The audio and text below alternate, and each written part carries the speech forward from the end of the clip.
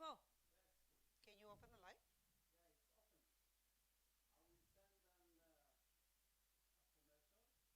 Yeah. I'm listening. I'm listening. This is the new RRC Concave, built for speed. The quad-channel setup offers enhanced control and ensures smoother, more fluid rail transitions. The RRC Concave, now available across our new range. Yes, I hear you. I hear you. Yeah. But how long do we have to open it?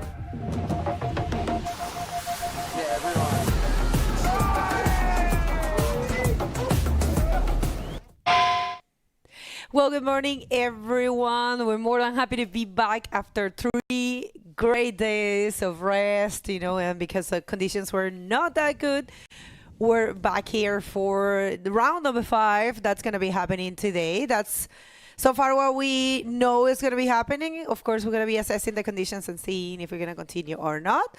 So, yeah, we'll be checking. Good morning, Paul. How are you? Good morning. 3 days. I hope everyone's ready.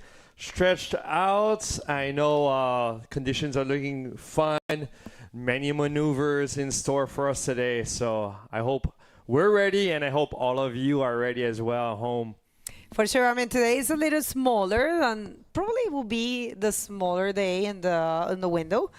But yeah, I think it's going to be great. We have 24 riders in this round number 5, and there's big names. There's still 6 local riders, and of course the top 16, almost all of them are there, and some great heroes from the early rounds. So before we start, we want to show you the highlights from the previous day of competition. What do you think? Yeah, that sounds great. I want to see it. Moroccans in there, international riders. Let's check out these highlights.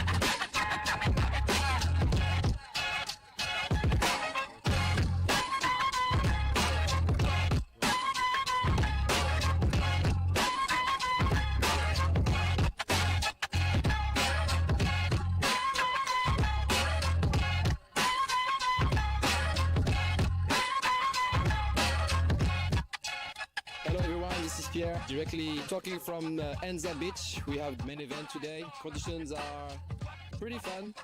The swell dropped quite a lot since yesterday. We have some really clean conditions, some nice wall to work with, and yeah, we're gonna go right after to rainfall, and looks like the conditions are gonna be fun. You? I love that one, right? What a great day of competition, the previous one. Yes, yes. Round 4 was in that round we had some people that weren't able to make it and continue, but still action, backflips, as you can see in the highlight video. Even every barrel. day. Yes, yes, yes. So. Well, today is going to be a great day. We were just mentioning that it's round number 5. It's 8 heats of 3 people. Remember, you can see everything at the official website of the IBC World Tour, which is the IBC World Tour.com. We have a live section there, and you can follow the live streaming, and the scores are there. And an important thing that we would like to ask you, subscribe to our YouTube channel. This is something that we always say. It is important for us to support, whatever is there for our sport. And this is the World Tour. It is important for the athletes, for the sponsors, for the event. And it's easy. You just have to subscribe here in this YouTube channel. You can activate the bell if you want to be, if you want to have the notifications when we are live. And yeah, we will be helping the world know that we are not such a small sport, and there is a lot of fans around the world. Oh yes, there are many fans. There are those fans who are not so, how would you say, keyboard warriors. Myself included, I'm not one of those, but still, when the tour is going on around the road in these exotic locations, just tuning in, many of us work. And so, finding the time, whether it's for 10 minutes, 20 minutes, being able to be notified, watching in, tuning in. So we have a huge amount of fans who are, following us and keeping up to date through the YouTube. So. And it costs 0. All right, people, we want to show you the conditions for today. Let's just jump in the water right there. As you can see, some free surfers are getting out of the water. There's a surfer there, and yes, the riders are actually almost at the peak already. It's starting at 9 local time. Right now it's 8:54. Right. I just wanted to add in that the high tide was around 7:20 or so. So the tide will be dropping down till, I believe, is 1:30, 2 o'clock. So, with the dropping tide, as many of you may already know, the waves will hit the sandbar a little better. We may see, more maneuvers and the shape form up better throughout the morning.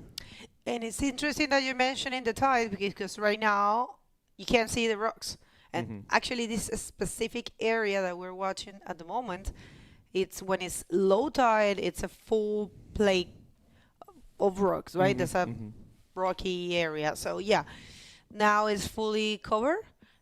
And yep, we'll be reaching mid-tide in an hour. I think it's going to be good to start. There's a possibility of having some wind early today. That's why we were mentioning that we're going to be assessing the conditions and seeing if we are able to continue after finishing round number 5. But for now, it's all about round number 5, which is 8 heats, 3 people, full elimination round. Only first and second will continue in competition. And the round that's coming up, round 6, will be the round of 16. Very important one. And then, we're reaching the final moments of the contest with quarterfinals, semifinals, and, of course, a great final to figure out who's going to be the champion this year. Remember, this event usually set the pace for the world title contenders. Every year, whoever wins here has a possibility of taking the title. Right. So taking the title, setting the pace. This is nice because I believe when I'm, for example, in the Fronton King event, I'm presenting in that one as well this past. And, when I come in, it's like the final event of the year. and there's been so much action throughout the year, and it's nice to see how this all develops and where it starts from. And this is where it is starting from here in the 2026 Morocco Pro. These conditions, I'm really looking forward to how these competitors not only deal with the heavy big days, but also these sort of intermediate average days. So I want to see what they can do. And you know, many riders around the world, they're not surfing perfect days every day of the year. So it'd be very interesting to see what these professionals are doing in your, you know, average mediocre ways. But still, to be a professional, you have to be able to do it all in all conditions. So I totally agree with you.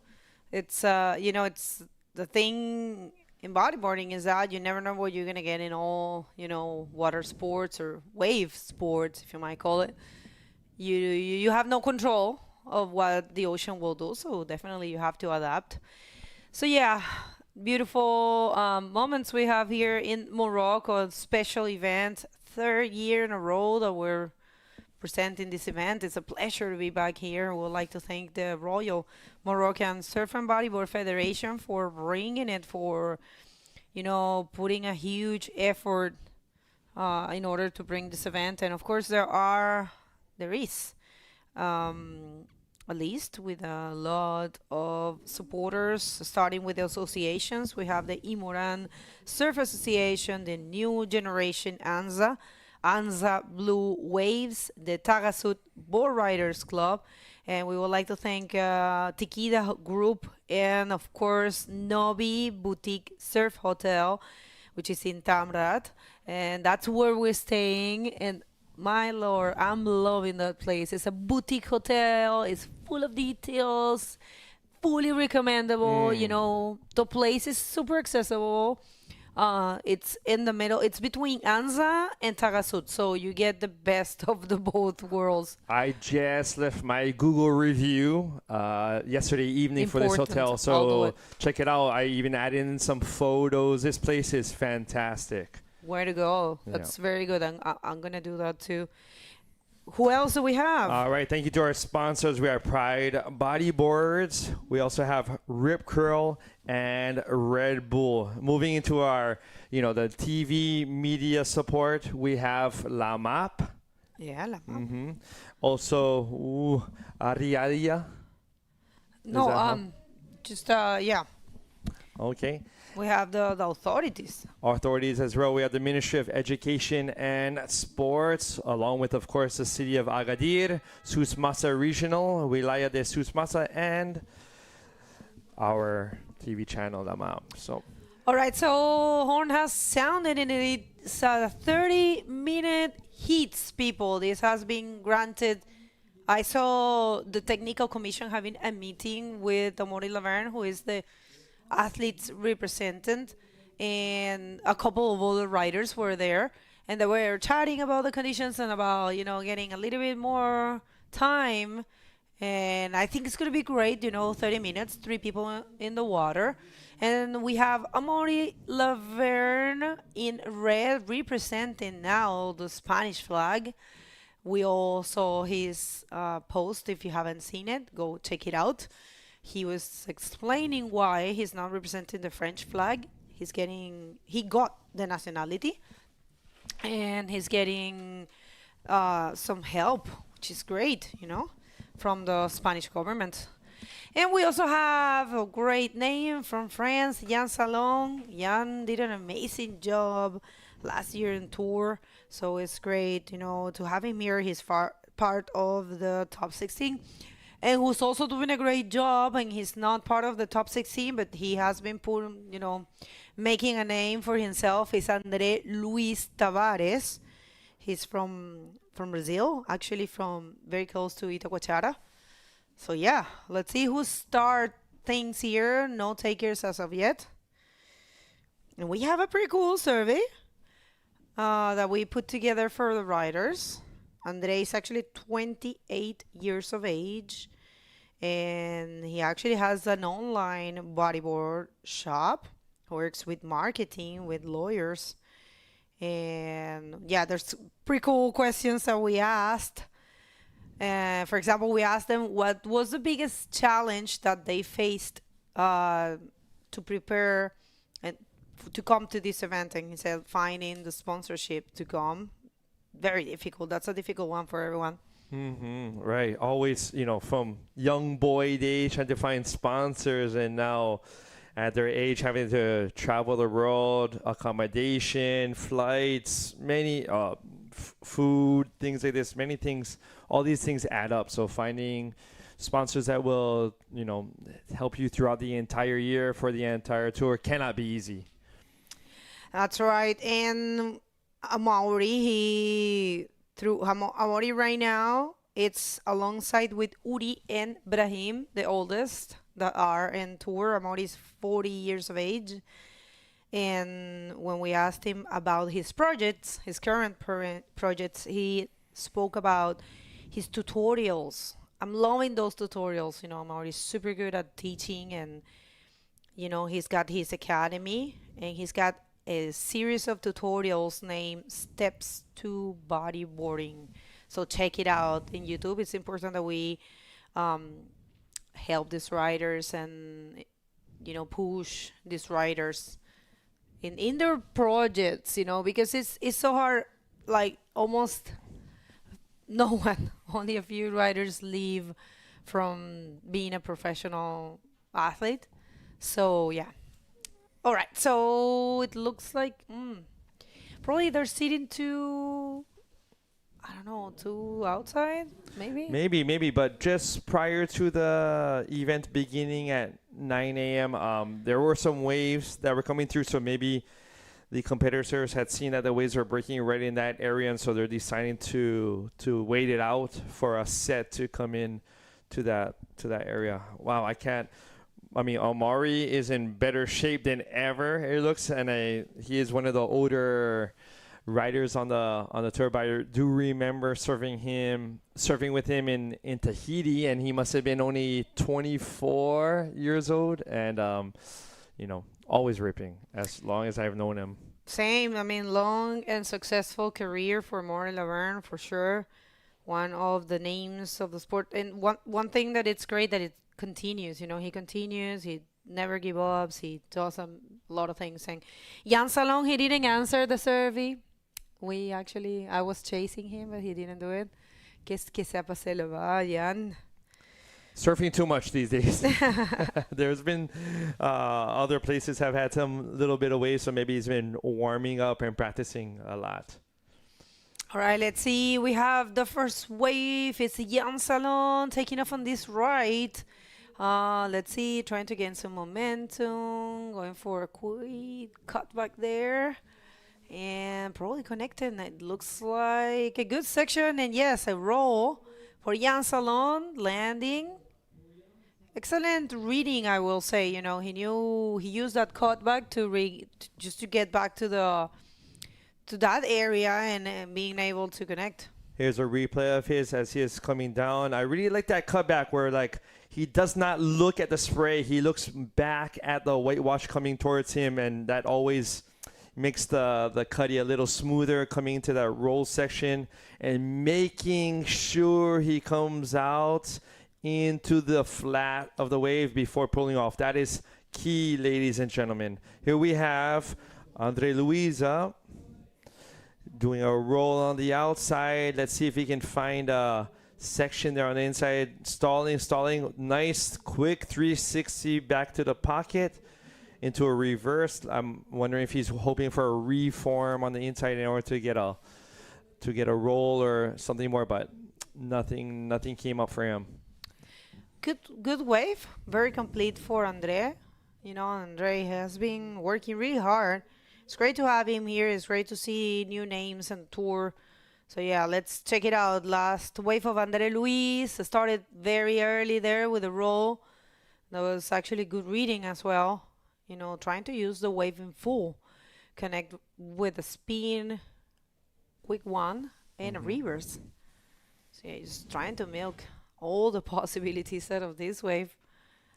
I'm really, not just today, but even the other days, I'm really appreciating those riders who are flowing with the wave. I mean, if there's nothing, if there's no lip on the wave, at least they're still thinking of getting in a quick another maneuver, but quickly and with style. Stylish, I yeah. really like that, where their 360s put them right back into the source of the power of the wave, back into the peak.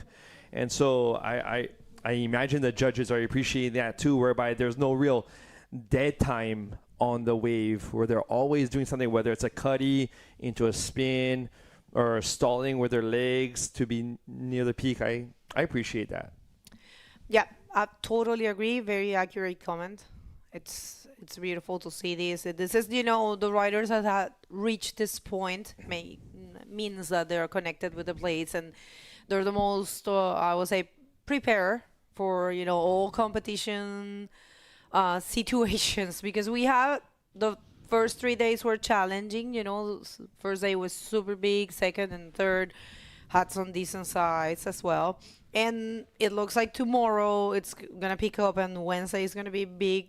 Probably we're gonna be ending in Wednesday, depending on what happens today and tomorrow. We'll see if the conditions allowed us to carry on. But for now, it's all about round number 5.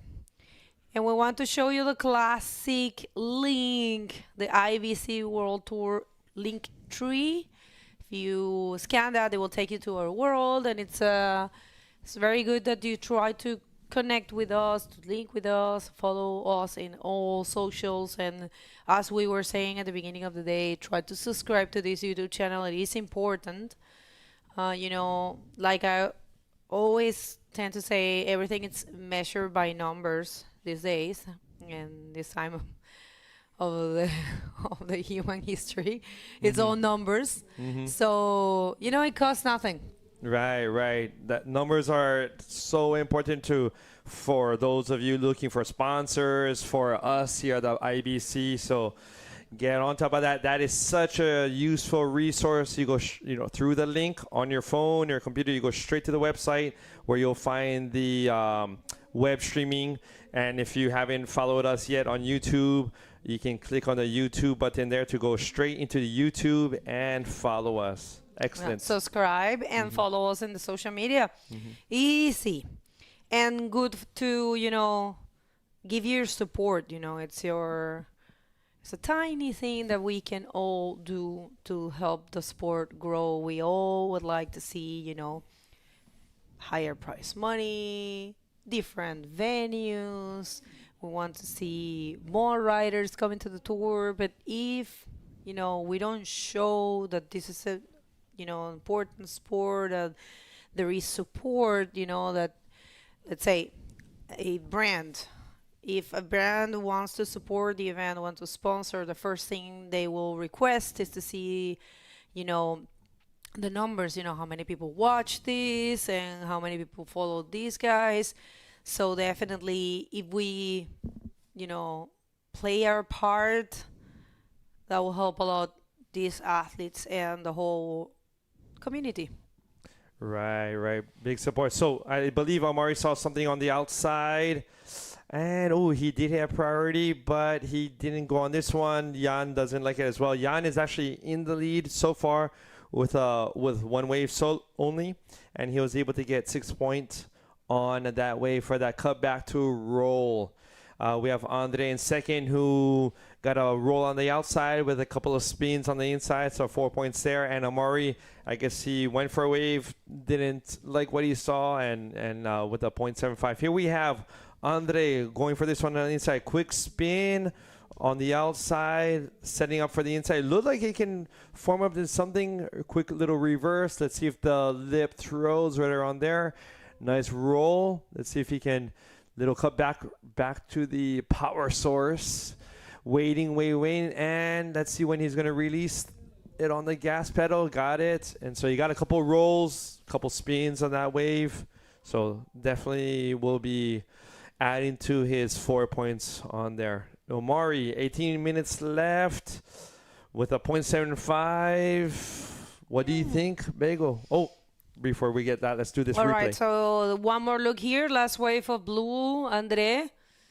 Yeah, he has been fast, keeping busy. That's what you want to do, It's a strategy, trying to get your 2 mid-range cores as fast as possible. And yeah, good job, I will say. This is a 485 for the Brazilian. And here comes Amaury. This is live action. So with a quick reverse, actually is spraying some water and connects to a roll. So yeah, Amaury, I think he was just waiting and seeing if he can find, the biggest possible wave with the best shape. Remember, too much water here, it's not the best. We're reaching mid-tide, which is going to be around 11:30, 11:40 more or less, which is in an hour. Actually, no, in 2 hours. Replay. So here's a replay. Amaury on the outside, Cuddy back into a forward spin, stalling, hoping for a bigger section. That lip just didn't really throw too hard, but still he was able to get that roll out into the flats. Was hoping for something more on that wave, but decided to cut out of it. And in the survey, he replied that the most challenging thing to prepare, or that the most challenge that he found when he got here and where he surfs here, is to being able to understand a long ride on a right-hander, because it seems like his natural side is more to left. Of course, Amaury Lavernhe can surf anything, but we all have a natural side, right? And he says, he doesn't really surf this type of waves, long rides, because if you think about it, he surfs a lot in El Frontón, of course, but he also surfed that wave that it's close to his house for his academy, and I actually I saw very good days this last trip to El Frontón. What is it called? It's a peak that it's in this. It's between Agujero and Frontón. That little beach. Oh, okay. I don't remember the name of that one. Right. So that is a longer wave. Also, La Wancha. You can take that thing pretty far as well. The La Wancha wave. That is right, but it's hollower, I guess. It is hollower. It is not so. Here we have Jan Salan with a spin on the outside, little cuddy to another spin, hoping for a section to pop up. Let's see, you got some speed, nice rail work, roll, but was not able to complete that one. That could have been, that would have helped his wave score quite a bit if he had been able to ride out of that one. So Amaury's second wave, he got a 4.6, so therefore he's still in third with a 5.35, but just, of course, needing a small number, 1.41 to jump into second. Remember, everyone, top 2 move on in this heat. Andre still sitting comfortable with his 8.85 total in first. Jan Salan actually was able to get 2.75 on those couple of spins on his last wave, so he's at an 8.75. Still very close between all 3 competitors. All right, so I was just reading here the survey, and because it's interesting to read these answers from these riders. And there's a question that we asked about to the riders, right? If they could give a piece of advice to their younger self, what would it be? And Amaury said to ride different conditions as much as possible, and so being super versatile in my riding. That's what he feels. Because bodyboarding is a radical sport, right? So especially for those that started 20 years or 25 years ago, it was all about surfing super hollow and really dangerous waves, and probably he was more focused on that. I mean, he kind of he's one of the guys that definitely controls El Frontón the best, alongside with a lot of locals for sure. Canarians that have been in control of El Frontón for so long. But yeah, I get what he says, it's try to be versatile. It's kind of hard because you have that pressure in your mind of trying to push the limits as much as possible, right? So maybe you don't even feel like surfing, long and kind of like fat waves, right? I'm not talking about here, I'm talking about in general, because there's a theme for us, right? We try to look for the hollower waves. Right, situation in the water, I have to say, very good job for André Luis, the Brazilian. He's first. Not with a huge win, because the other riders are completely capable to get those scores. But yeah, just being able to be first, and here he comes. All right, Andre with a spin on the outside into a reverse back at the peak. Let's see if he can find one more lip. Quick little spin there. Let's see if he can form up and throw over him. Just not quite throwing, but getting some speed up. Let's see what he does with this lip. Roll, and it looks like he's gonna connect it into another one. So, a couple rolls on there and a couple of spins. So this will, and he took this one a little longer than his other wave. So this could, be slightly higher than his last good one. Here's a replay. Yeah. He's taking off from as far as possible, right there in the peak. And yeah, that was a good roll. So yeah, he's trying to actually increase his lead. It's a good job that he went for 2 rolls. He knows how dangerous Diane and Amaury are. So those scores, I mean, even though he's first, he's not too comfortable. He got a 5, which is his best wave so far and the best wave of the heat.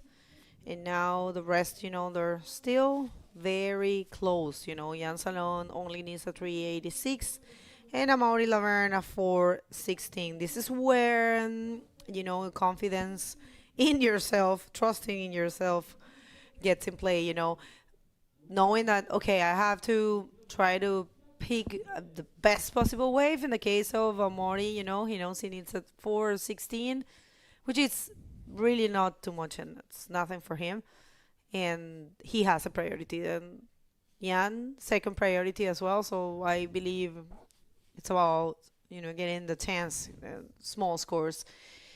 Yeah, kind of slow today. We kind of knew this, but yesterday, people, it was crazy. The wind, was so strong. We had bigger waves, but the winds were almost impossible to surf here. It was really, really tough. Right from the get-go in the dark yesterday morning, we could feel the winds up already from the Nobi hotel, boutique hotel. So we already know that, the team made the right call, the right decision in not holding the event yesterday. These winds were up early on it, whereas today we have, very, very light winds outside. We're crossing our fingers that these conditions can continue for at least round 5, where we're in right now. Going back to, these long right-handers, I know Amaury, since living in Gran Canaria, has, quadrupled his ability in rights, because prior to living in Gran Canaria, just like me, we were dominant lefts. However, Gran Canaria pretty much forces. Oh, nice cut back by Jan. Let's see if he can, another one. Let's see if we can find a section on the inside. Nice flow on the outside, coming inside with some speed. Oh, okay. I think he really wanted to get a reverse off that, but that section just didn't really push him the way he was hoping for, and it was already too late to turn it into a Rolo. So yeah, he kind of had second thoughts there what to perform. But I have to tell you, I'm enjoying a lot those beautiful. That was really nice, the cutback, to spin there, and I think they're actually putting a lot of effort. The French, it has been like that forever, on their style, in the survey, Luca Saninotto and a lot of writers have answered about what they take care. They take a good care about their style, Ethan Capdeville and Luca Saninotto, they said the most important thing for them is the style. They want to, work very well on that. So I think it's a thing. It's a mindset there for the French. I do want to make a comment. Let's after Amaury. Nope. Jan looking for that reverse. He did not need many points. He already had a 6 on the board. You know, it would have been, oh, we have yellow up. Jan, again, let's see what he's going to do. Let's see, the last time he looking for a reverse, but in a reform up. So let's see if he has taken note of that and is going to be looking for roll sections exactly. Coming to the inside, stalling. Let's see if he can see one more, if he can double up on the inside. Looks like it will. Form up. Nice roll there. So that will make up for that last wave of his for sure. He knew it, you know. He knew exactly. Hey, Amaury, right there with the roll. So yeah, interesting. Let's see how much these two riders gets. There might be some changes there, but Andre is by himself. Let's check it out. Yeah, stylish Jan, like you said. He tried to make up for the previous wave and using that cut back to reverse to try to connect to this area, and he did. He found a roll. Good roll, actually, and he knew exactly when to stall and found another section there with a very good roll. So yeah, this is going to be his best wave for sure. And it's actually there. It's a 6 for Anza long. It makes sense. Oh, all right. So, and that was last of Amaury. He started with the roll. That roll we didn't see because we were watching the Jan Salon live wave. And Amaury connected with the reverse there. Quick check turn. And I remember he performed another roll, right? Yeah. Actually, it was another one. We only saw this part of the wave. So 2 rolls. 3 rolls. No, 2 rolls, a reverse, and another roll. That was really good. So yeah, interesting exchange. The whole situation changed. There you have it. 7:25, last wave of Amaury. That was he was waiting for. And now Jan Salon is second. He only needs a 5:86. And Andre Luis, who has been dominating this heat right now, has been... Wait. Here comes. All right, so taking off on a set, roll on the outside, nice projection. Let's see if he can make it around this section. Doesn't seem like it, so he's going to bail out to try and make it back out. We are just under 6 minutes left. So Andre, in order to move into second and to advance past his heat, he is looking for a 6.51. So that's his goal right now for the duration of this heat. Here's a little replay. Yeah, Andre just attacking that first section and bailing. I think it was a good call because he wanted to go back as fast as possible and get that priority, you know. He knows that could be with 5 minutes and 15 seconds. That could be, you know, his most important tool because he can wait there and try to find a big wave because now he needs a 6.51. It is a big number. Judging by what we have seen through all the, 25 minutes that had gone, these are 30-minute heats. So, yeah, we are right now in the last 5. And, yeah, it's been kind of tough for all of them. They have been putting some mid-range course. And you see, right now, it's all about trying to get the biggest possible wave and trying to do, trying to make the best out of that. Because 6.51, interesting how things can change, huh? And I was also thinking, reflecting on the fact of how confident you have to be in yourself, knowing that, all right, so I'm third, I'm a professional rider, it doesn't matter. I know if I get the chance, I'm going to use it in full. I have to trust in that, and it will be fine. So I think those riders are from the upcoming heat. That's Amaury. I think it's asking for situation, huh?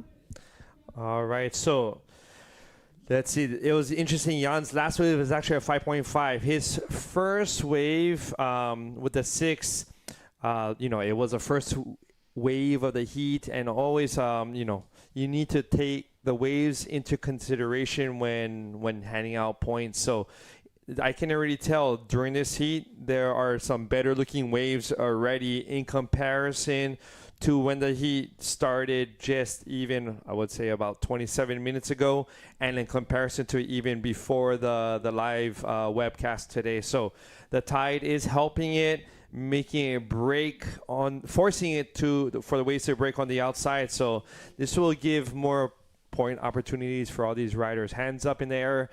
They are coming upon the 3-minute mark. And Amaury is actually comfortable because he actually has priority on top of the fact that he's leading the heat. So that must feel pretty good. I think so too, you know.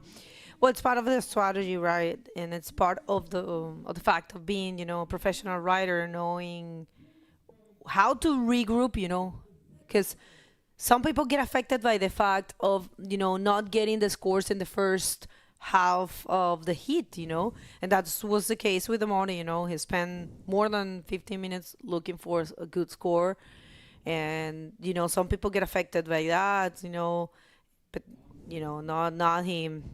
And not Jan neither, you know, Jan with a good work as well. Right now, Jan is only looking for a 586. It's a completely doable thing for him, you know. So Moritz not super comfortable in that first position, but he's got the priority, like you said. And Andre has a second priority. Those two riders have to stay away from the peak. You can tell the three that are up there are the you know, Amaury, Andre, and Jan, but the yellow and blue that are a little bit behind are riders from the next heat. They have, I think, today they might, you know, the previous days they had 10 days to paddle out. I believe this day is 5. We're back Okay, to 5 minutes, right? Yeah. There's not as much current on the inside. It's definitely apparent to see. So it's a relief for the riders. Because I can imagine even the Rising Series, the juniors having to paddle out the other weekend with all that current. You know, you get to the lineup and your heart is already boom, boom, pumping. So it's nice that they can reach a peak, relax, not having just done a cardio workout, and can focus on the wave. I wanted to ask you that because you are excellent at training and you train a lot almost every day. What do you think well, I mean, we're going to get back to that idea because right now it's all about the heat. It's 50 seconds to go. This first heat of round number 5 on this 4th day of competition here at the 2026 Morocco Pro. It's about to finish, and it looks like things are going to remain the same only if, you know, Andre can find something there, but Amaury is holding the priority, so pretty likely that he's going to be blocking the next guy that tries to paddle. That's what that's what everybody does at the end of the heat. If you have the first priority, you use it to block. That's completely normal. Wow. I don't see anything else going, huh? I'm really feeling for Andre. He started off the heat, catching the set ones, doing his spins, doing what he could. And now he's all of a sudden in 3rd place. Yeah. And with just a few seconds left. Huge congratulations to André. Parabéns, André. Você fez muito bem. And official results is Amaury Lavernhe advancing in 1st and Jan Salong in 2nd. Congratulations to them. Don't go anywhere. We have a lot more to come after this commercial break.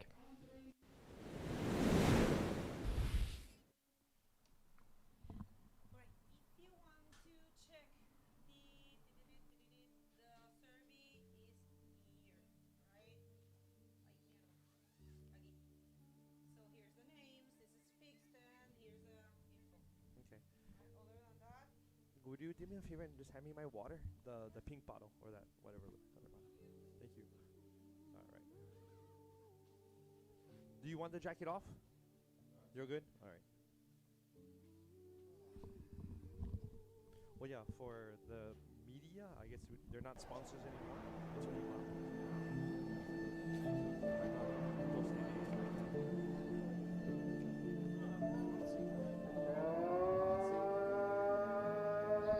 It's okay, it's cool.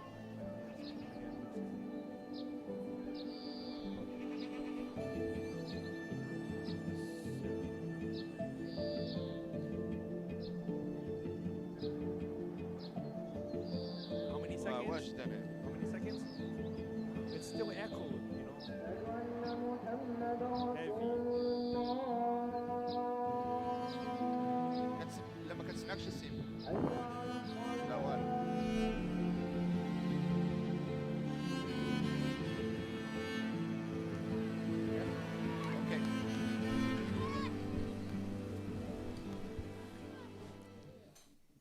All right, welcome back everyone to the Prime Series Men's 2026 Morocco Pro. And Aziz, what did you see out there?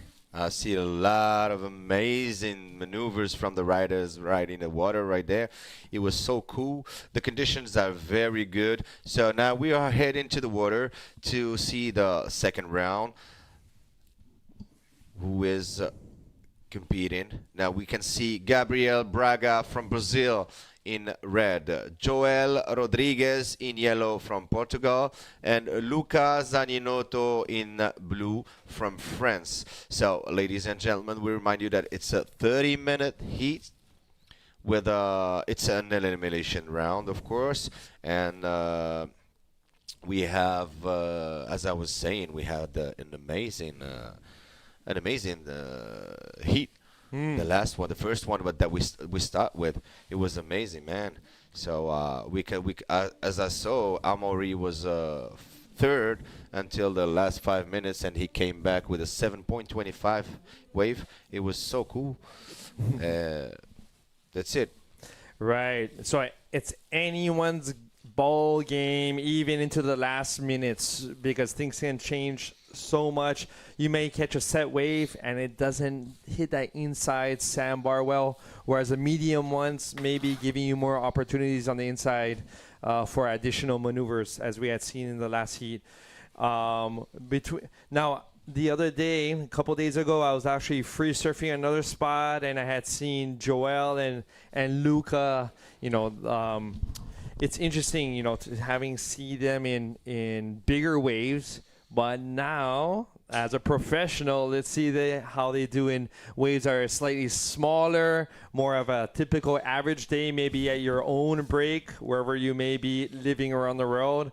So to be a professional, it's very important to be able to perform well in all conditions, rights, left. So it's very interesting to see how these three handle today.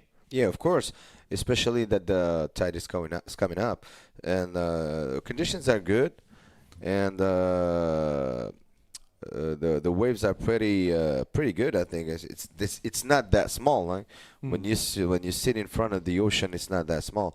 The conditions are great, and let's enjoy and watch a good show from the riders in the water.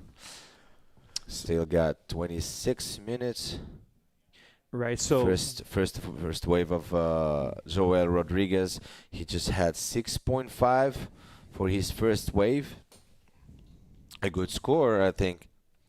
Right, 6.5 is our second highest score, I believe, of the day so far. So although we didn't see it here on the video, on the webcam, I imagine, in order to do that, you would have had to do at least a couple of solid maneuvers on wave, and not just a one maneuver, probably wave, probably connected some maneuvers on the outside and maybe another one on the inside. So Joel has to be feeling pretty good at this point, considering that, there's quite a bit of time left, but he already has a solid score under his belt. And we're just starting the day, remember. This is just the second heat. Score of 6.5 is a good score. As we saw in the last heat, the other scores were 4, 5. The best score was 7.25 from Amaury. And this is the second best score of the day.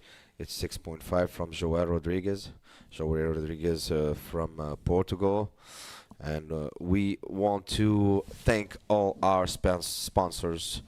Imouran Surf Association, New Generation Anza, Anza Blue Waves, Taghazout, Boardriders Club, also the Tikida Group, the Nobi Boutique Surf Hotel in Tamraght, Pride, Rip Curl, Red Bull, also the Regional Council of Souss Massa, LAMAP, RDTR, Visit Rural Morocco, also the authorities who made this can happen, the Ministry of Education and Sports, the City of Agadir, the Souss Massa Regional, the Wilaya of Souss, and also the Valley of Agadir.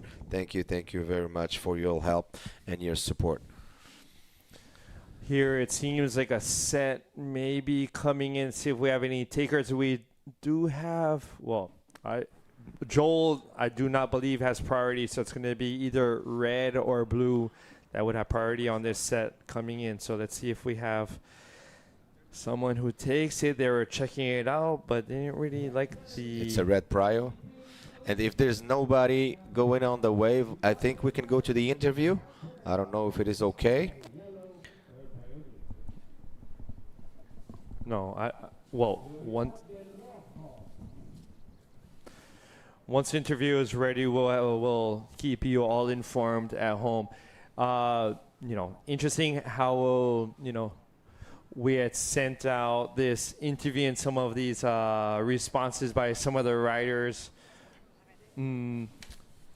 Now here's Gabriel Braga in his first wave. Gabriel Braga from Brazil, still on the wave, cut back, get back to the full with a nice reverse. Still on the wave. I think he's trying to catch some speed and get to the lip. He's not finding the lip yet. A nice cut back. Still on this wave. What is he gonna do last? And gets out of the wave. End of the wave for Gabriel Braga. Nice performance from Gabriel Braga, who came right away from Brazil. I think we're gonna see the replay of this one.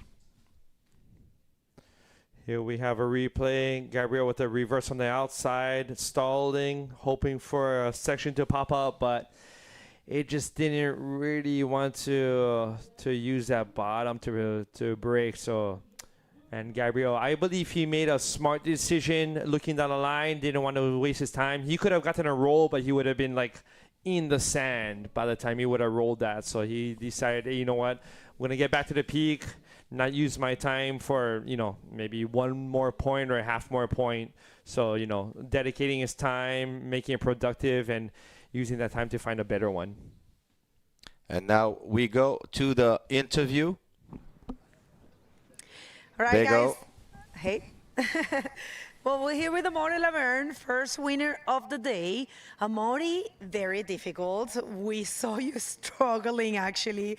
I want to know what was going in your head, because you took too long to find a wave, and definitely it's not easy to start the day, so tell the world. Yeah, I arrived this morning at the spot, and I saw that the swell dropped a lot. It was the smallest day we've seen since we're here. So it's so hard for me to make a strategy. The wave is quite far from the shore, so when you are on the shore, it's hard to see like the waves. And when you are outside, you just feel that if you get the wrong one, you're going to lose a lot of time to get back out there. And so I really wanted to get that first good one.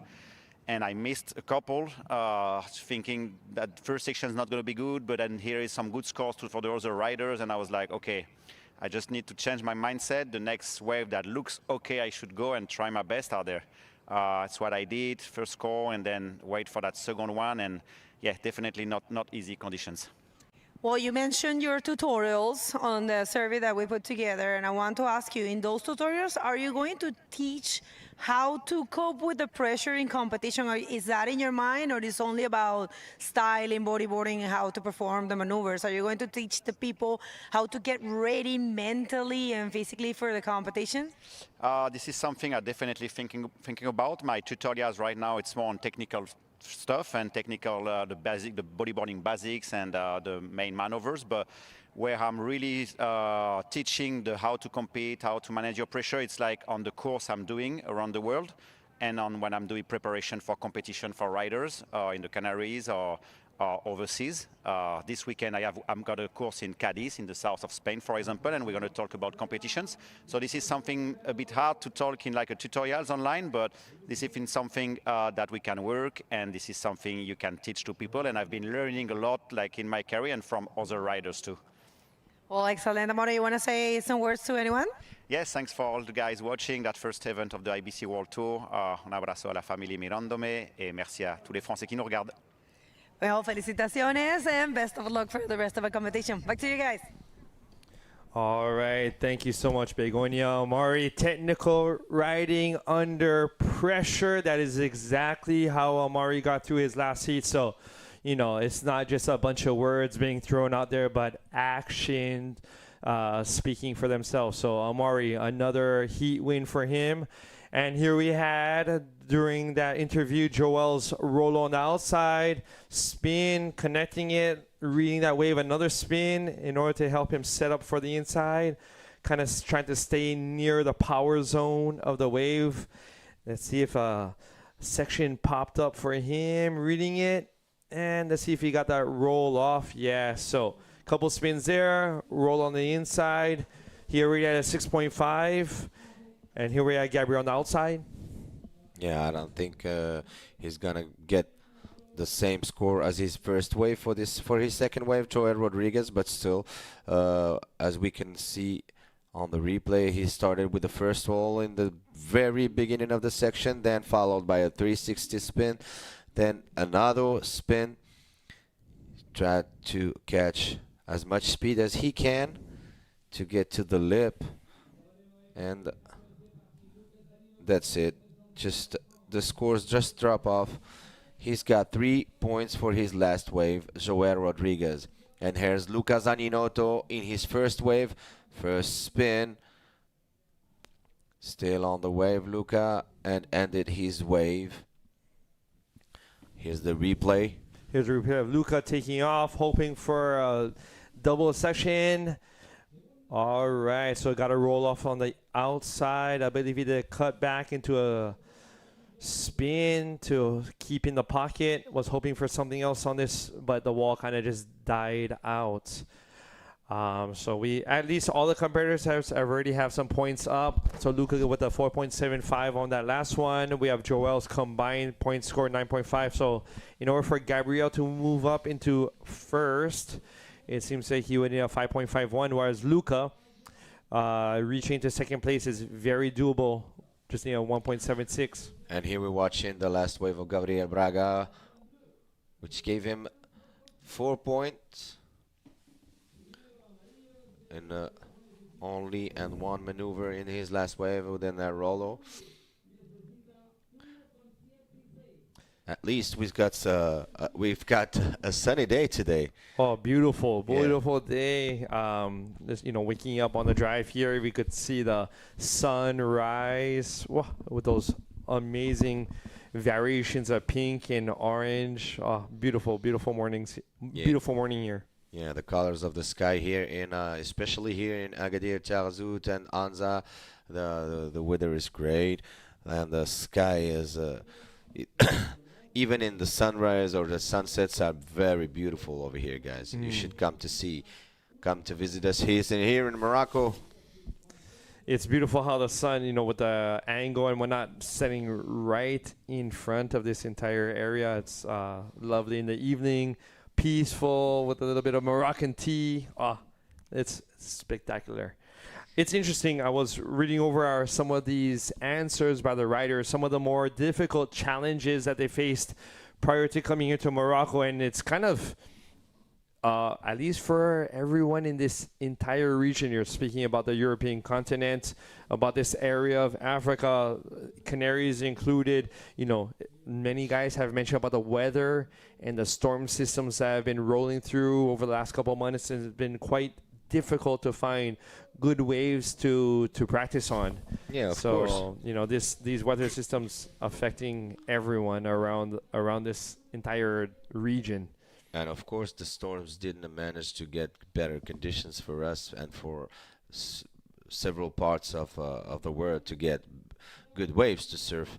But we also think about the families here in Morocco, in Spain, who's got problems with the issues with the floods recently. Wish you luck, guys. So here we have Luca Zaninotto in his second wave.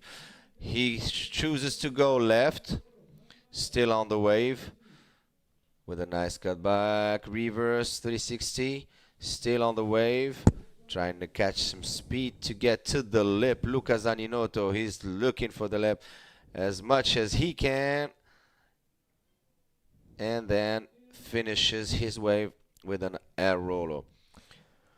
So first rider to go left, actually, of the morning so far. So Luca with a 360, a roll on the outside, cut back. Let's see if he gets a little quite tight reverse spin. I think he is hoping for something to throw right there, but it just didn't hit the sandbar well, so he opted to get his speed up and got the roll on inside, came out into the flat. So to make sure the judges know that he completed that last roll. So I'm sure that'll put him into second place, putting Gabriel possibly into third, because Luca's only needed a 1.76. Maybe it could have even been slightly higher, of course, to maybe move him into first. We'll have to see. It'll be tight between first and second between Joel and Luca, but. And it's also a good thing to see a rider like Luca Zaninotto, who is perfectly fluent in both lefts and rights. This is what the judges needs and look at in every rider. He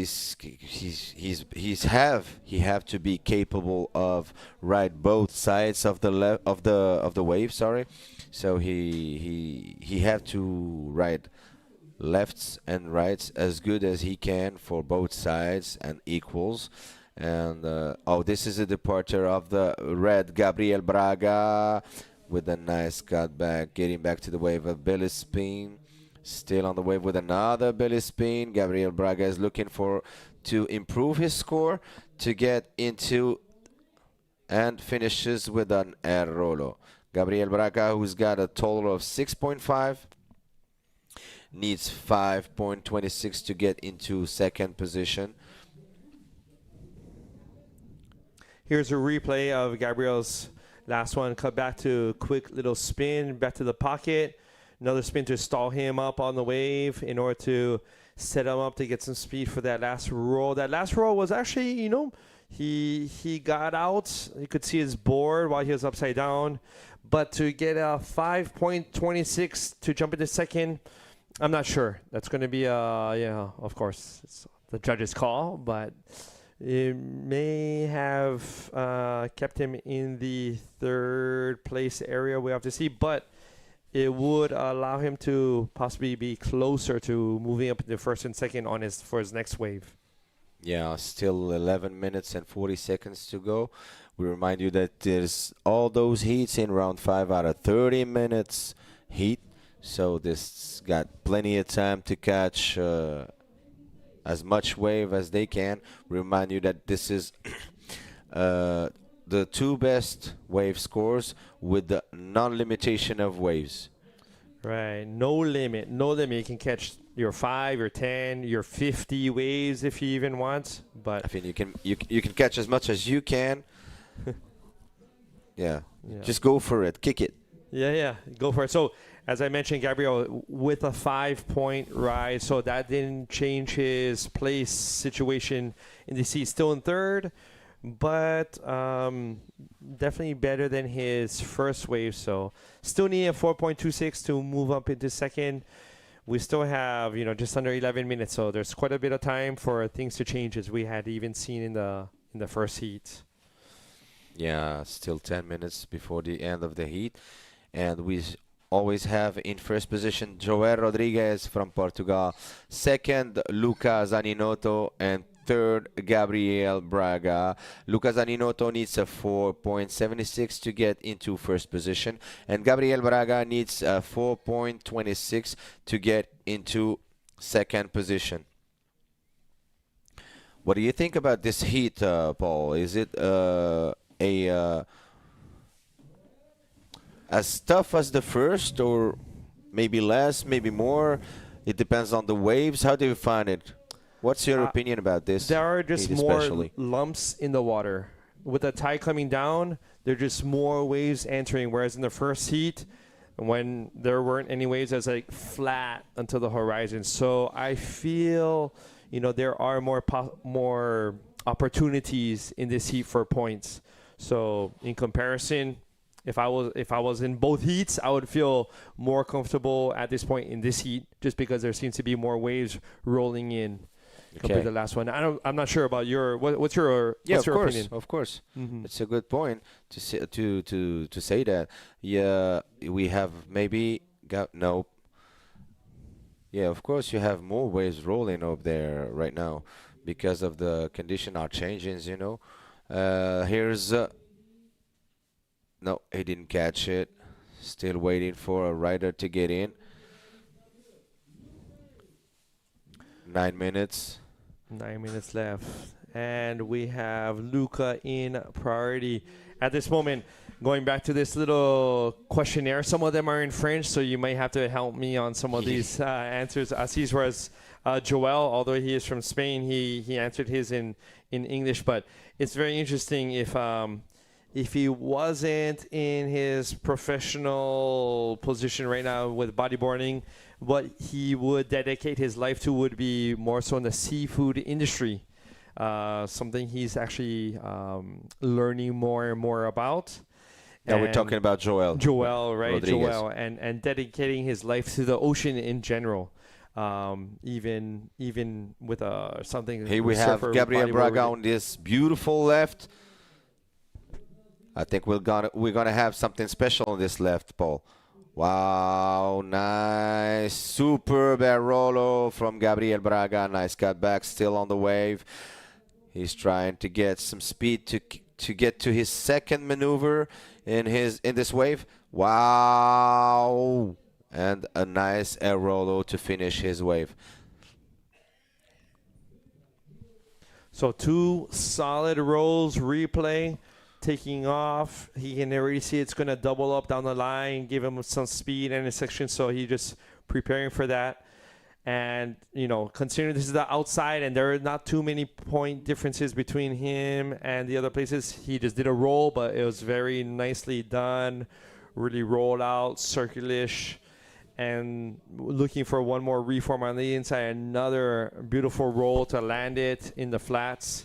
So I believe he'll be well rewarded. And we have Luca Zaninotto in this beautiful left, still going on it. Wow, he's going in the inside, trying to catch some speed with a nice air rollo to finish his wave. Luca Zaninotto.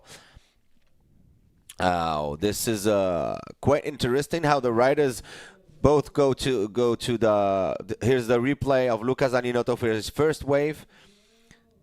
As you can see, he's got his first roll before and then stays on the wave trying to catch as much speed as he can to get, I guess the last maneuver was his first roll. Yes, when he get into the wind side and get to the lip and finishes with a nice roll. His third wave for Luca Zaninotto. And as you can see, both Gabriel Braga and Luca Zaninotto didn't miss the chance of getting a left wave in a right spot. So here's a replay of Joel. He went right on the other hand, but just wasn't able to find anything with that lip. So there may be a change, I believe, of positions as we are waiting for the judges' scores to drop. So Gabriel and Luca got to be feeling pretty good. Joel, let's see. I know he's going around trying to stroke back out to the peak.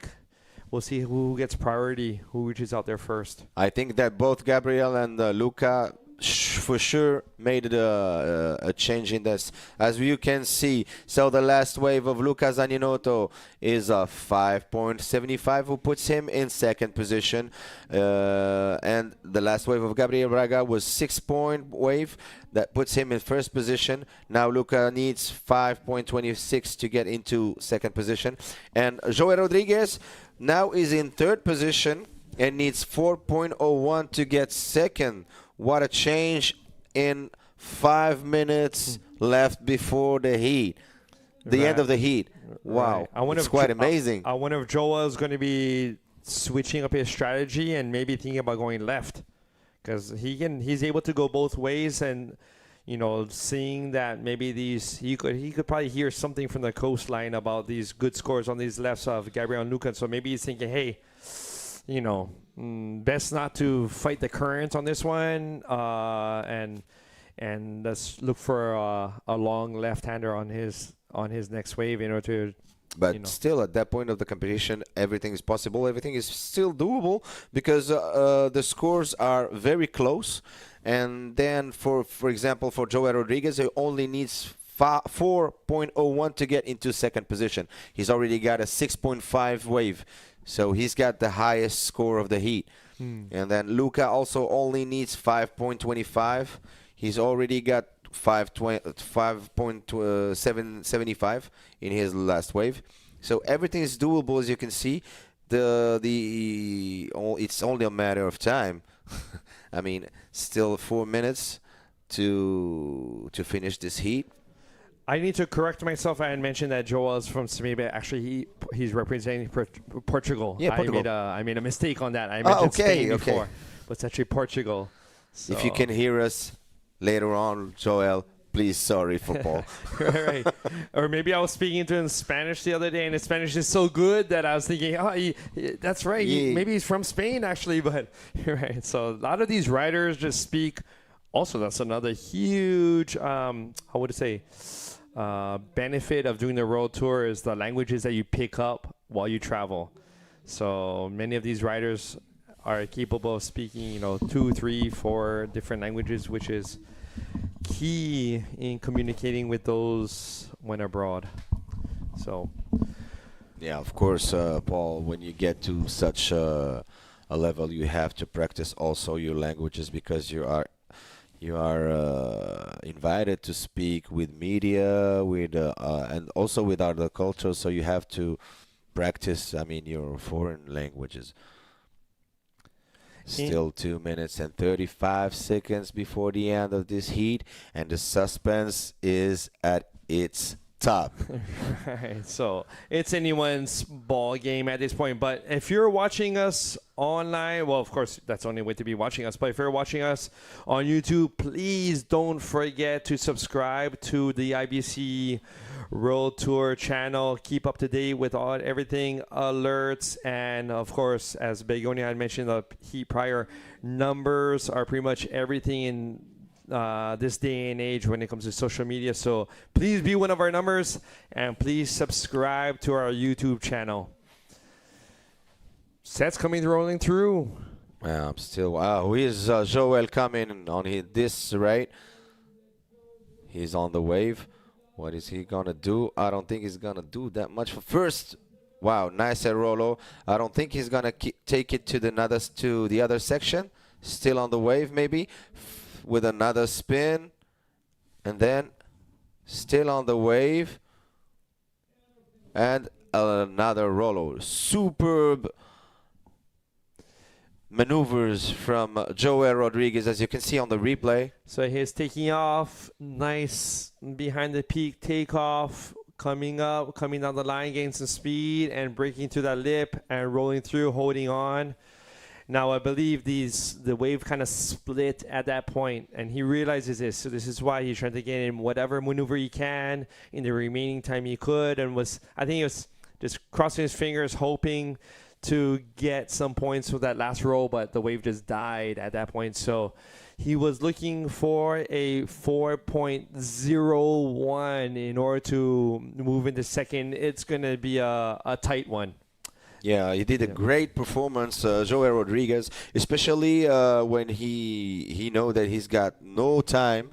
So here's Gabriel Braga in his fifth wave, still on the wave. Nice air rollo. Superb cutback with a belly spin. Still on the wave with a reverse. Still on the wave. And I think he's coming out.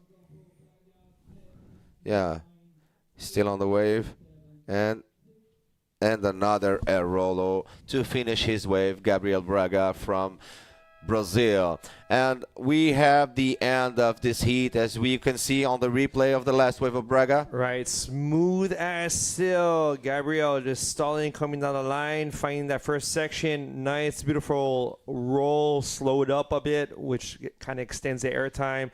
Cut back to smooth forward, right into a reverse, and knowing that the seconds are winding down, and maybe he could get, maybe even half a point more, he decided to stay on that one, coming down the line into that final roll section. So Gabriel winning this heat for sure, and Joel coming through, it seems, right at the last moment to get into second place, and Luca Inter not making it past this round in blue.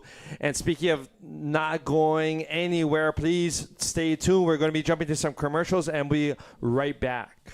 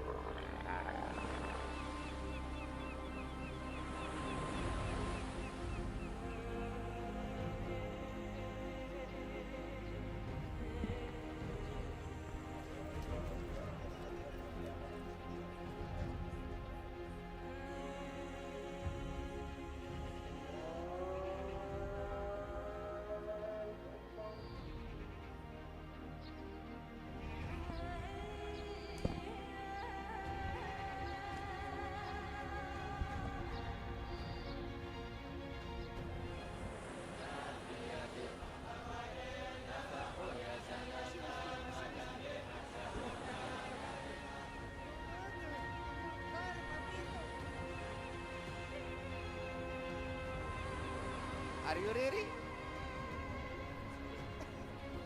So, okay, I'll put on the mics.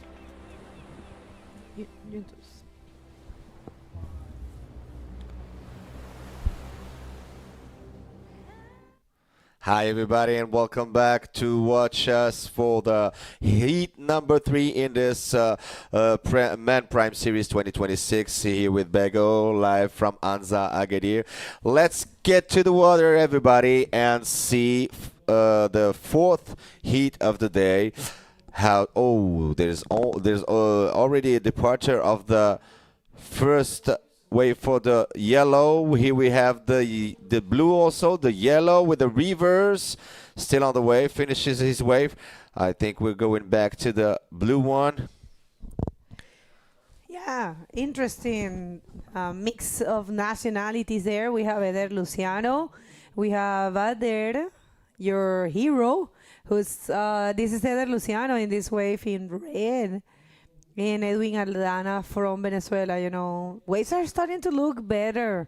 Just hoping, finger crossed, the wind does not come too early.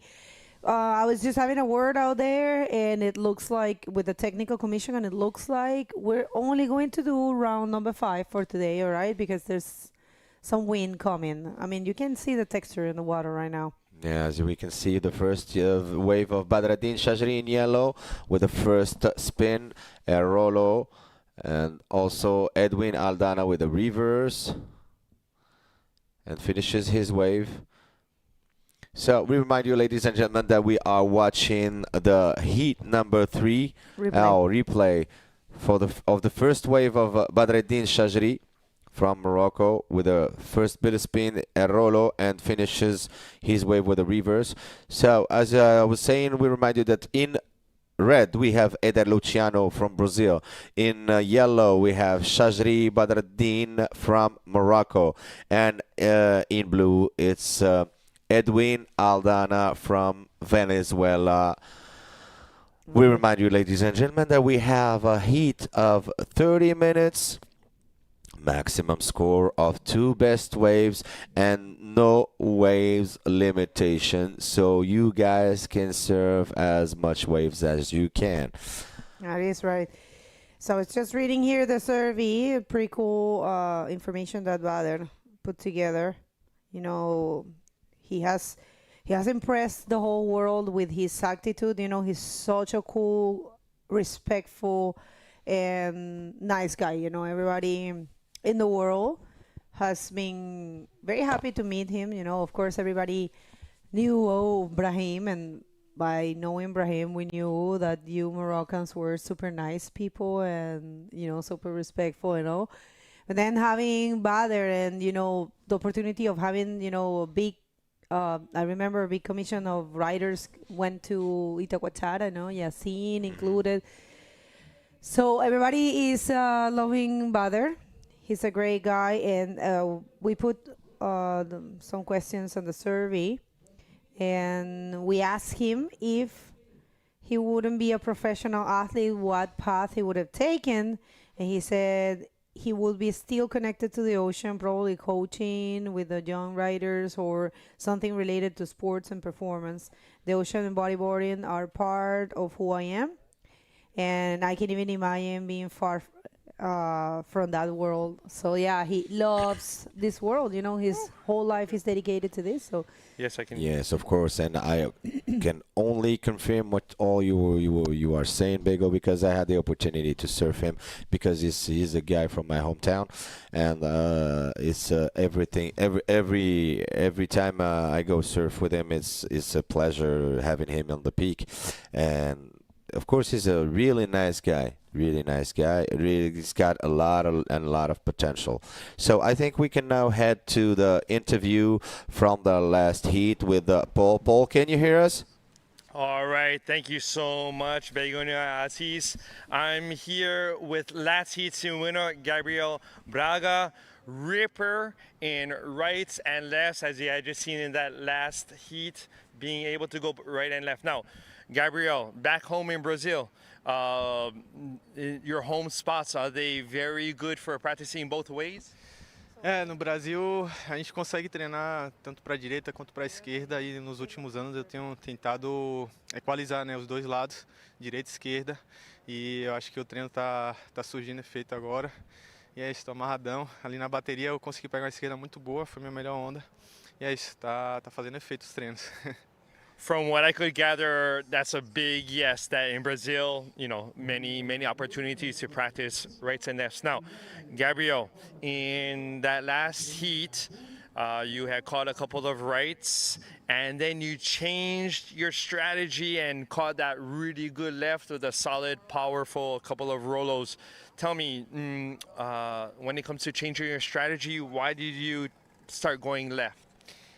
Ali no meio da bateria, na verdade antes da bateria eu já tinha visto algumas esquerdas, mas no meio da bateria ali eu vi que o vento tinha mudado, melhorando um pouco a esquerda, e eu dei sorte que Joel acabou remando em uma onda anterior e acabou sobrando prioridade para mim, foi a melhor onda ali, acho que da bateria, consegui fazer uma onda muito boa e foi mais ou menos isso que aconteceu. Well, from what I gather, with the priority system and things like this pretty much was his decision to try out the left. Maybe Begonia, back with you guys, you can explain a little bit more about Gabriel's answer. Gabriel, any shout outs, thank yous for support out there? Quero agradecer a todos os meus amigos, minha família, em primeiro lugar, a Deus, por ter avançado mais uma bateria, minha namorada que está em casa assistindo, todos os meus patrocinadores e também a galera da Academia de Bodyboard Gabriel Braga. E é isso, estou amarradão, que é mais um projeto também que a gente está iniciando esse ano. E é isso, galera. Obrigadão. All right, thank you very much, Gabriel. Congratulations, moving up into round 6. And let's take it back to you guys over there.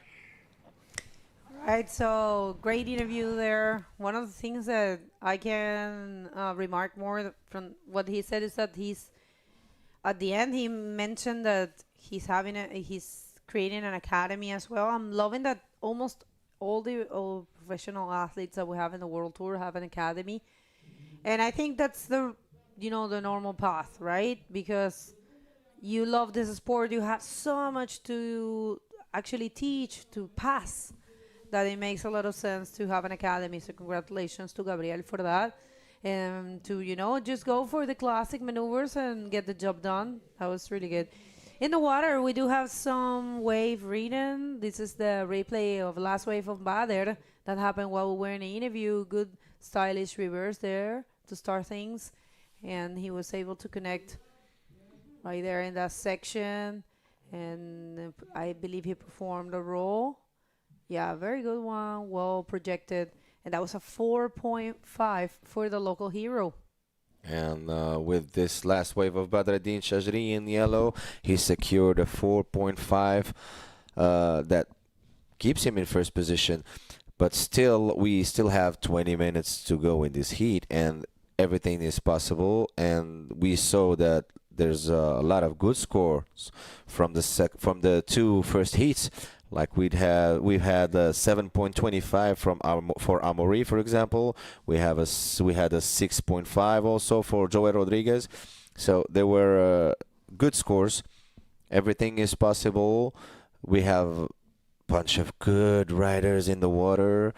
and sunny day, and we have you, all our beautiful viewers. Thank you for watching us live here from Anza, Agadir, Morocco for the Man Prime Series 2026. That's right, everyone. And if you don't know these guys, make sure to follow them. You know, it is important that we show the love to them, to the sport, to, you know, bodyboarding, to the events as well. So make sure to go to the social media and, you know, it costs nothing. Just hit that little heart to send some love to the sport and follow, subscribe to YouTube channel. It costs nothing. It works. It helps a lot, everyone, and it's important. So you want to say that in Arabic, maybe, to subscribe to our YouTube channel? Can you? Yeah, of course. Yalla, yalla. يلا. شكرا لكم سيداتي سادتي على التتبع ديالكم لايف لهاد البطولة من أنزا، شاطئ أنزا بأكادير. ندعوكم انكم تشاركوا معنا وتنخرطوا معنا في لاشين ديال اي بي سي وورلد بادي بورد، و اولسو في لاشين يوتيوب ديال فيدراسيون رويال دو ماروك، باش تتابعوا معنا التقدم ديال الابطال ديالنا والابطال العالميين اللي مشاركين معنا في التظاهره هذه في شاطئ انزا. Here we have Edwin Aldana on his second wave with a first roll still on the wave. Edwin, is he gonna make it to the... No, he finishes his wave with a nice roll. Edwin Aldana from Venezuela. Interesting. I was watching Edwin performing this role. It calls my attention always that he separates the board to project it to show the judges, hey, I'm getting some airtime here, so I deserve a little extra points. Edwin Aldana from Venezuela, Macuto. This is how we called him. Macuto. Un saludo a todos los venezolanos y toda la comunidad que habla español. Vamos a tratar de hacer un poquito de español cada vez que haya alguien. Ustedes saben que la lengua oficial es inglés, así que... Y también estamos en Marruecos, así que tenemos que hablar un poquito de árabe gracias a nuestro amigo Asís. Pero sí, muy buen performance. Edwin Aldana aquí en esta ronda, antes de los octavos, la ronda quien es octavos de final, así que está dándolo todo, tratando de avanzar, está contra, bueno, competidores bastante fuertes, pero todo se puede, todo se puede. 4 puntos la última ola de Edwin, 4 points for Edwin. 4 puntos en la última wave de Edwin Aldana. The last wave of Edwin Aldana gets 4 points. That gets him to second position. He only needs right now 4.26 to get in first position. Eder Luciano is in third position, needs 3.26. We still got 17 minutes and 50 seconds to go. Everything is possible, especially when you have those riders in the water. They can make the difference at the very least minute of the heat. Well, that's right, people. Our calendar, 2026 IBC World Tour calendar. It's a pleasure to be back. Had a break between Gran Canaria, Fronton King, where we finished the tour, and we're back starting the year here at the amazing beach of Anza here in Agadir. So this year, only Prime Series for the man division. And, well, we did have the junior man division Rising Series. And now we're jumping to Antofagasta Bodyboard Festival. We will be seeing the man Prime Series there. And we'll be having the pressure of getting back the drop knee division. Love drop knee. So happy to have it back. And Edwin. Here we have Edwin Aldana in his third wave. Finishes with a roll. He's for sure performing his score because he only got 1.75 for his first wave and a 4 point for the second one. I think with this one, he'll get more than a 1.75 for sure, I guess. Yeah, I mean, it's pretty similar to the previous wave. Probably a little shorter. But yeah, that's going to be for sure a better backup score. And he's going to get maybe not the 426 that he needs in order to be first, but he's going to put some distance for Eder Luciano. Eder Luciano has been waiting probably. Oh, Here's Badr in his third wave with a nice belly spin, still on the wave, looking for the lip. Badr, he's gonna hit the lip with a nice backflip as usual, still is on the wave. Badr with a reverse and finishes his wave. What a great performance from Badr. Wow. all right, let's take it one more look. So start, spin right there, take off, spin, and combine, of course, with the specialty of the house. He can do those backflips in his sleeves. One more reverse, so a very complete wave for Badr. It will be definitely the best of the heat for Baderdin. Can you tell me, he kind of mentioned what his name meant, but I forgot the meaning of his name. Is that something Badreddin. about the moon, right? No. No, Badreddin is the dawn of the religion. Nope. Well, we'll see. Badr. Simo is going to. Yeah, he said something about the moon. I remember he was here Al-Badr. Let me check. and he mentioned something about the moon. All right. Anyways, the moon guy, he got the higher score, of course, a 7.75, and now he is looking solid. In the first position, Edwin Aldana, he got a 4.2. Actually, his last wave was very, very, very close for him to get the first position. But, Badr changed the whole game. And right now, Eder Luciano is looking for a 5.71 to be second.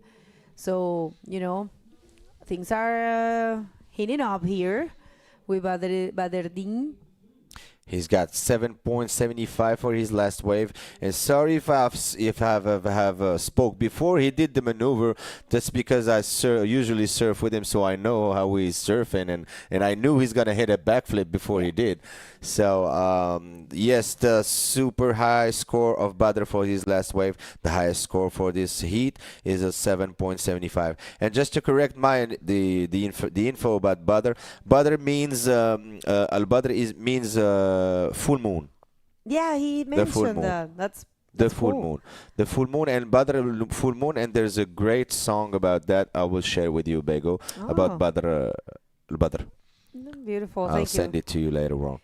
I'm just Ladies loving and- to learn, because it's so much information, and the way you see life is really cool here. I'm loving this exchange, only know a little about the Muslim religion, but I can tell you it's beautiful. All right, so Eder Luciano finally waking up. Let's see if he can connect with something. That wave looks kind of small and slow, but he's able to get a reverse, just to put some numbers. And right there, I think it's going to go for something big. It is an ARSC, right, but it is a complete It is move. an ARS, yes, a complete one. And good. Yeah, as we can see, Eder Luciano starts his wave with a first spin. As you can see, just as he gets some speed, he hit it with the first spin and then tried to hitch the lip and finishes with a nice ARS that sure is going to improve his score, because we remind you that Eder Luciano for now just got 2.5 wave. So he's for sure improving his score. He only needs 5.71 to get into second position. Well, it's no big deal for this kind of riders. Oh, yeah, for sure. It's easy. I was thinking, the fact that he's using a bat tail. Bat tails are really good with slower waves, more. It's got, the fact of having that shape of tail, it's more surface in the water, so it allows you to, execute better the spins and surf perform better in this kind of conditions. So yeah, good job there for Luciano. That was his best wave so far, a 5. And going back to the calendar, we were just saying thank you so much to the Antofagasta Bodyboard Festival for being back on tour and for bringing Drobny back. We're going to be crowning our world champion there in the amazing wave of La Nilda. We're switching locations. It used to be in La Cúpula. for many years. And it has been in La Nilda for a couple of times. Now we're going back there. Thank you so much, Club Budeo, for making this possible, and everyone there, Claudio, Arturo, Jimmy, todas las personas involucradas. Gracias, Antofagasta Bodyboard Festival, por traer de vuelta al Dromney, traer de vuelta su gran evento. Esa fecha solo de hombre y Dromney. Después hay una posibilidad de hacer otra fecha en la cúpula, solo para mujeres, que no está confirmada aún, pero se está trabajando en ello. And we're coming back to Itacoatiara. Of course, that paradise. We're going back there for the Man Prime Series, and that's a different date this time. It will be in May. We're going to be from 22nd to the 31st of May. And Pascuales Bodyboard Pro is a rising series for the man division. That's a novelty in the calendar. We haven't had any event in Mexico, so it's great. And then, still to be confirmed, the Antofagasta Bodyboard Festival for Women. I just mentioned that. Of course, the classic Sintra Bodyboard Festival. It's going to be his 30th edition. 30 years! Imagine that. For that amazing event in Sintra, beautiful area of Portugal called in Lisbon. And the ArcelorMittal Wahine Bodyboarding Pro, where we're going to be crowning the champion in the women division. Beautiful event that Neymar Carvalho put together. We would like to thank greatly to ArcelorMittal because they, have been supporting women bodyboarding, bringing an amazing event with crowning the women world champion, the master woman world champion, and the junior women world champion. 3 champions in that event. And here we have the departure for the yellow. Badreddin Shajri catches a good wave. Good right for Badreddin. Still on the wave. He trying to hit the lip with a nice air rollo. I think this wave is going to sure improve his first score of 4.5. Looking in control, definitely, of course. Did an amazing job last year in this place. He actually started his campaign in the World Tour. Badreddin right there with well execution of that role. And as you said, I think you're right. He's going to be probably improving his backup score. Or maybe not, because he just hit one maneuver in this wave. Maybe not. You got it. It is a 4.5, not improving. Nothing Not changed. improving. It's a 4.1. He needs more than a 4.5 to improve his score, but still stays in first position. And the second one needs 8.06 to get in first position.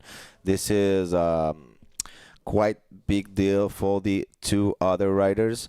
So, but they're just here's Edwin in this, right? Still on the wave. First reverse. Wow, nice. Nice air rollo from Edwin.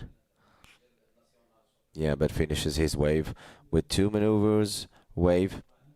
First a reverse and then an El Rollo. Well executed for sure. For the El Rollo, he got well projected.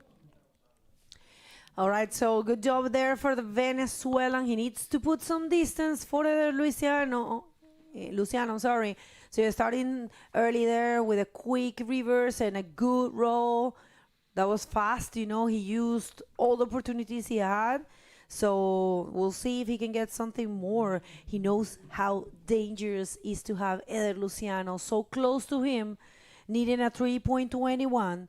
Completely possible for someone like Eder Luciano. He's part of the IBC's top 16. It's no joke. It's someone that has worked his way to be there. So it's really, really important that Edwin tried to put as many points as possible to keep that second position. Because, with 7 minutes on the clock, I can tell you it's all about the second position. I don't see anyone taking that first position, from the hands of Badreddin. And good job for the Venezuelan. He gets a 6. And right now, he's putting some distance between himself and Eder Luciano. Eder is looking for a 5.21. Completely possible, of course. But still, he doesn't have that kind of score as of yet. He only got a 5 and a 2.5. And there's only 6 minutes left. But he's before got the the end of this priority. heat. Huh? But he's got the priority. Yeah, of so- course. But and he's, I know, no, right.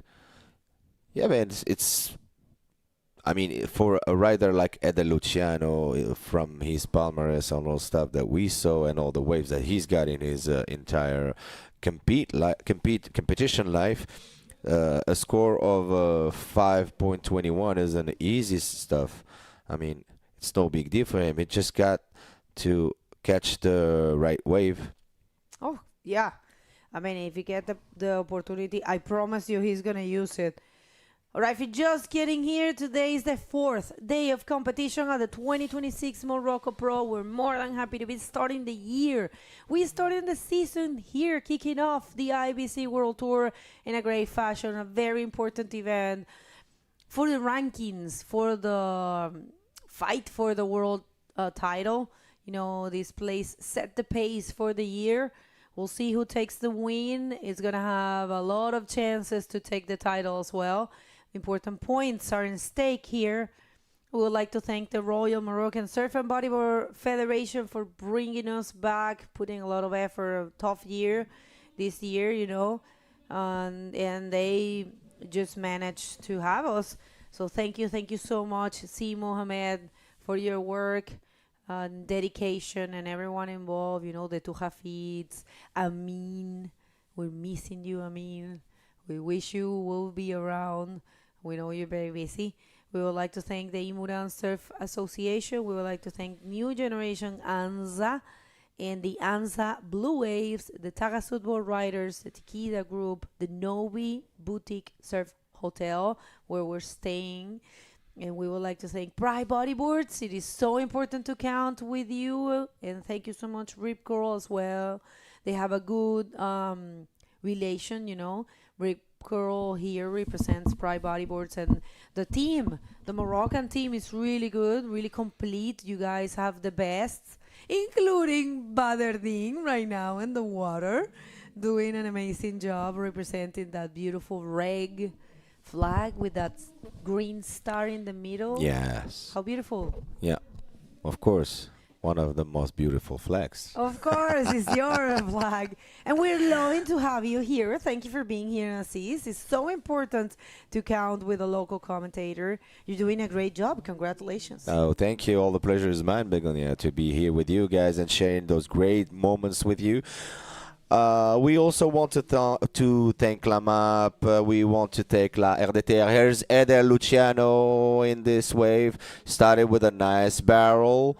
Still on the wave. Eder is gonna do a spin. Yes, of course. Still on the wave, trying to catch some speed. Another reverse. I don't know if he's getting another reverse. Here's Badardine behind him right away. Eder Luciano. Then roll to finish his wave. Badardine still on the wave, and there's also Edwin in the back. Wow. I got confused. No problem. It's all The good. three of them just getting two waves at the same time. It was a great job, guys. Here we have the replays. All right, so this wave here, dangerous moments for Edwin Aldana, because Eder Luciano, he found a long wave, you know, he worked the whole thing till the end, you know, roll a couple spins there and connected to that area one more, and out the back is Badreddin. But yeah, we're watching Eder right now, Eder who is needing a 5.21, and I just love that the specific moment where we got riders, the three riders in a wave. This is something that it's only possible in point breaks like this one, and it's definitely a beautiful image. If there's naughties around, they can draw something really beautiful. So I'm super curious about knowing how much, and it just happened that Luciano got a 5.5. We kind of knew it, right? And now Eder, he's second, and Edwin Aldana, he needs a 4.51. Completely possible. And people, here he comes. He's got the priority. Let's see if he can. Oh man, that probably was the last chance. Yep, I guess so.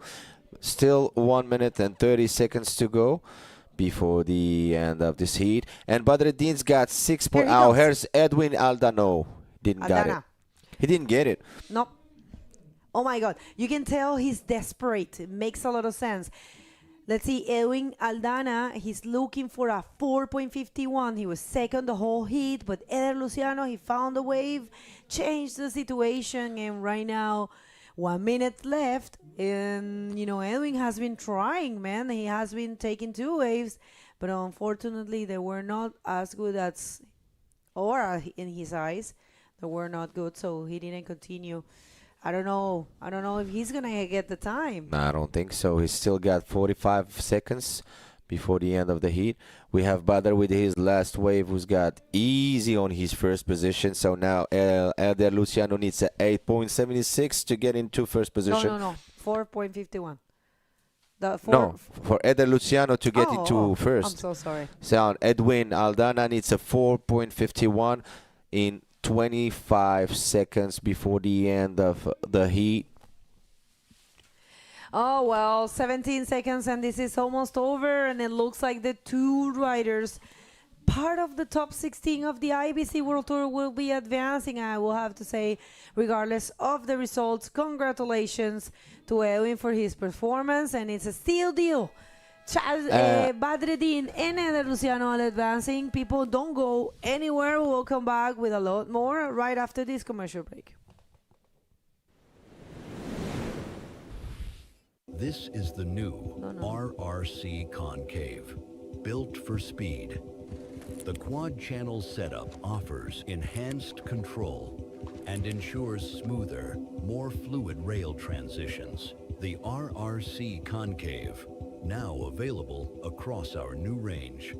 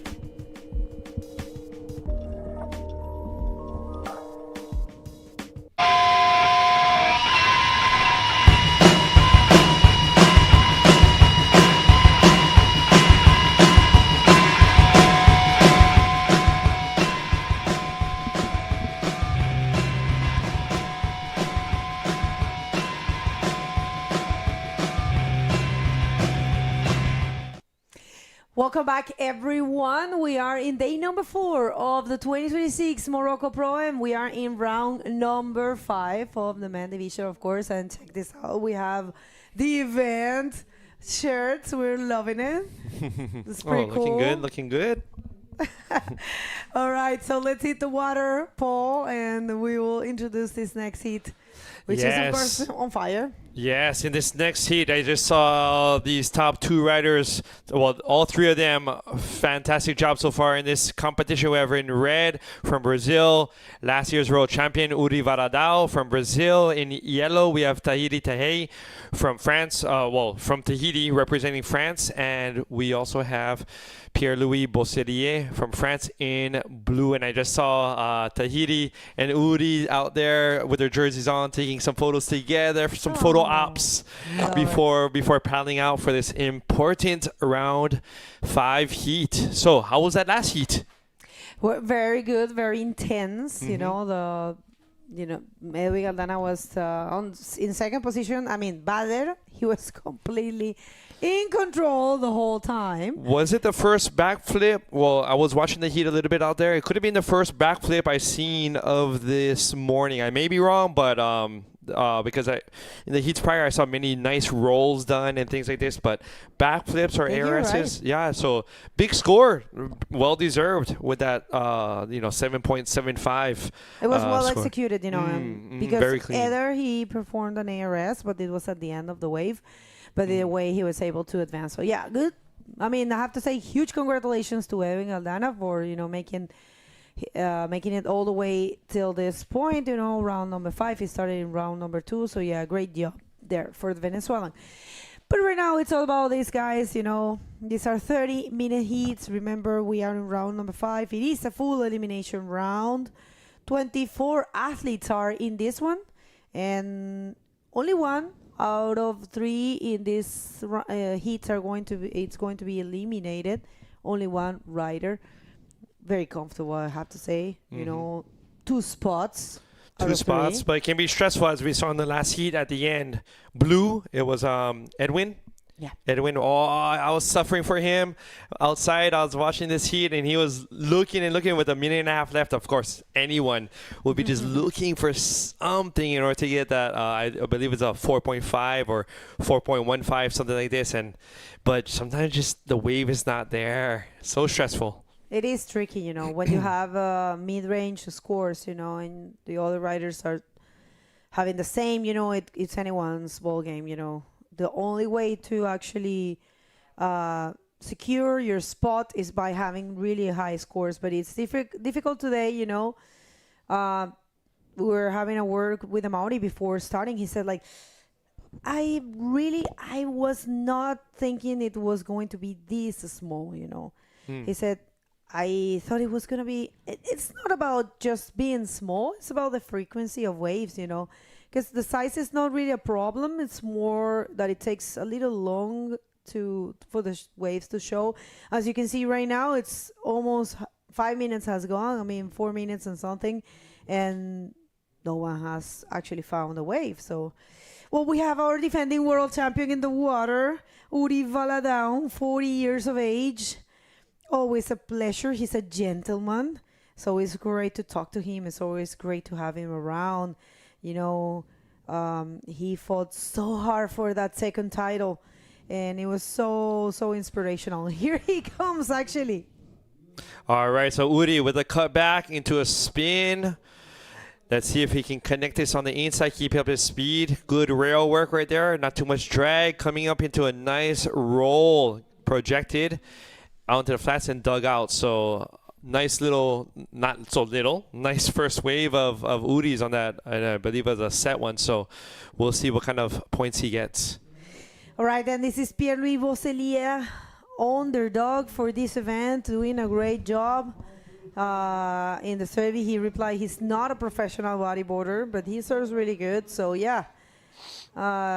Right there with the first spin and not able to perform much on that one, but just, you know, shaking things. Pierre-Louis Bosselier, he's 21 years of age.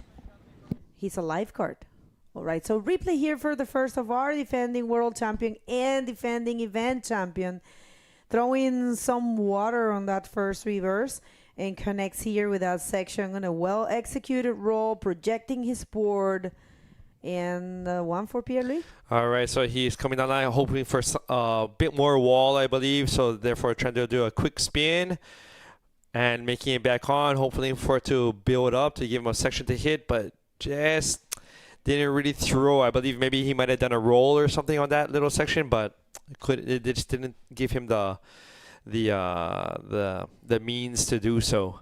So we'll be having some scores drop shortly for Uri and for Pierre-Louis Bosselier.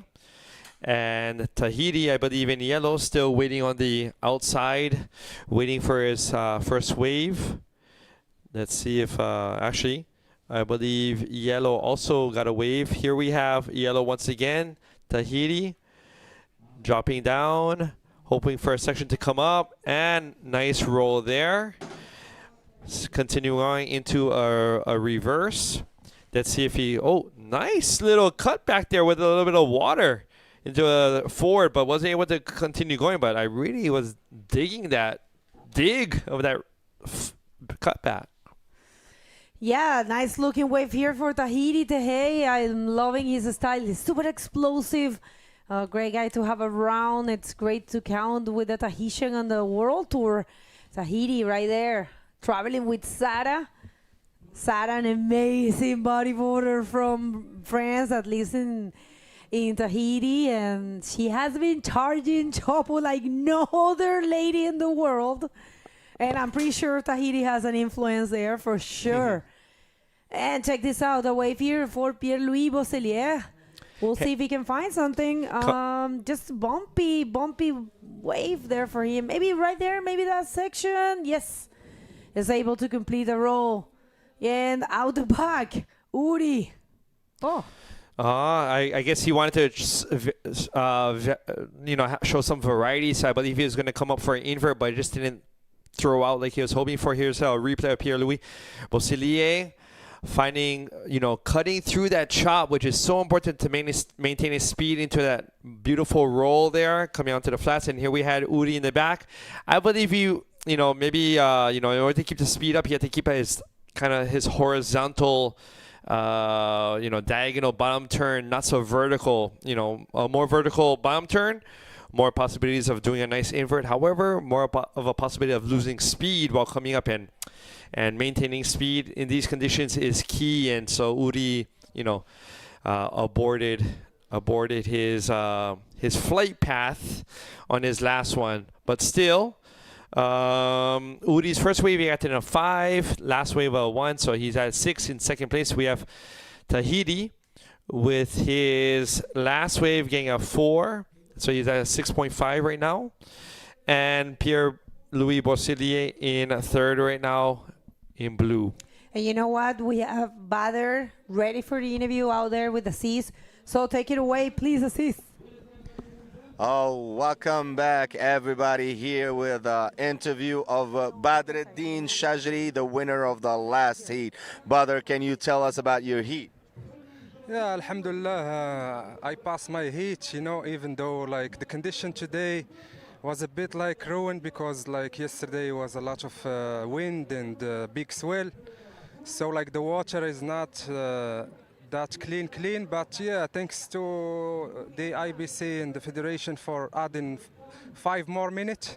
It was 30-minute heat. It helped and let me find some good waves, and I passed my heat. Thanks God. And just tell us about that amazing wave of yours where you hit that backflip. Oh my God, it was amazing. Tell us about that wave. Yeah, that wave was really the one that make me comfortable. I see the section of a backflip and I did a good bottom turn for that, and it was good. And I didn't hear the score very well, but I knew that it's make me comfortable in the water. And well, it was a 7.75 wave. So it was the best wave of the heat for today. So if you want to take somebody or whatever, go ahead, Badr, please. كنبغي نشكر الوالده ديالي والعائله ديالي كيتفرجوا فيا والاصدقاء تما سواء هنايا سواء في المنصوريه. كنبغي نشكر الكلوب ديالي ام اس ا ولي سبونسور ديالي ريبكور برايد بيج بامبو موجود بوين ام ا. ونشوفكم ان شاء الله في الروند الجاي غدا ان شاء الله. نحاول نكونسونطرا مزيان باش ندير ريزلطا مزيان. وشكرا لا فيدراسيون تاعي على التنظيم والاي بي سي اللي داروا لنا هاد لا بروميير ايطاب هنايا في المغرب. Thank you very much, everybody. Let's get back to the booth. Stay tuned with us. Thanks. All right, an interview there. I'm loving the fact of having Assis interviewing here, right? Super cool. To get the chance for them. They know each other very well, and they're from here. Right, situation in the water. Tahitian warrior right there in first position. Last wave was a 4.5 and was enough to put him there. With a backup of 2, and Uri, he's got a 5 and a 1. So nothing has been said in this heat, I have to tell you. And Pierre, his last wave was also his best, was a 4. So we're waiting for 18 minutes and a half more of action in this heat. Heat number 4 out of 8 people, full elimination heats. Only first and second will be advancing 30 minutes and no wave limit. And I was thinking, Uri, he was in the podium here in the first edition of this event back in 24. We had Uri sharing their third position with Maxime Castillo. Second, Armías Oliveres, and first was Gabriel Braga. And I remember, that was a year that Armide got the title. So definitely, whoever's in the podium here is got a huge chance for the title. And last year we had actually Uri taking the win, and he took the win of the World Tour.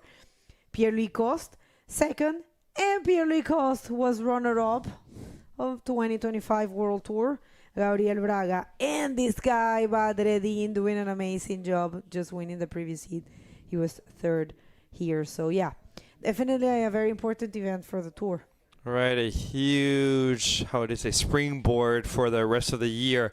Interesting, their positions out there, as you'll see on the far left. You'll see Tahiti, who has priority at this point. So it's interesting how Uri may be going for this one, but Tahiti has a priority. So therefore, there is no interference or anything like this, I believe, because Tahiti could decide to go on any wave No, he wants at that in point. the side of, Right. of Tahiti, it's perfect. Mhm. And yeah, there was no interference. You're totally right, because Uri didn't continue. He left the wave, and Tahiti used his priority, so all good there. Mhm. Full use of priority, which, you know, is completely... I wonder if Uri already, I mean, he has a lot of experience at this wave, probably more than Tahiti, purposely got that one to make Tahiti feel forced to grab it, even though Uri knew there wasn't too much wall on it, because as you can see, Tahiti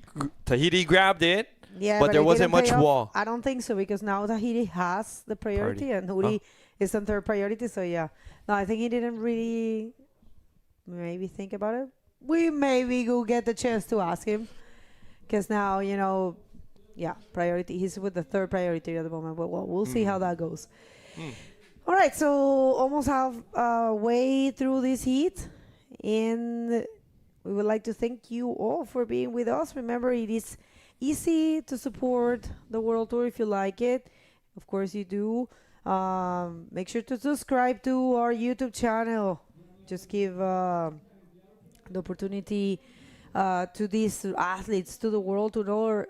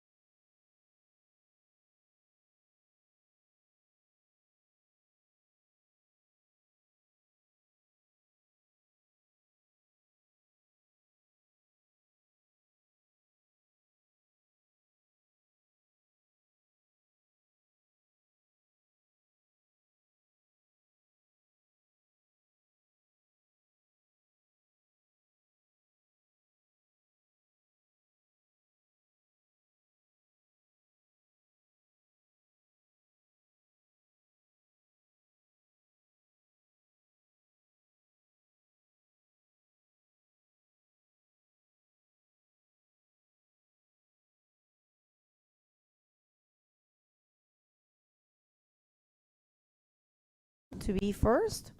Oh, we'll see. We'll see if that's possible. Good job there for young Pierre-Louis Bosselier. He's 21 years of age. And, you know, he was saying that he doesn't really follow the World Tour, and he just came here because it's close to France, and it was easy to come. And he really would love to follow it, but, you know, it's all about, you know, he's super young still.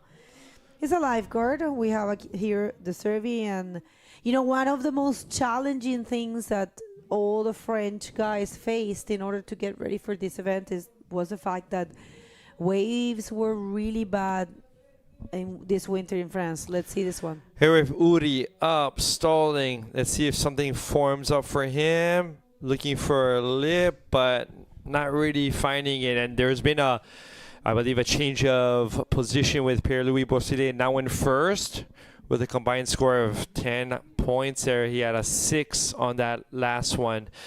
So yes, with Aziz in the other heat, we are talking about these storms that have been inundating Morocco, continental Europe, Gran Canaria, the Canaries, and so it's been really difficult for many of these riders to find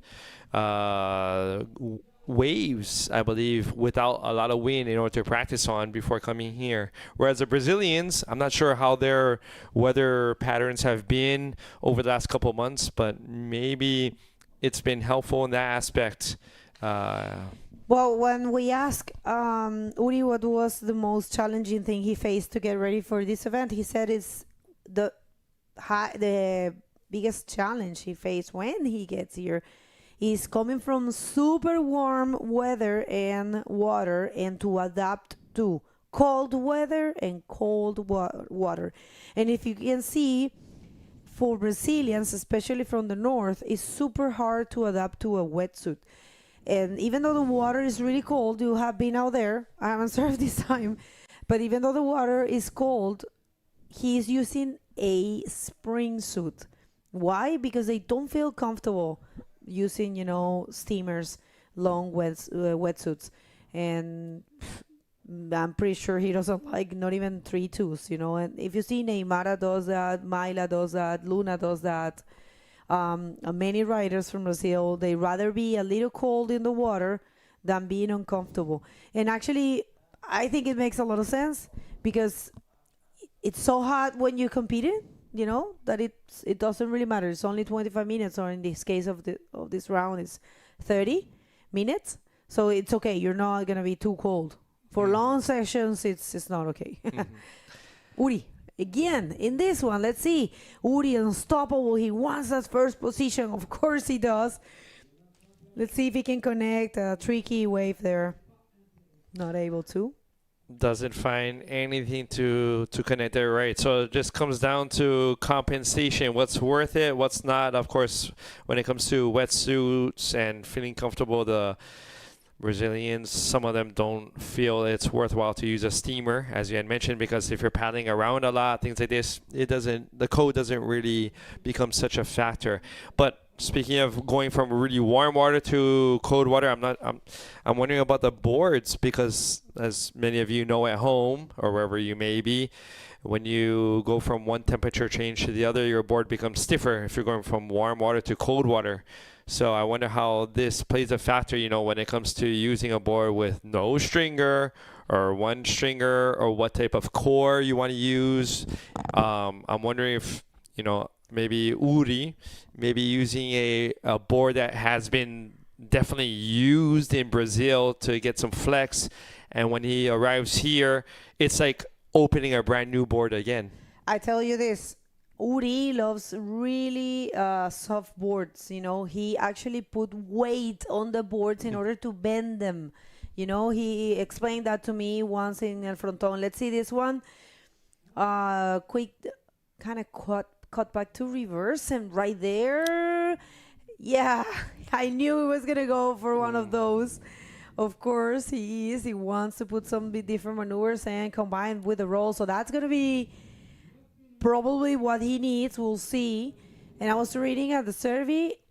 Well, let's just see the replay, and I get back to that idea because I wanted to explain something.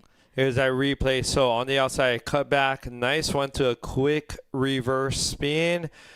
Holding up there, holding his, that was clutch.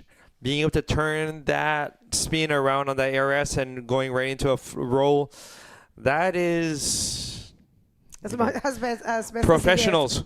For sure. That is the difference. All right, we'll see how much he gets. And I was reading at Tahiti's information, and he also said for him the most challenging thing was to adapt to cold waters and to adapt to rights, because he's a left lover. So waiting for the score of that last wave of Uri, which in our eyes might be enough to get what he needs. And hasn't dropped as of yet. We'll see. But yeah, situation in the water is right now Tahiti in third, Uri in second, but we're waiting for the scores. All right, the last wave of Uri hasn't dropped. So yeah, checking out this survey is really cool to read what the writers told us.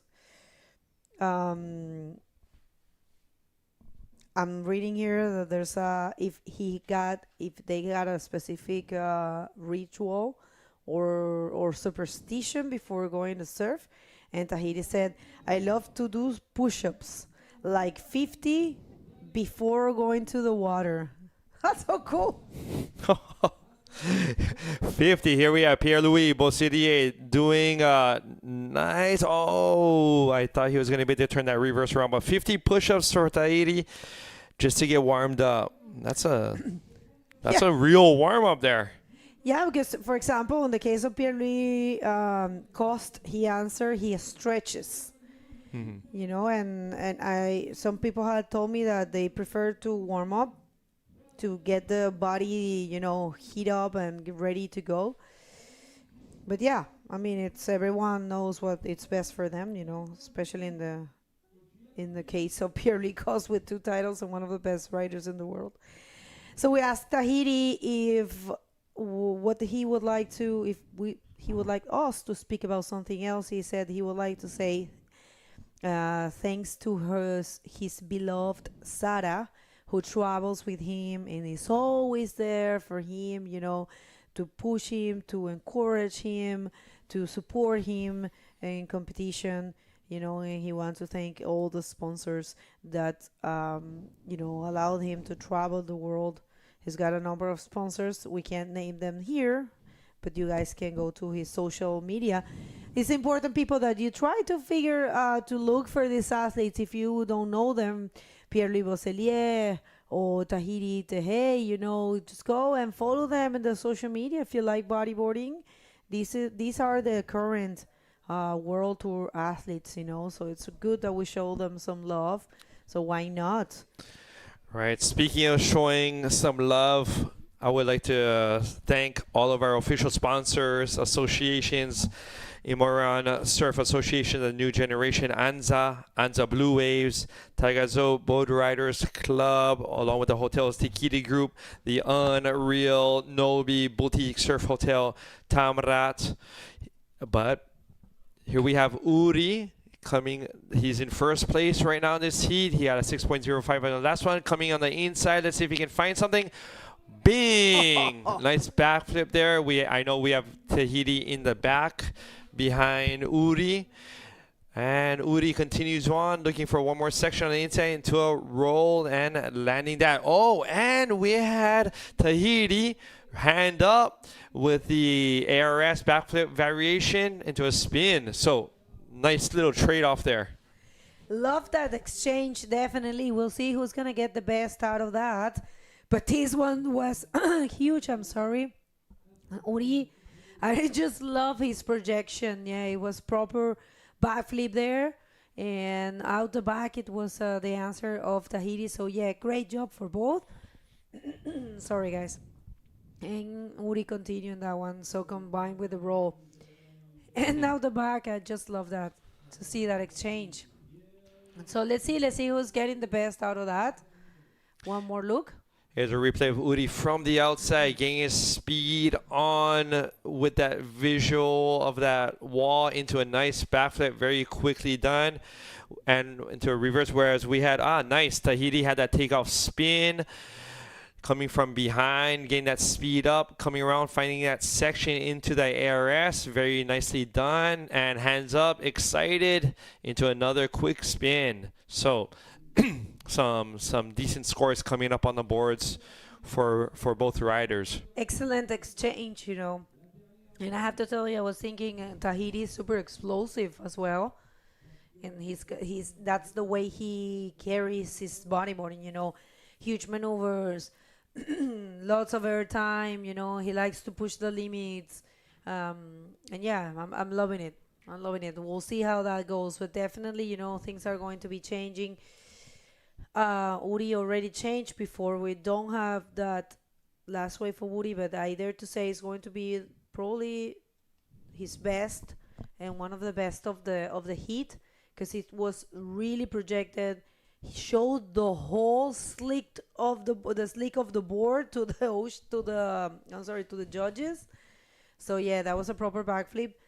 You know, sometimes we have this discussion about the difference about backflip and ARS, and we have been saying a lot, people, we do know what's the difference, but you have to understand in competition there's some riders perform a mix between those two maneuvers, and that's when I say as a joke the ARF comes in place, which is a mix between the ARS and the backflip.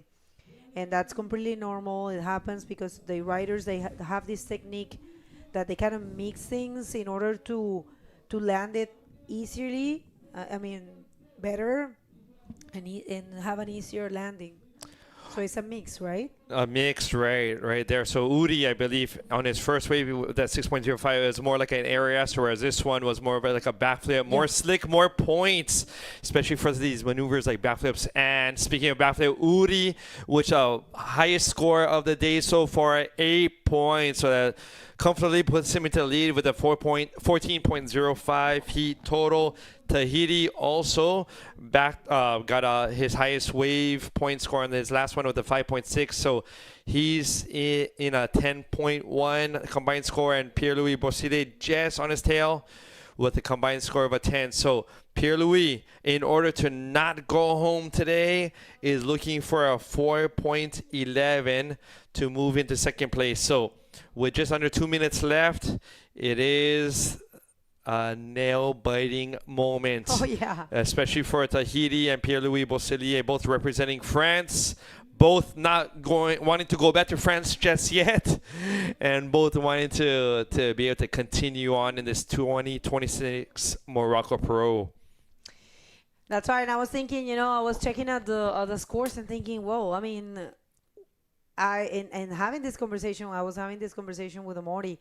And the first interview of the day, I was like, what was going through your mind when you were, without scores and getting small scores and being third, And he was like, I just try to, when that happens, I try to trust in myself and knowing that I only need 2 waves and I know exactly what to do if I get the chances.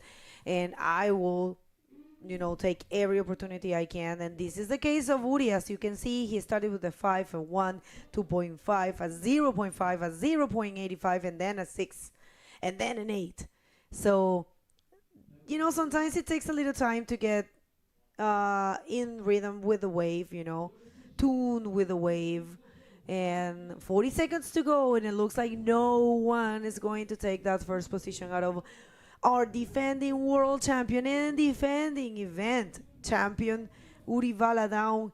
And yeah, I just had to say hi to everyone tuning in from Brazil. I think there's people already getting here. Of course, it's early in Brazil, 4 hours less. And so right now it's 11 here, local time, 11 a.m. And in case you missed it, we're gonna carry on with round number 5, and then we're gonna call the day off. All right, so we would like to say congratulations to this guy. I don't think this wave is even counting. Pierre-Louis Bosselier trying to put a number there, but he needs a 4.11. I don't know if that's going to be counting, and Tahiti just dropped knee to the left. We're going to come back because unofficial results is in first Uri Valadão, and in second Tahiti Tehei. We don't know his last wave for Pierre counted, but we will come back right after this.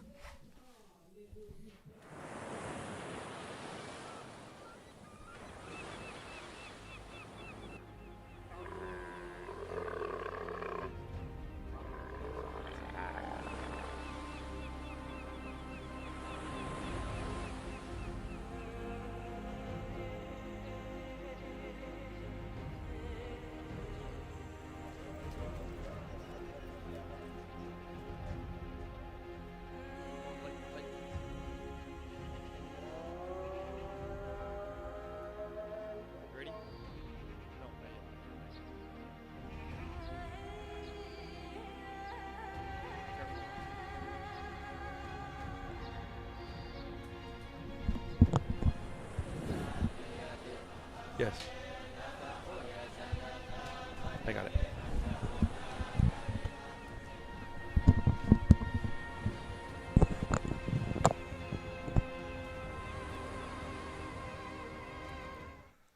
All right, everyone, welcome back to the 2026 Morocco Pro and Action. So in the last heat, we had some big scores put up from Uri Valadao with the highest score of the morning so far with an 8-point ride. But scores are still continuing to be put up. Let's jump onto the water. Aziz, who do we have out in the water now? Yeah, we have a wonderful series also here in the water. One wonderful heat with Pierre-Louis Coste in red from France. Christopher Bayona Angulo in yellow is from Peru. And Jmiji Salahdin is in blue and from Morocco. So as we can remind you, ladies and gentlemen, it's always 30 minutes heat with 2 best scores wave and no maximum waves. So here's Pierre-Louis Coste in his first wave with the first spin. Still on the wave, trying to catch some speed. Pierre-Louis, what is he doing? He's going to hit the lip with a nice El Rolo and finishes his first wave. Pierre-Louis, this was the first wave of Pierre-Louis, as we can see in the replay. All right, interesting. Let's see if we can see that replay come up, because I know it's something that he was doing with his outside hand. And as you see, quick spin, fluid spin there. And as he's coming down the line, as you can see, his left hand, he actually presses it on the top of his board to get that speed, keep that real control, to get that roll nicely done there. First wave, probably not going to be his best scoring wave, because there's still 27 more minutes, so many more opportunities coming up. But to get warmed up, get the engine warmed up, that was a good first one to start off the heat with. And he's got a 4.75 for his first wave. Pierre-Louis Coste, it's as you said, a good starting for his heat.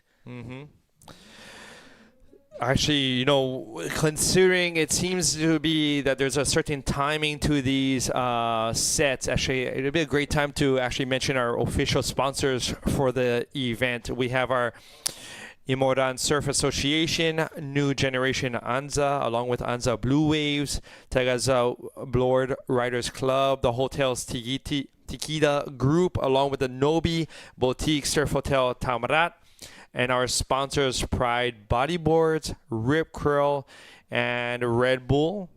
And we also want to thank the regional council, Souss Massa. We want to thank also LAMAP, RDT, visit ruralmorocco.com, the authorities, of course, Ministry of Education and Sports, the city of Agadir, the Souss Massa Regional, Wilaya of Souss Massa, and also the Wali of Agadir. Thank you for your support and all the efforts that you made to make this great event happen. So now we go back to the water and see it's 4 minutes past from this heat. And just one wave for Pierre-Louis until now. What do you think about this heat, Paul?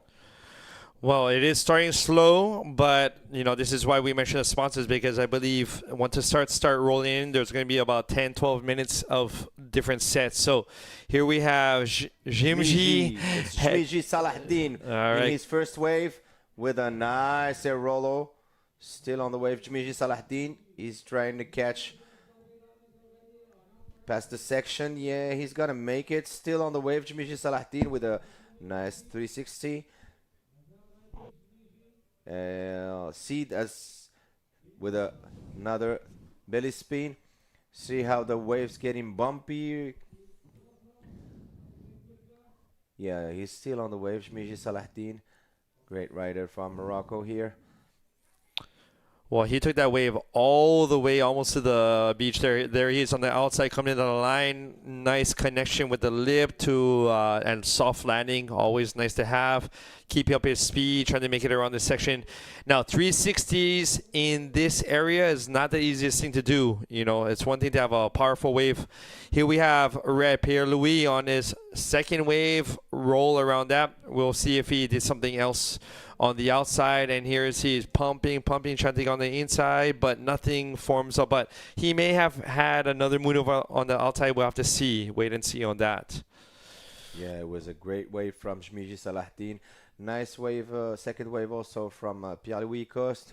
As you can see how he managed to get to the If you can see it in the replay, his first roll, still on the wave, trying to get to the lip, to hit the lip with another roll, and then see how he managed to get into the inside. What a great job from Pierre-Louis. Unfortunately, the wave didn't make it for him, but still, he's where you can see the technical efforts of each rider. So the first wave of blue, Jmiji Salahdin, gives him a 4.2075. That puts him in second position behind Pierre-Louis. We are still waiting for the second wave scores of Pierre-Louis to drop. All right, so we have Christopher Bayona from Peru in yellow on the outside. Maybe he might be looking for one of these set waves. He does have priority. Let's see if we can put some points up on the board.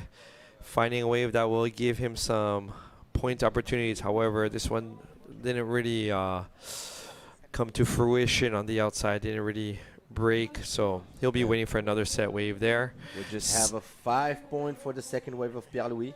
That gives him a total of 9.75. Still 23 minutes to go in this heat. Everything's possible. The waves are great, as you can see. The wind is not catching to the waves yet. So we still got plenty of good conditions to finish this round 5 of the Man Prime Series in Morocco 2026. Right, so with the tide dropping, you know, there are more waves. I believe Christopher will be probably looking for one of these waves to get some points up in order to not wait too long, but passes up on it. I wonder if we should, I believe we have Begonia ready for with Uri for last heats. We just should wait a little bit more to see if the rider catches one of these, but sounds like looks like Christopher's waiting for something with a bit more potential. So let's head over to Begonia with Uri Varadao, last heat's winner. Thank you so much, guys. Well, Uri, difficult heat for what we're used to from you. You know, you started with very slow scores. I want to know what was going through your mind. I mean, you actually managed to put the numbers, but what were you thinking? Yes, super happy to be here again. Actually, I just tried to connect with the waves. Today is really hard condition because difficult to find the best wave to connect with inside session. But super happy to advance to next round. That's it. This place is very special for me. Last year I won here, and I have an amazing memory here, this beach. Super happy to be here. And I want to speak about your board because I'm seeing you chose the bad tail. Do you think it's better to surf here with a bad tail? Yeah, I think I love a bad tail. All my life I surf with bad tail. After like 15 years, I changed to crescent tail, but I think I prefer bad tail. It's more, I don't know how to say it in English, versatile. Versatile. Versatile. That's It's good. good. You want to say some words in Portuguese for a galera brasileira? Muito obrigado a todo mundo pela vibe, pela torcida. Tá esperando por esse momento da entrevista aqui, agradecer a todo mundo. Esses últimos dias, né, final do ano passado, foi uma vibe incrível, depois do título mundial e voltar aqui a competir, iniciar o ano e agora conseguir vencer essa bateria é muito importante para mim. Valeu, galera. There you have your defending world champion, Uri Valadao. Congratulations and best of luck for this, one of your favorite events in the tour. Back to you guys. All right, thank you so much, Begonia and Uri. So bat tail coming through for Uri, and we have Blua Jimji coming around the section. Let's see if something can set up. I believe Pierre just before had a nice roll on the outside. Let's see if something can form up for him. Oh, just doesn't connect it. Doesn't connect well on that one. As we can see on the replay, the last wave of Pierre-Louis Coste with a nice projected air rollo still on the wave. Pierre-Louis, if he's gonna make it to the next part of the wave, now to connect it to next section. Yeah, of course he did, but finishes his wave. And also we will see the second wave of Jmiji Salahdin in blue here. Catches to the section, but finishes his wave empty-handed with no maneuvers. Right, no maneuvers. But speaking of maneuvers, I wonder, I see bat tail. Have you given a bat tail a go, or have you, when it comes to bodyboard design, or do you usually just use crescent tails on the tails of the bodyboards? No bat tails. No bat tails. No bat tails. Okay. Have you ever tried? Yeah, I've already tried the bat tails. I mean, a long time ago, when it was in to have a bat The tail in board. thing, yeah, right? at that Right. time, but still back days. Now no normal tails. Oh, okay. And not too many channels on the board also. I don't like that. Okay. So you like the, well, you know, I think Uri may have mentioned, but the bat tail, sometimes flatter waves, it's a little looser. So it's a little easier to spin, not derail so much. So, there are But the various bat tail riders. actually is very, very good for the spins. Oh, the yes. bat tail is awesome. I mean, because it helps you to get to get out of the water, to stay a lot of parts of your body stays on the board. Not like the normal tail, but still. But with the speed in the bottom turns, the normal tail is way better than the bat tail. Okay. I mean, that's for me. I sometimes like to go between both, between crescent and bat tail, depends on the wave conditions. And speaking of wave condition, now I know bodyboarders maybe don't do it as often, but like surfers, they have their guns, of course. and then they have their tiny boards, fishes, and it's interesting how bodyboarders, they tend to just go with one board for everything, just to be very accustomed to the same size board. But once in a while, there are riders who will use a larger board, like even an inch larger for smaller waves, or an inch shorter for bigger ones. Yeah, of course. If you choose a larger board for small waves, it helps you, especially for the rotations and all stuff like that. But still, we're not like surfers. I mean, we can do all the waves with one board. Except for drop knee. If you're doing drop knee, Drop knee is a little bit more difficult. You must be needing you need another board. Go back to the scores of the heat number 5 of round 5 Man Prime Series 2026 live here from Anza, Agadir, Morocco. So we have 5.05 for the second wave of Pierre Louis. We have a 6.25 for Christopher Bayona Angulo from Peru, who puts him in second position. And there's Jmiji Salahdin for his third wave. Still on the wave, Jmiji Salahdin with a spin and finishes his wave. And he used to have the priority, I guess, Jmiji Salahdin, before this wave. Now, to move into second, all he needed was a 2.01. So with that set wave, and he had quite a bit of speed, no lip really shaped up, but he had a spin right around that section. I'm not sure if it's going to be right there, though. I feel at that point where it could push him into second or keep him in third. We'll have to see. So, and he's got a it was a 2-point wave for Jmiji Salahdin that makes him stay in the third position. He only needs 2.01 to get to second.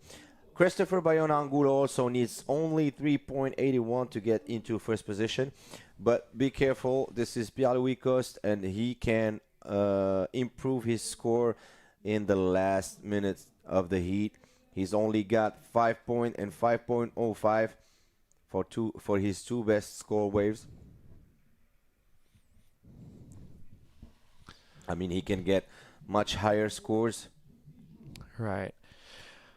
Here we have Pierre looking at this one. Let's see if he likes what he sees. Stalling it up in the peak, coming down the line.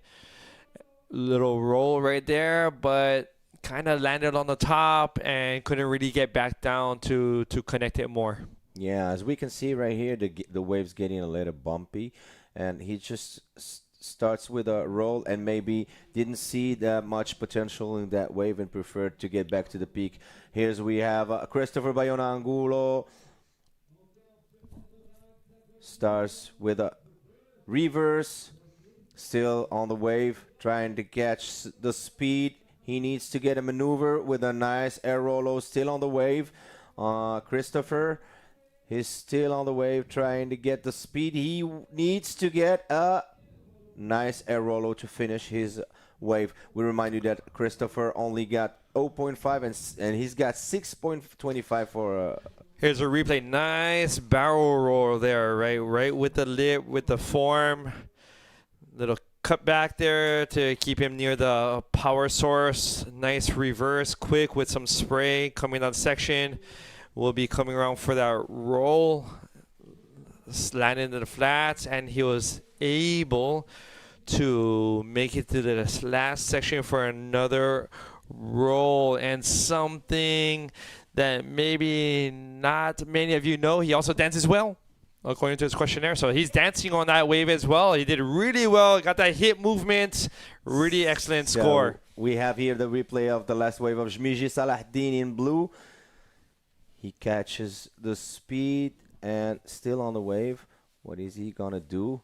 We didn't see that before this replay with a nice air rollo, still on the wave, Jmiji Salahdin, and finishes. Here's a rollo from Pierre-Louis, still on the wave with another nice air rollo. I think he's still looking for the lip with a belly spin. Yeah, as you can see, he's looking for that lip and he's trying to catch to it. Right? Here's and an air rollo, still on the wave with a spin, and finishes his wave. Nice, very nice performance from Pierre-Louis. So a couple long waves here. Pierre on the outside, comes around, quick roll through the lip that kind of chandeliered, setting up for another section. Wave kind of set up nice. Quick roll there. Got some speed off of that. That was enough speed to send him to that last section of the wave. Spin, just stalling, hoping something is going to pop up for him. And it did on the inside section. So right in here, kind of steps up into another roll, and the spin is pretty much on the rocks and sand right at that point. So there's going to be some movement when positions, I believe. So let's just wait and see after all these scores are posted, because I imagine over the next minute or so they're going to be moving around and we quite have a bit. the situation right here in first position. Christopher Bayona Angulo from Peru, who moves to first position with 11.6, followed by Pierre-Louis Coste in red, who needs 5.86 for to get into first position, and third position Jmiji Salahdin in blue, who needs 6.06 to get into second position. We remind you that best score of this heat is 6.25 from Christopher Bayona Angulo from Peru. Right, so very good scores by Christopher on his two highest point total, 6.25 and a 5.35 for that quite long wave, along with Pierre taking it almost to the beach as well with a 5.75. So in Jmiji has quite a bit of work cut out for him. In order to get into second, now he's looking for a 6.06. So it's going to be, quite a, set wave, few maneuvers going to be required. I mean, he's a great rider. Jmiji Salahdin is a great rider who showed us some best scores before in this competition. He had like 7 points, 8 points also in this competition. So everything is possible for him. It's still doable. He still got 10 minutes to move to second position and also move to first position. Why not? But everything is doable. I mean, at this stage of the heat, they still got plenty of time to change the situation. They still got 10 minutes. Right, and the nice thing is that he's sitting out there with priority, so he's going to be able to pick and choose the wave that he wants, that he thinks can give him the most opportunity for points. So let's see which one he uses, using some of his local knowledge to choose one that has just enough peak and push, along with just enough wall in order to give some sections to hit. There is a set coming in. I'm not sure. Actually, this one looking quite southerly, kind of breaking on the left-hand side of the screen. You know, I was even imagining maybe he might even look for a left at that direction of that last wave that came through. We'll see if he... No, not taking that one. Yeah, still 9 minutes to go in this heat. And situation remains the same with Christopher Bayona Angulo in first position, followed by Pierre-Louis Coste, and in third position, Jmiji Salahdin. The waves are... I mean, the swell is calming down a little bit right now, but not for too long. Not for too long. It's supposed to be picking up again by tomorrow as well. Yeah, of course, and we're still having a good day today to finish this round 5. We still got plenty of heats to come. Stay tuned with us. Here's Jmiji Salahdin in his fifth wave. Still on the wave. Cut back with a 360. A nice cut back to get back to the wave. He's still looking for the lip to hit and finishes his wave with no last maneuver. Jmiji Salahdin, it was his fifth wave. We remind you that he needs 6.06 to move into second position. I hope all of you are enjoying the view that you have right now online, because this is being brought to you by the IBC World Tour. But don't get me wrong, it is because of all of you that we can continue giving you these, supplying you these images. So therefore, you know, it's nowadays, subscriptions, follows, all these numbers are truly, truly important to any sport. Bodyboarding is not the exception. So if you have not subscribed to our YouTube channel, please, it's just one finger click away. Add those numbers up, and that's going to help us to be able to give you and continue to give you these high quality images, fun, and angles of these spots from around the world for the entire world tour. So please go ahead and do that. Yeah, please support. We thank you very much for your support and your good comments about the live and about the competitions that we making all over the world. Here we have the next heat paddling out to the peak. Still 6 minutes and 40 seconds before the end of this heat, and the situation still remains the same with Christopher Bayona Angulo in first position. Second, Pierre-Louis Coste needs 5.86, and in third position, Jmiji Salahdin, who needs 6.06 to get into second position. So for all the newcomers, all the new viewers, we are here live from Anza Beach, Agadir, Morocco, watching the Man Prime Series 2026 Morocco, bro. And we are watching the round number 5, which is an elimination round for the next level of the competition. Right, so we're here in heat number 5. There are a total of 8 heats in this round. So, you know, being in the top 2 essential to move up into round 6, and probably round 6 will be most likely be run tomorrow. So we still have a few more heats, and looking like tomorrow a few more waves, and continuing with this unbelievable 2026 Morocco Pro. Yeah, but the heats are incredible because we have all the riders from the top 16 playing in this competition, in this event, and for other riders who are maybe not well in 32 ranking, but still got all their chances to jump into higher positions after this competition. Oh, totally. And I was just mentioning with Begonia how important this event is for so many. The champions for the last couple of years, they were in podium finalists in this competition. So, becoming a podium finalist in this event is a huge push to get you to possibly be the champion of the entire tour. Yeah, 4 minutes and 30 seconds left before the end of this amazing heat.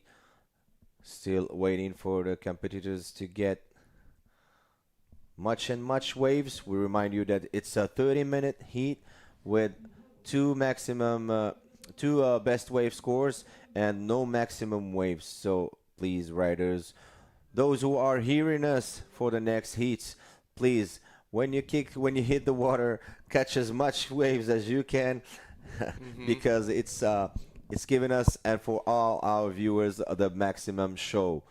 Thank you for all the efforts that you are making, guys. You did and you're doing a great job. Here's Christopher Bayona in this beautiful right.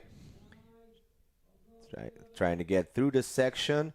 He's looking for the lip to hit a great maneuver and finishes his wave with no maneuver. All right, so that just meant that now Pierre-Louis Coste has priority, and in second priority would be our Moroccan rider Shmiji Salah. Shmiji. I'm not ready for his last name. Salat. Shmiji Salah. Shmiji Salat. All right, That's there great, we go. Paul. Right now he's in second priority, so I wonder if Pierre is keeping an eye on him, because with a 6.06, Shmiji would jump into second place. Yes, of so course. Pierre must be keeping his eye on him. I'm not sure, if someone's gonna. As you can see, they're quite separated in your screen. I'm not sure if they're thinking, Pierre hoping for a wave with more wall, whereas rider in blue waiting for a deeper peak to get more speed to come into this right hand section. And it becomes quite difficult for Jmiji Salahdin to get into the second position. He needs a 6.06 and still only 2 minutes and 30 seconds left. So the situation is quite difficult for Salahdin, but not impossible for that kind of rider, especially in that level of the competition. So 2 minutes and 10 seconds before the end of this amazing heat, with always in first position Christopher Bayona Angulo from Peru, and second Pierre-Louis Coste from France, and Jmiji Salahdin from Morocco.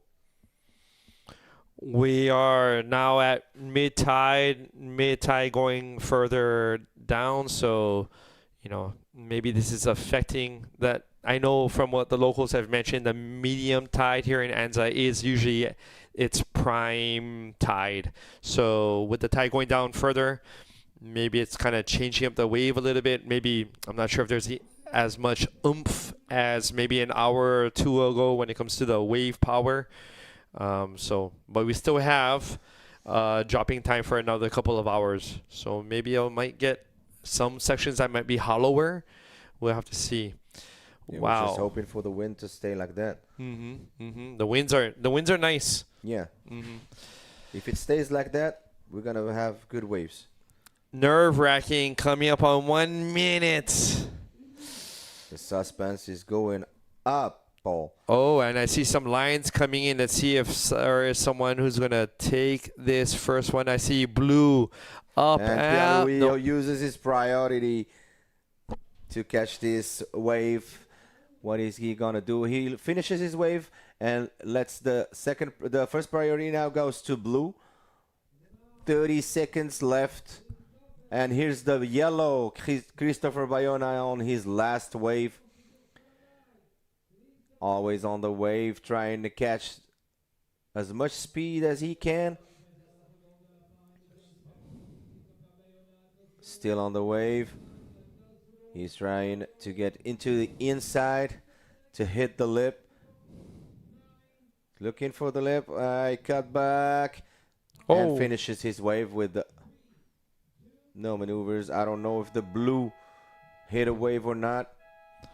It does not seem like it. So it seems like this heat is going to be taken by Christopher Bayona in yellow. In second, holding on to his second place and moving on to round 6, Pierre-Louis Coste in red. And adios, amigo. Yeah, you made it of quite course. far. Congratulations to Shmiji. Yeah, and congrats for all the riders to Yes. get as far as this in this competition. We'll leave you with the commercial and get back to you. Thank you for watching. This is the new RRC Concave, built for speed. The quad channel setup offers enhanced control and ensures smoother, more fluid rail transitions. The RRC Concave, now available across our new range.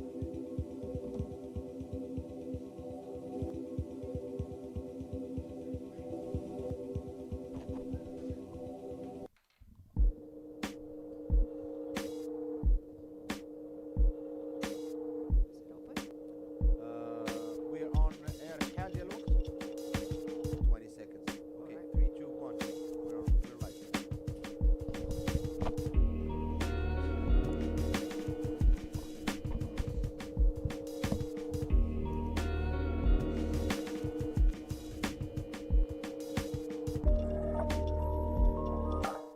Yo, welcome back, ladies and gentlemen. What a nice heat for what that we saw. Wow, it was amazing. How did you find it, Bego? It's great. Well, let's just go out of the water because we don't want to lose any of the action. Remember that this is the most important thing. We are in heat number 6 of round number 5. This heat and 2 more. And we will call the day off. And check this out. We have a taker here. First wave is Yassine, the beautiful. Taking off on that one. Quick tech turn. And that will be pretty much it. And the water, we have 2 Moroccans, Brahimi Douche, Lionel Medina from the Canary Islands from Spain, and Yassine. Oh, And look here's at Brahim going for the superb left with a nice Rollo. Is he gonna finish his maneuver or not? I don't think it's a complete maneuver. Unfortunately not. So as you said, we have 2 Moroccans here in this heat. Heat number 6 from round 5. We have Brahim Idouche in red jersey. We have Lionel Medina in yellow, who's got his second wave. Now his first wave for Lionel Medina from Spain. Still on the wave, trying to hit the lip. Yes, with a nice first roll. And is he getting it to the next section? I don't think so. I think he stopped. Yes, he stopped the wave. And we have Lionel Medina in yellow, and we have El Ghazali Yassine in blue. All right, so Yassine, 23 years of age. He's currently a surf instructor. And, he says he has been training super early every day with street schedules to try to get ready for this event. And it's showing, it's great. He has been doing an amazing job. So we asked him about his pre-stage rituals. And he said he doesn't do too many things, nothing crazy. He's trying to warm up and try to keep his head calm before every heat. And it's a pleasure to have him here. I think Yassine, we had the chance to go to his brother surf camp to have couscous on Friday. All right, so let's see this one. Talking about him, Yassine, getting ready in this left, going straight for the flip, not able to complete. Nice ARS attempt. It was more of a Yassine. backflip, actually, because he showed the whole board to the beach. There's this discussion, never-ending one, about the difference between the backflip and the ARS. And there's a mix between both of them. So, Right, so, replay. Yeah, as we can see, the first wave here of Ghazali Yassine with a cutback. He performed the Rollo before. Hits the last wave of Brahim Idouche. Didn't manage to get out of this last. And here's the first wave of Lionel Medina. And Yassine said something really beautiful. We asked him what legacy would he like to leave in the sport. He said he would like to see young people, kids from the place that he is from, which is right here, right, imouran? And we have a departure for Brahim Idouche on this left. He's still going, trying to catch some speed. Brahim Idouche, is he going to make it to the lip? Nope. Out of the wave. he didn't see that many potential on this wave, maybe. All right, so one more look here. Last wave. This is Lionel Medina to the right, while the others have been taking lefts. Lionel is going for the money there. So, yeah, first maneuver. That's a roll. And it looks like he couldn't find anything else because the score is at 3.5. But he is currently in first position. And this one here, the first attempt of a flip for Yassin, not able to complete. And this was also a non-completed maneuver for Brahimi Douche. That was another one that he couldn't land the roll. But yeah, situation, small scores, Lionel Medina first, Yassin second, and Brahimi Douche third. This was the one of Brahim that you were commenting, and he tried it. Oh! That was Yassin. Wow, it was Yassin Lozel with a nice invert on this left. Wow. We didn't see this wave coming. Yeah, it's difficult because it's a split peak place, So cameras, although we have, 2 cameras, one for each side. Like, check this out. This is actually happening while Yassin was taking the left. So it's difficult for the cameras to try to follow. So good wave there for Lionel with a classic combo, and we did see Yassin with a huge invert. So wow, we're waiting for those scores. Interesting exchange there, huh? It's a 4-4. It's a 6.4. Yassin the Beautiful for his beautiful left. That is right. Makes sense, right? It's a 6. Yassin. Now, of course, in first, all right, with a total of 8.5. So nice exchange for all these riders. Yeah, we have now in first position Yassin Lozel in blue. Second, Lionel Medina needs 4.51. Here's Brahim going on this left. No, didn't finish his wave. And Brahim in third position, who needs 6.01 to get into second position. Right, so, funny thing, we asked the riders if they have a hidden talent, and Lionel Medina said he's a very good cook. He knows how to cook very well. Lionel Medina. Okay. Yeah. So maybe he'll cook a paella for us before he goes to Oh, Spain. yes. Well, it's hard to beat Moroccan food, It's not like other places. So now we are, while we are waiting for the waves to come, let's move to the interview with Paul. Yeah. Paul, are you ready? All right, thank you so much to the both of you. I am here with last heat's winner, Christopher Bayona from Peru. And Christopher, congratulations. First question, one of the questions that you had answered for us is that a secret talent that you have is dancing. And I swear on your high point wave in that heat, flowing with those 360s in areas of the wave that are not fast at all. Do you think your dancing ability, your dancing skills helps you with your hip movement, being connected in bodyboarding? Hola a todos. Claro. Yo danzo mucho, bailo mucho danzas típicas de mi país, selva, huayno, festejo la música negra de mi país de Perú y también otros tipos de bailes urbanos, ¿no? Y eso lo conllevo mucho al bodyboard porque el bodyboard es mucho de cintura, de flexibilidad, de control y creo que eso es lo que yo hago y también lo llevo con el bodyboard es bueno, yo pienso que es bueno, danzar es un deporte y el bodyboard igual y los dos lo uno y así me va bien y eso me ayuda a completar los giros 360 en las zonas más complicadas de la ola y me ayuda a tener mayor control y bueno, muy feliz y súper tranquilo y nada, el bailar y el conectar con el bodyboard es increíble.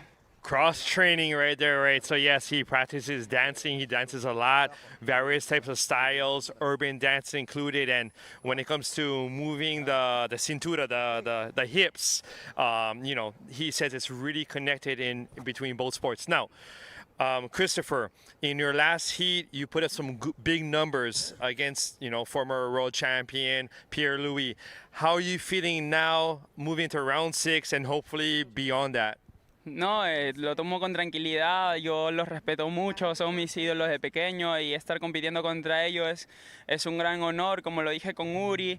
Y bueno, para mí es un orgullo pasar primero, es una gran oportunidad que se da a competir contra ellos. No todos los días se compite con esos grandes nombres del bodyboard y yo estoy muy feliz y lo tomo con tranquilidad.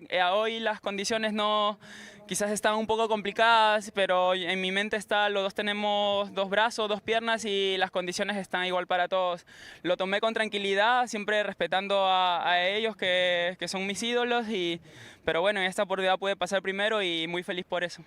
All right, so he's very content, very proud of being able to compete at such a high standard against the top in the world and advancing and winning these heats. So he's going to take it with, how would I say, with some calm, moving into the stages ahead in this competition, but content and proud of how he's doing. Christopher, any shout outs, thank yous? Claro, primeramente agradecer a Dios, a mi mamita, a mis hermanos que están de allá en Perú, es madrugada, aún es muy temprano y ellos están despiertos mandándome esa energía, esa buena vibra, a mi cuñada, a Kiko, a Lito, a Farid, a mi tío Miguelón, a Rodrigo, al Loco Tato. Gracias por el auspicio, por el apoyo. Sin ellos no podría estar yo acá. Han cubierto la edad con todo y me va bien porque ellos lo hacen al apoyo de corazón. Ellos me apoyan de corazón porque en realidad ellos no ganan nada. Simplemente lo hacen para que yo cumpla mi objetivo y mi sueño, que es salir campeón mundial. Pero se dé algún año. Y nada, estoy muy motivado, muy tranquilo. Agradecer a toda mi gente de la selva que también me ven. A mis tíos, a mis tías, a mis auspiciadores, Punta Hermosa Community, Santa Natura, Bodyboard House, Mareyuntas, al IPD, a la Fenta, a Faiche, a mi tío Osquita, que es Arcela, que también están ahí mandando las vibras, y a toda la gentita peruana que está siempre ahí con esa energía positiva, a mis amigos del Team Ankara, y nada, voy con todo y con toda la siguiente. ¡Yu! All right, well, congratulations, Christopher, and we'll be seeing you in round 6. Let's take it back to you, to the both of you in there. Well, a great interview there. A lot of action also in the water with Brahim taking a couple waves there and a 6.2, putting him in the second position. And this is the replay. Brahim loving these lefts. He knows it very well, combining two spins there. And I remember he posted a great maneuver here in this section. So, yeah. Brahim Idouche continue using this left in full. Great job for the local, one of the biggest names of the sport, bodyboarding here in Morocco. So yeah, very well done. 6.2 for Brahim. So for now we have the first position always goes to Yassir Ghazal with a 8.5, followed by Brahim Idouche, who just jumped into the second position with his last wave of 6.2. And in third position, Lionel Medina with 7.5, needs 3.71 to get into second position.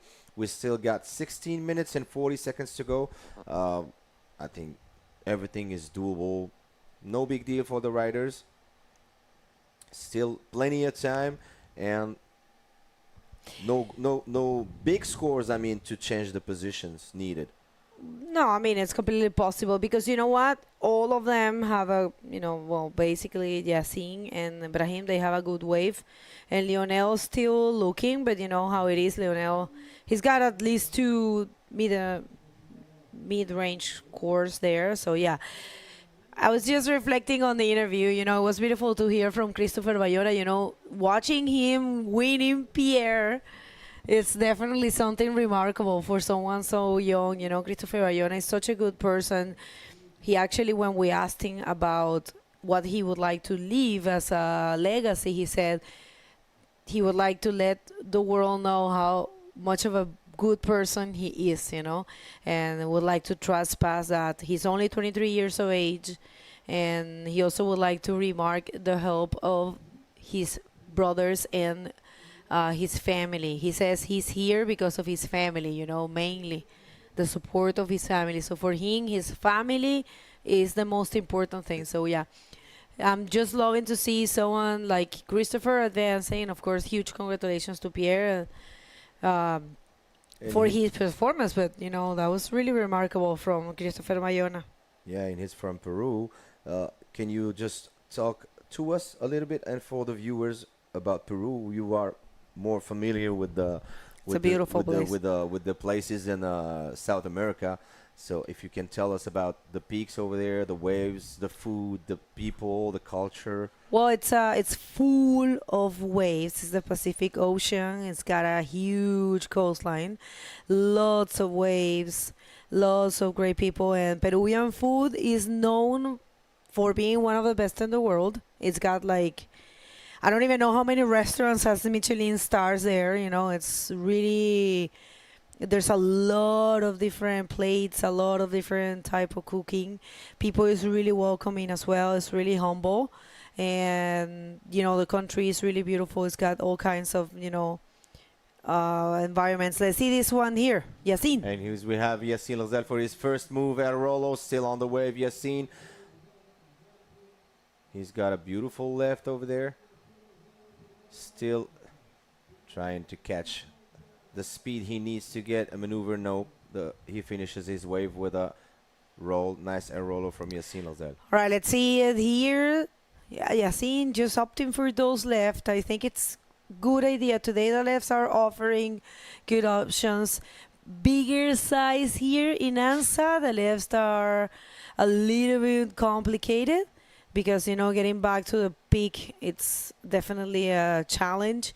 But today it looks like the lefts are actually lining up. They're really good. We have seen riders advancing with that. So yeah, I think Yassine is going to get something better than the 2.5. Hey, he keeps going. He just got one of the insiders. I don't know Yeah, if he definitely wants to improve his score. We remind you that Yassine's got 2.5 and a 6-point wave, so he really wants to improve his 2.5 score, I guess. And there's only 13 minutes before the end of this heat. Still in first position, Yassine Lazel. In second, Brahim Idouche, who needs only 2.31 to get into first position, and Lionel Medina, who needs 3.71 to get into second position. Here we have Yassine Lazel for his superb invert from Yassine. I don't think he's gonna make it. Yep, he missed the reception, but it was a good projection. What do you think about it, Bego? I was just thinking, I'm loving his, leaving everything on the field. There you go. I mean, he was just risking. It doesn't matter. He wants to do well. He already won the previous round. I mean, he won his heat, and he is looking forward to do the same. You know, I think Yassine is cousin to Brahim, right? They're related. I think they're family, both of them. Yes. So yeah, probably he grew up watching. I mean, I'm pretty sure he grew up watching Brahim, right? Evolving in this sport, yeah, of course. For sure, like an idol. And right now, look at that. This is the beauty of this, you know. You can have young kids growing old and competing in the World Tour against their idols and winning them, you know, like just happened with Christopher Bayona. So it's the beauty of this sport. We remind all our viewers that Brahim Idouche is a role model for all the bodyboarders here in Morocco, especially here in the region of Agadir. He's I think he wins the best, or the most titles. Brahim, yes. Yeah. So he's the first one in Morocco who wins a lot of titles. So he's a role model for all the bodyboarders, the new generation of bodyboarding here in Morocco, and especially here in his homeland, Taghazout, imouran. Well, that's right. He he's in this area. We all know, and everybody that comes to Agadir does the same thing. You film or take a picture with that beautiful wall. Yes. Yeah, there's a painting. People here, I'm pretty sure that you guys have. I'm very sure you guys have seen it in our social media. It's Brahim Idouche face with a huge invert, which is a specialty of his. He knows very well how to do them, and it's right there in Taghazout. So if you're going to Anchor Point, you're gonna see it, the Taghazout town, which is super cool. It's full of cafes and things to do. It's Called the village of Taghazout. Oh, the village, right? The town of Taghazout is right there. It's pretty cool. Every single person that has come here has taken a picture or video with that. It's pretty cool. Yeah, there's still 9 minutes and 40 seconds before the end of this heat. The situation is still the same. In first position, El Ghazali Yassin. And in second position, Brahimi Douche, who needs 2.56. And in third position, Lionel Medina, who needs 3.71 to get into second position. Everything is possible. We're still waiting for that swell to hit. As you can see, the riders are waiting for the waves. I don't know if you can see. We don't see Yassin anymore. Maybe he moved on to the left. And here's Brahim getting in this beautiful left with the first belly spin reverse. Still on the wave, Brahim. Trying to catch some speed to hit the lip. Superb air rollo from Brahim. Still on the wave. Getting back now and finishes his last wave, Brahimi Douche. Yeah, most of the points are to the right, but either way, that was a beautiful and well-ridden wave for Brahimi Douche. Dancing with that wave, I love those, two spins reverse and the regular spin, the forward, and then the roll. We'll see, because, previous waves of Yassin, even though there were a little bit more. And we have Leonel Medina with his first spin, beautiful spin. Too much power in this spin. Still on the wave, and unfortunately couldn't get to the lip to finish with a, maybe he was having a roll, maybe, as you can see in the replay, Begonia. All right, so yeah, quick takeoff spin there for Lionel. Keeps going and not able to do much. Maybe could have finished with an air roller on this wave. We have to be there. Yeah. They know better. They're professionals. We're only just giving some color. All right, people, if you're just getting here today, it's going to be a fairly short day. We are in heat number 6 of round number 5, and we're going to finish this round, and then we're going to call the day off, waiting for better conditions for tomorrow, and probably we're going to be finishing on Wednesday, probably. Remember, this is only decided by the technical commission. We just, communicate what we know. Everything is subject to change. You have to keep that in mind at all times. It's the technical commission who decides alongside with the riders. Technical commission, if you don't know, is conformed by represented. Oh, we have Lionel Medina. Superb air rollo. Still on the wave, Lionel Medina. Trying to catch to the next section. He's gonna get it, yes, and finishes with a nice air rollo projected for Lionel Medina. And here's Yassin Ghazal in another left. I don't think he's gonna make it, yes? Yeah, of course he made it. And unfortunately the wave didn't give him a lip to hit on. I was thinking on that last wave. Maybe if he wants to keep the second position, has to go to the right. Let's see. I think we're going to get to see the Lionel Medina right. Yeah, there it is. Lionel with a good roll to start things, and I really like the second one, although it was in a smaller section of the wave. It was really projected, so yeah, I believe he's gonna get something better. And this last wave of Yassin was really nothing, but it was nice to see him, passing that foam. And if there would have been a little bit more of a section there, he could have, done something good. But yeah, so far it's Brahimi Douche in the first position, but we are waiting for a score. Last wave of Lionel. 495, and it's not enough to take the first position, but it is enough to keep the second. And here's Yassin on this wave. Oh, misses his first spin. Now, as you were saying, Bego, the situation changed for the two last position. Lionel Medina goes to second place. needs 5.66 to get to Brahim, and Ghazali Yassin moved to third position and needs 2.96 to get to second position. We only got 5 minutes before the end of the heat, so what would I say? Thank you for the riders to let us live this suspense in each heat that we saw from the beginning of this competition. It was amazing, guys.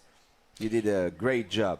Yeah, every single person that has competed here has bring something nice to us. You know, it's just so great to be back on tour, kicking off the year, kicking off the season here, and such an important event. You know, the event that set the pace for the rest of the year. And yeah, how excited was Uri, man. We didn't mention, but it was his first win in this event, because the first time he served, he advanced in second. So it was his first interview of our defending world champion, and he was just saying that how much he loved this place. You know, it's got a special place in his heart.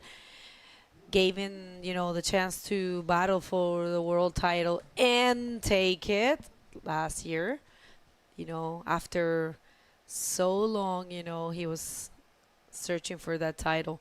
So yeah, right. So there's a nice set approaching. We'll see is actually Brahim Idouche who has a priority, but I don't know if he's thinking on taking those rights. Maybe he's just staying with the lefts as well as Yassin. Oh, Yassin. Yassin Lazal in his first right, I guess, with a nice Rollo, still on the wave. We remind that, and there's Brahim also in the background with a nice cutback and finishes wipeout from this wave.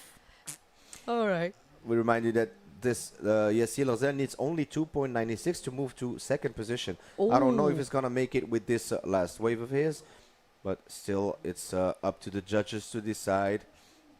It's possible, you know, because he was to the right, and you know how it is. The rights have more points. One more look to that one. I kind of see the score there. That was, you know, he actually was quick. He found a section, and right here, Brahim not able to perform anything on that one. But yeah, Yassin 296. Oh. Interesting. Is that gonna be enough? Waiting for that. That's what I was talking about. They hit the suspense until the last seconds of the heat. But Thank you know, you guys for those moments. I mean, it's I'm quite loving that appreciable. he was taking the right. You know, he was surfing all lefts, and then he was like, no, you know what? Just gonna go for the right. I'm gonna do something. I don't need much. So yeah, good job there. It is impressive for me, Yassin. You know, he served really good in the previous years, but this year he's definitely on point. He has been training a lot. He said that in the survey that we put together. So I think it's paying off, and he's only 23 years of age, man. Oh, Brahim. And Brahim in this wave, first spin from Brahim with a reverse to get back to the wave. Still on the wave, Brahim Idouche. Trying to catch some speed to get to the lip. I don't know if he's going to make it or not. Yes, he made it with a nice air rollo to finish his wave. No, still on the wave, Brahim, trying to catch to the other section. And this one is the last one, I guess, to finish his wave, Brahim Idouche. Really good. Yeah. Look at that. One more look to that wave. Very complete wave for Brahim Idouche with the reverse, and stall there enough to find the momentum to go for this maneuver here. A rollo. Projected very well that rollo and was able to pass that foam and connect to a even more explosive section. Of course, it's the last part of the wave, but I believe this was a way to just, you know, seal the deal. He's going to remain in first for sure. And there was 3.65 to last wave of blue. Yeah, but and the thing, it was 4.9. gonna be enough if Lionel Lionel would Medina have didn't not get- taken yes. that wave. Yeah. You know, great job there for Yassin, but wait a minute, 24 seconds. He only needs a 386. You can tell he's nervous right there.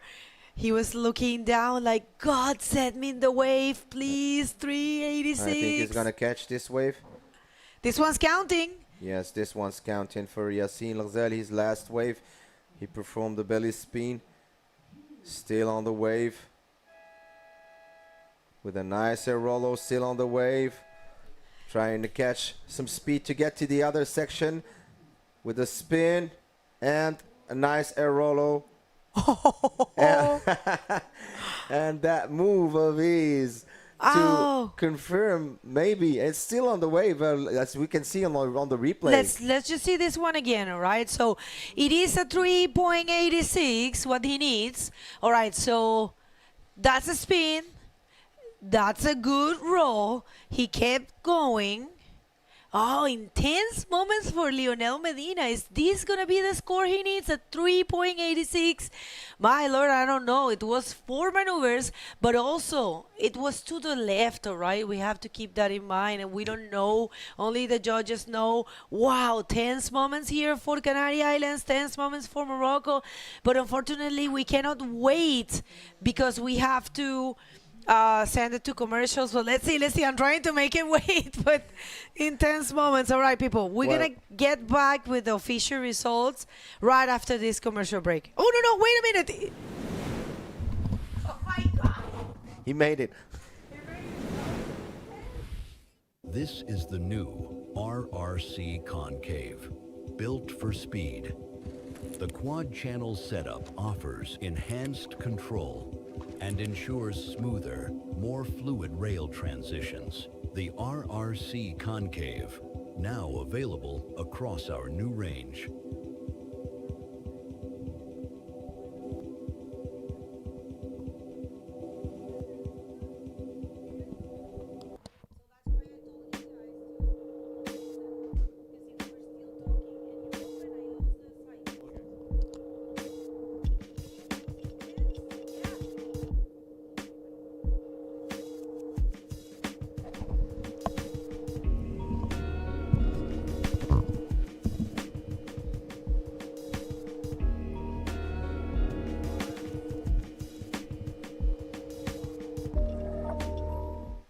Well, welcome back, everyone. 4th day of competition here at the 2026 Morocco Pro. And people, Yassine, the beautiful, just changed the situation and managed to get higher score than what he needed, and he advanced second. So congratulations to Lionel Medina, but it will be Brahim Idouche and Yassine advancing. So let's hit the water, and we don't want to miss any of the action. All right, so jumping into the water, here we're going to have in red Tristan Roberts from South Africa. We have in yellow Joaquin Soto, and in blue Hassan Boulaya. Boulaya, I think. Okay, all right, all right. From here, right here from Morocco, right? What an ending to the last heat. I saw him. I was outside watching that wave, with my own eyes outside, and I was like, wow, this could be. It didn't seem like much when he took off. There wasn't seem to have too much wall, but then it just keep reforming and building as he got further and further in. So. Oh, great job. Yes. Actually, to think that he's only 23, and he advanced first on the, he's coming from the early rounds. He won his heat on the previous round, and now he was about to be eliminated, facing big name of a sport, which is Lionel Medina, and he got the chance to advance last minute. That's definitely remarkable. But right now in the water, people, we haven't introduced this heat. This is another cracker of a heat. We have no one else than our 2 times world champion from South Africa, one of the usual suspects for the world title every year, Tristan Roberts from South Africa, yeah. And he's going to be wearing the red rash guard, and we have Joaquin Soto in yellow from Chile, the only Chilean that we have in this event. And we have another Moroccan warrior that will be Hassan Boulaya. So yeah, we did introduce here we have Joaquin up and running 360 off the top, coming down the line, hoping, praying for something to come up. let's see if that lip can hold a little longer, but it just didn't pan out for him. Maybe the tide is starting to, drop more. So maybe the outside is going to have the most sections, as well as maybe the left-handers, as we had just seen in the last heat. So I'm not sure if maybe some of the riders may be thinking about these lefts more and more, considering that they're giving them a little bit more speed. Yeah. I mean, you have to. I believe it's only when you get there that you know what the wave is doing, right? Because it's changing constantly, as you said, with the tide, the winds. Although I thought the winds were gonna be stronger at this point, and they're not that bad. They're not really destroying the wave or anything. We have seen good maneuvers, good moments, people. These are 3 main heats and only one spot. It's only one person is out of competition. So yeah, it's been a good day. We're gonna resume the day after the next heat. The next heat number 8 will be the last, and we're coming back tomorrow. I think we're gonna potentially be having the checking at the same time. I'm gonna double check that. But yeah, I believe it's a good call. What do you think? Tomorrow looks good. I believe so. Tomorrow and possibly even Wednesday as well. So the next 2 days, reserve that on your calendars. And, you can always be reminded of our heats through being a subscriber on YouTube. Nowadays, numbers are everything for competitions and sponsorship and support. So if you haven't yet, please, in our YouTube. Oh, but before we get back to YouTube, here we have Blue Up. Hassan loving his lefts. Let's see if he can do something. He has been watching the other Moroccans that just advanced.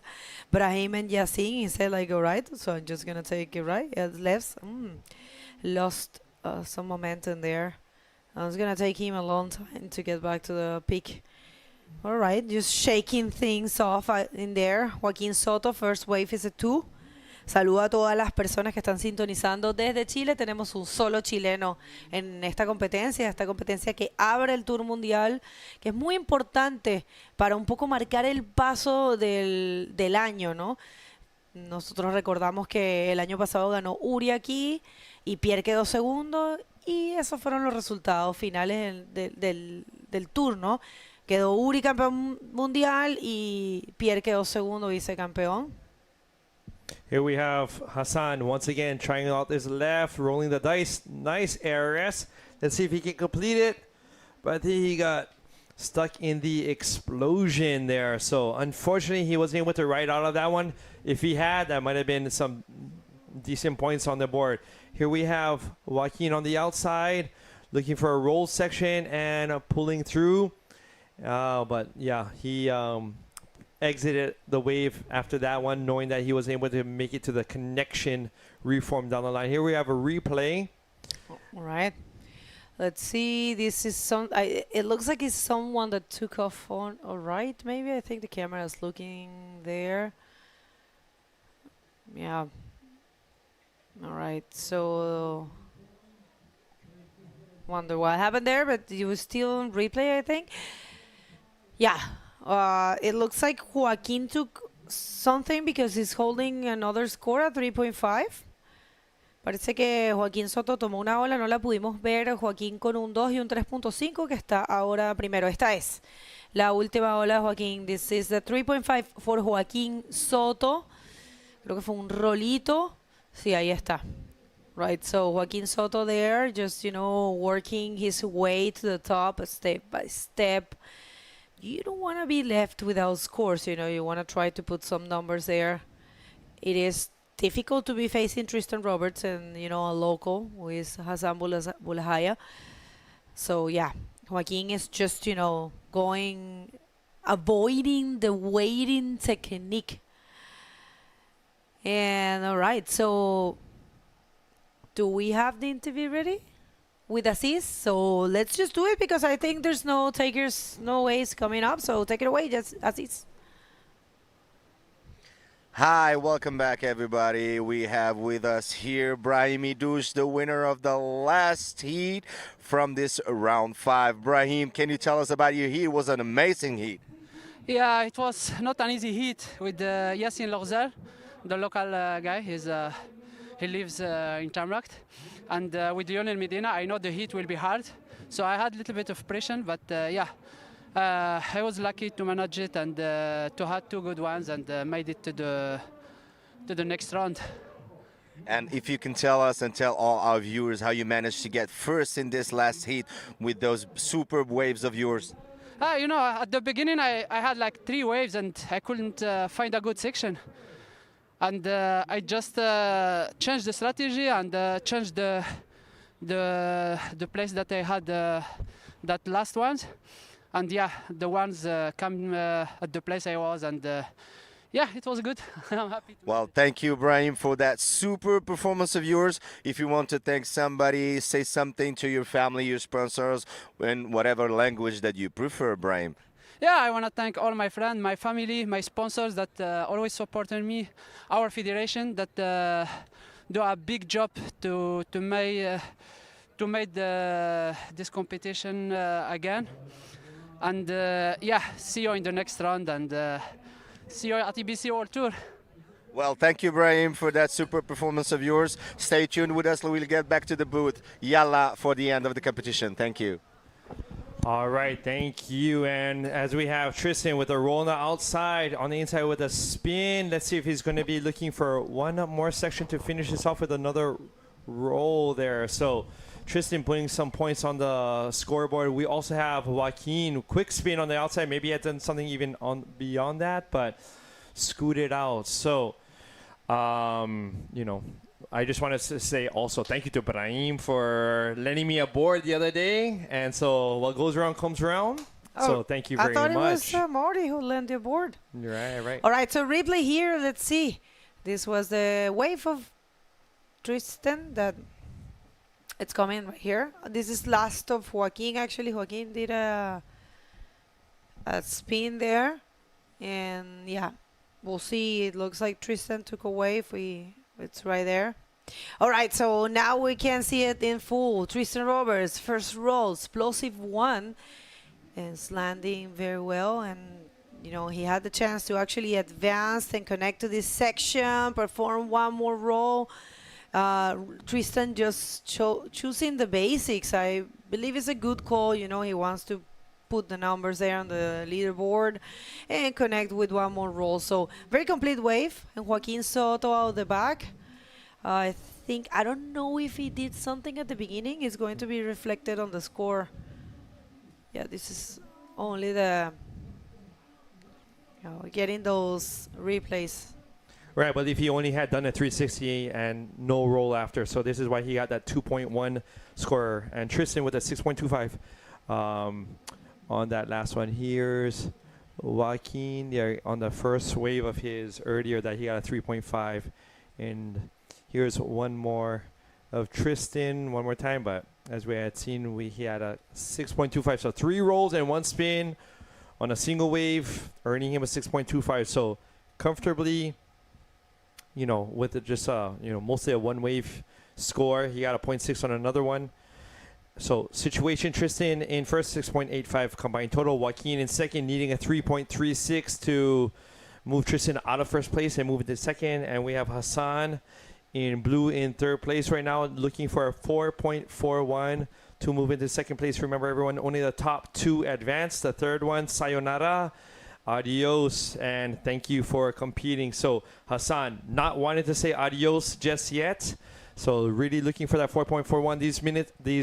These heats are 30 minutes, everyone, and we have just over 18 minutes left. So still, you know, as we've seen in 2 or 3 heats in a row, it's all coming down to the last 2 minutes. So, you know, what the scores are now is definitely not a representation of what's going to happen later on, possibly in this heat.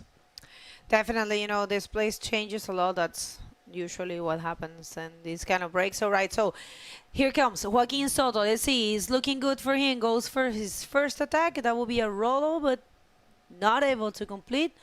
Third wave of Tristan was a 6.25. Yeah, now he's first. And Joaquin is second. Hassan, he hasn't been able to take much, but scores are tight still. I mean, Joaquin has a little bit of a leverage there, but either way, you know, Hassan needs a 4.41 to be second and a 5.66 to be first. 70 minutes, a lot of time. I would say actually Hassan is pretty much a pretty big danger for the other two, because the other two seem really focused on the rights and Hassan seems really focused on the lefts, and he has quite a bit of experience with these lefts here, it seems. So, you know, the thing with the lefts, you can't, as for the riders in red and yellow at this point, you can't really see what he's doing from behind. So, you know, they're kind of leaving Hassan to himself, which may give Hassan, you know, feel a little bit more at ease, knowing that there may not be anyone else fighting for any of his lefts. Yeah, less pressure because he's suffering by himself. But, you know, we all know that the judging criteria favors the rights. So, you know, that's it. There's that. All right. So, Tristan Roberts. That's a split pick for Hassan and Tristan. Here it comes. He bails out. I wonder what Hassan did to the left. Oh, this is a nice looking one. Is this the case that you were explaining? Let's see. Actually, the right didn't work for Tristan, but this one worked for Hassan. So 2 spins already. We'll see if he can perform something. Not really. Well, it's gonna be better than what he's holding at the moment. Right. You know, I really think, like,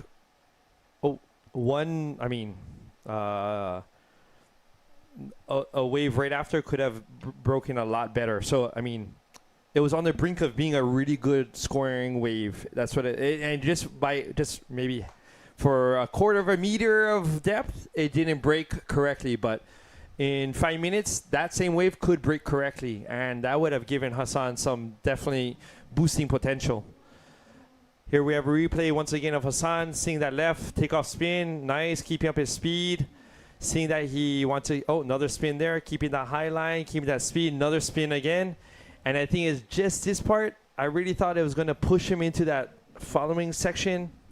But it just didn't really throw. So this is why he changed his direction, reverse there, and didn't really find a ramp there. But, you know, give it another couple minutes. We didn't get to see the beginning of that wave, and I didn't know he performed those 2 spins before. So for what the wave offered, he actually worked it very well. And I knew Tristan, you know, Tristan has been eyeing the left. Did you see how when he took off to right, he was kind of checking what Hassan was doing. And I think he had second thoughts at that moment. He was like, should I have gone left? I don't know. So that's probably why he bailed early and that right.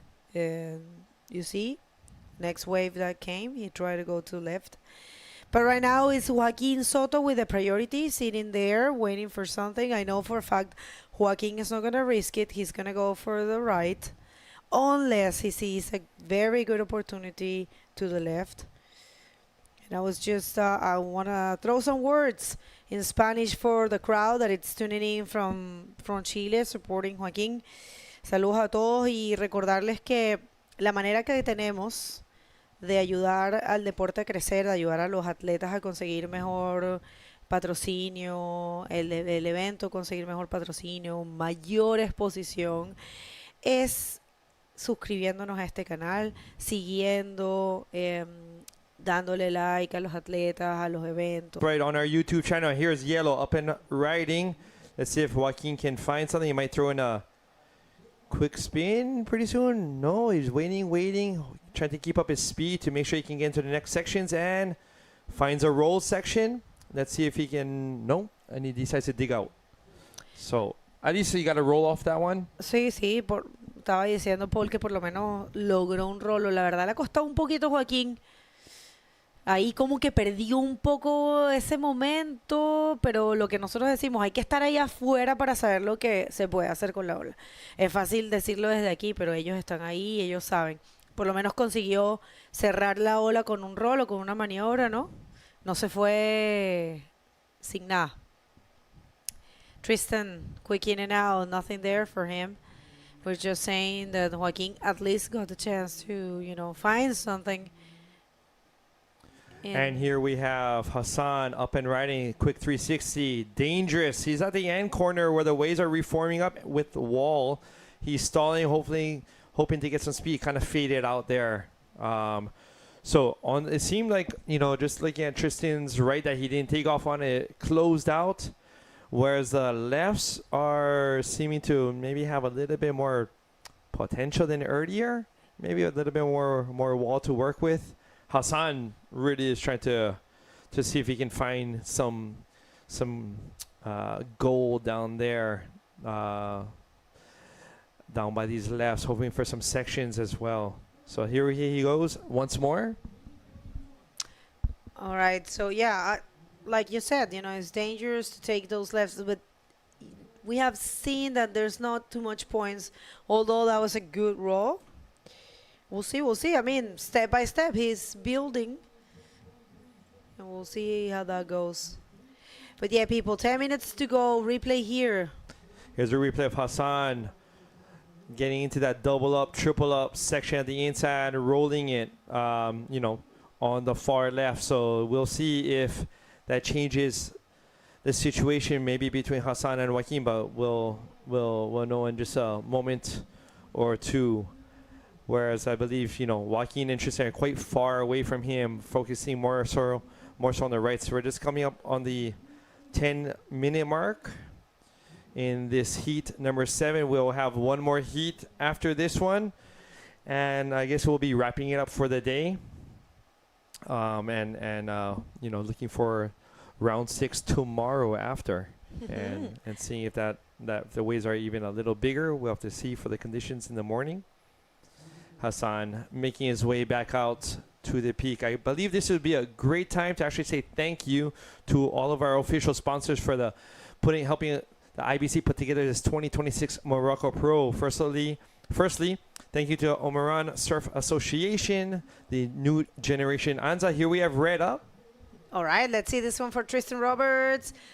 Quick spin to start things and probably connect to this section. A roll very well projected, and Joaquin is out the back.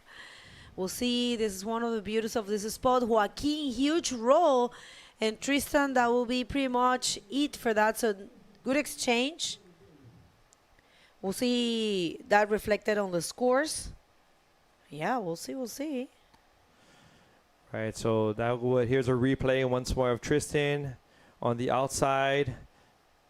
Tight little spin, getting back into position, into the high line of the wave, right into a roll, and as you can see behind. Joaquin also on this one. Tristan with the one more reverse, whereas Joaquin, boom, a nice punchy roll there. Although he wasn't able to connect it with anything else. The tide is going down, everyone, so it seemed like it's closing out the wave a little faster than just an hour ago, for example. It will be interesting to see what the judges think about that. Remember, they have the wide angle of what's going on out there, right? So for us, it's an amplified version of reality, but they are in the second floor, and they can see the whole thing. Also, the streaming, it's normal, even though, we could have the cameras open and get the wide angle, but it's more interesting to do this, to actually zoom in to see better the maneuvers and the details, so we can comment on that. Because if we put the wide angle, we might not see the thing, everything in detail, right? Right. So we have Tristan's second wave, high scoring wave of 5, so 11.25 combined score. And here we have Hassan on the left, looking for a section. Was able to get a roll. I'm not sure if he had done other maneuvers on the outside, looking for another reform and getting another roll in there. Continue on this wave, so we'll see if that changes anything. Joaquin's last wave, I believe, was a, let's see, 2.1. So Joaquin in second place still, 7.5, and now Hassan still in third place with a 5.8 combined score. So still, positions are still the same as just a couple of minutes ago between that wave exchange. We have the riders of the next heat, I believe, making their way out there. Some sets on the outside. I'm not sure. I'm not sure if the riders are in position yet for these ones. So there's a couple waves coming through. We'll see if Joaquin, who's on the seems to be the furthest one out, decides to go for this one. No, passes it up.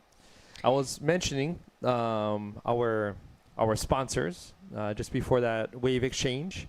We also have thank you to Taghazout Boardriders Club, the Tikida Group, as well as the Nobi Boutique Surf Hotel Tamraght, and our sponsors Pride, Bodyboards, Rip Curl, Red Bull, along with Thank you so much to Ministry of Sports, Education and Sports, City of Agadir, Souss Massa Regional, Wilaya of Souss Massa, and the region of Souss Massa, of course. Also, thank you so much to RDTR.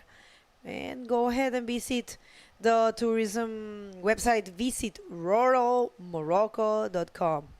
And people, I was just checking here at the IBC World Tour website that you guys have to check out. The heats that are already established for the round of 16, and check these names, man. Heat number 1, Amaury Lavernhe against Joel Rodriguez. Remember, round of 16 is going to be man on man. We'll see this one. Hassan. Here we have Hassan on this one, coming from the outside, trying to get to the inside, looking for a section. Looks like it doubled up, but wasn't able to pull off that roll in there. So I believe his position won't change much at this point, unless he did something on the outside. But so Tristan still in first, Joaquin. But let's jump back into what you were mentioning about the 16 tomorrow. Well, let's just do this replay real quick, and we'll go back to that idea. All right, so I think this replay was for this wave here for Tristan Roberts. We'll see Tristan. We didn't see this one live. So, yeah, he managed to use that section and a good roll. We'll see if there's a difference. He's holding, actually, no, that was a 3.8. He's holding a 5 and a 6.25. People, we had to run today because we waited 3 days. It was really bad. It was super huge and super windy and stormy. So that's why we had the 3 lay days in a row. So we had to run today. Joaquin Soto. Let's see this one. Not able to do much.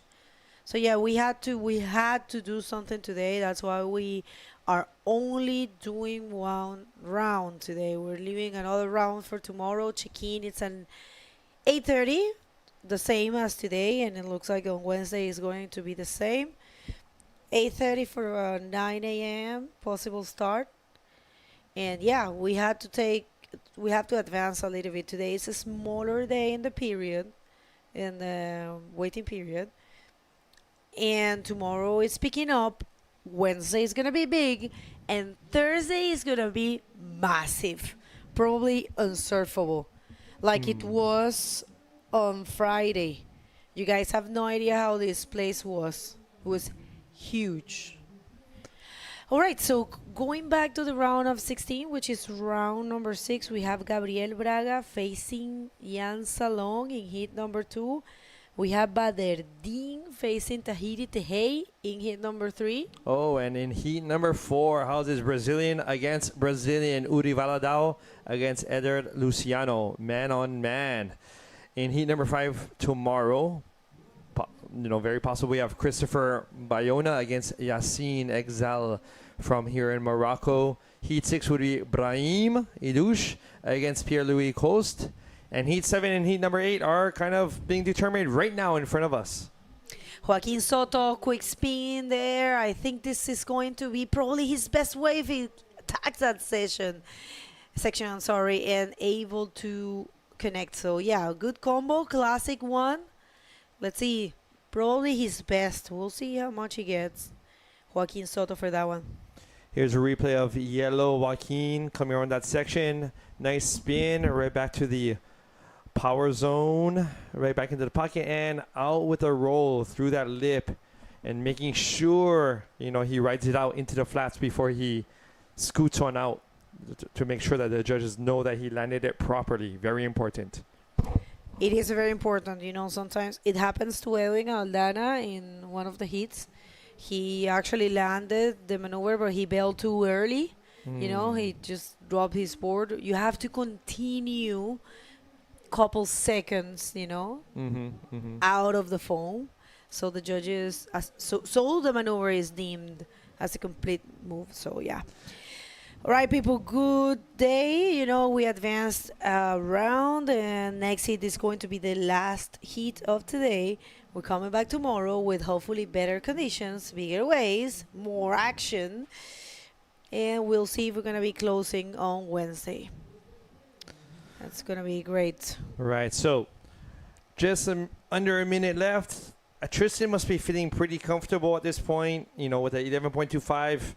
Joaquin still needs a pretty big score to jump into first, 6.76, while Hassan needs also pretty big points to move into second. So if Hassan doesn't get something quite solid very soon, it could be adios amigo for Hassan. But wow, making it to round 5, that isn't, congratulations to everyone today. For sure. All 3 competitors in each heat for making at least to round 5, Oh, here's Hassan. Couple spins on the left. Looking like he's going to have a section in there. Let's see if it folds over. No, it just didn't pan out for him on that connection. And I don't see him being able to get the 5.46 in order to move on. So yeah, no. Taking those ways, impossible. Oh, so Tristan. here's Tristan on the outside. Just going to be taking that one in. Little roll there. So this, I believe, taking this heat is Tristan Roberts in red, and also moving on with him is Joaquin Soto in yellow, moving on to round 6. And Hassan, congratulations. You made it to round 5, but it is time to pack it all up. All of you, do not go anywhere. We'll be jumping into a commercial break, and then we'll be right back for our last heat of the day.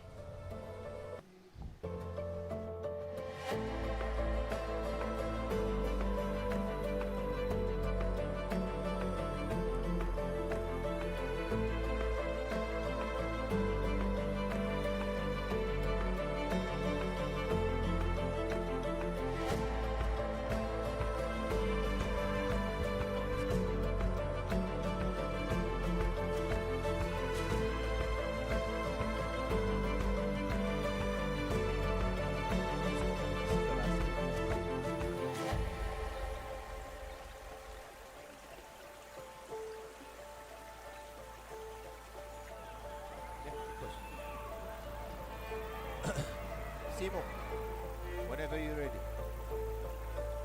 Kan sengaja. Just put on the box.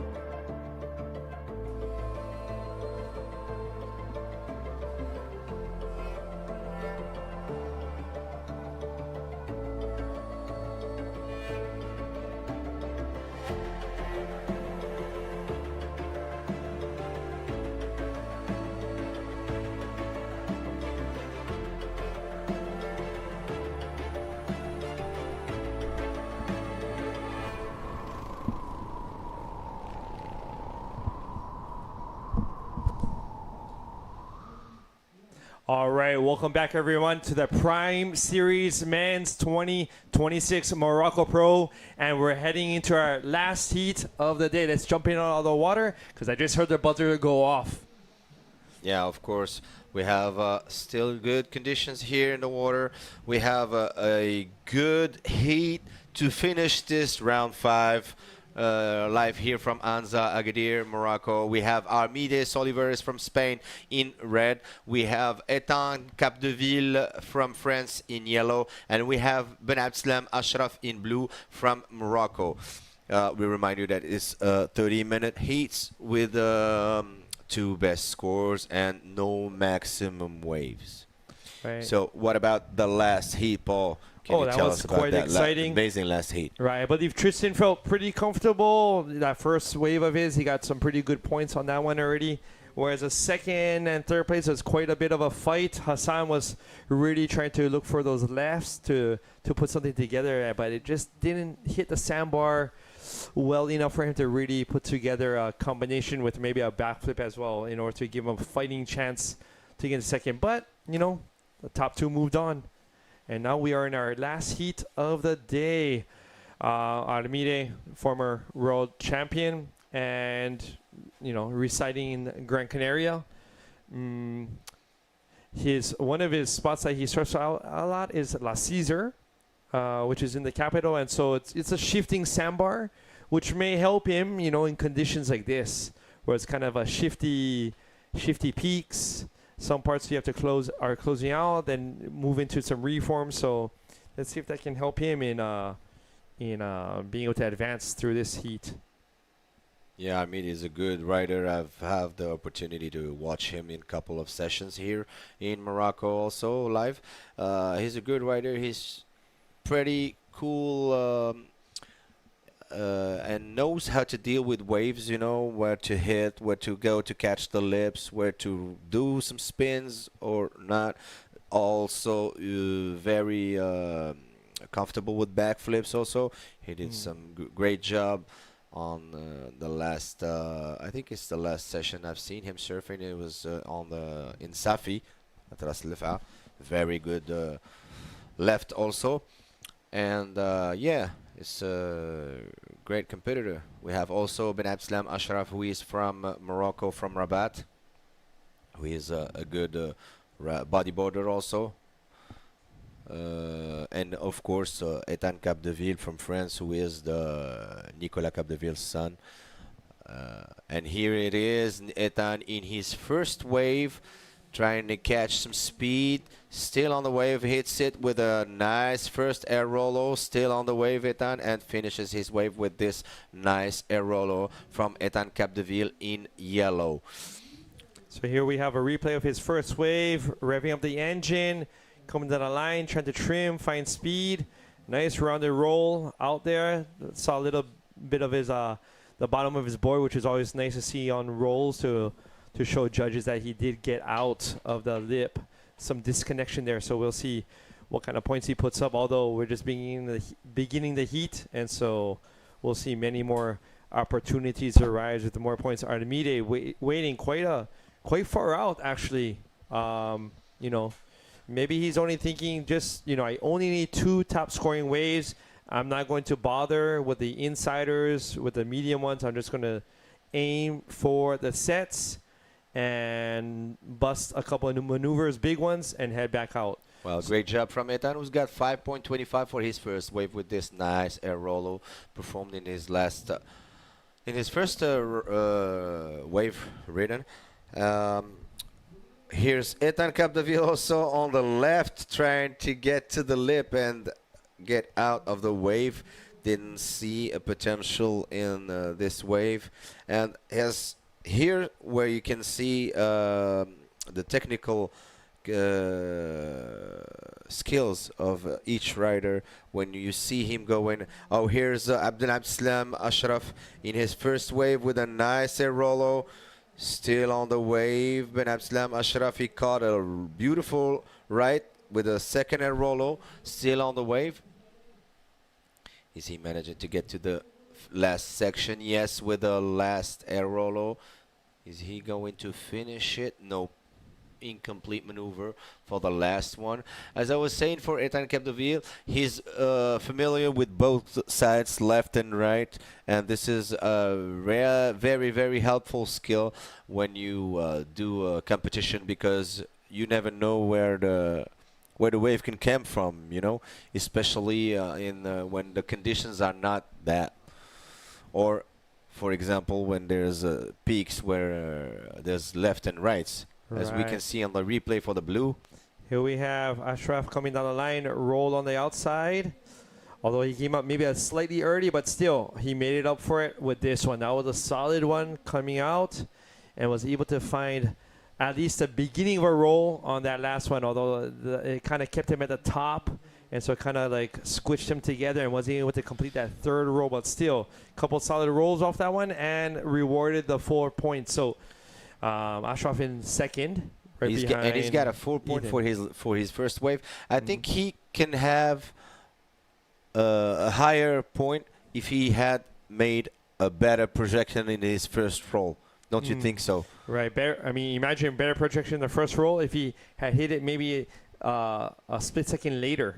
Yeah, split of course. second later, and if he had held onto that last roll on the inside and was able to come through with that third roll, yeah, it could have been, you know, in the 5-point range, 6, nearing 6. Maybe. Nearing maybe. 6, yeah, maybe. 5.75. So either way, you know, Armide still waiting for his first wave. He does that priority, so... Yeah, since there's no wave coming up at the peak, so we are moving to Begonia and the interview with Tristan Roberts. Begonia, are you hearing us?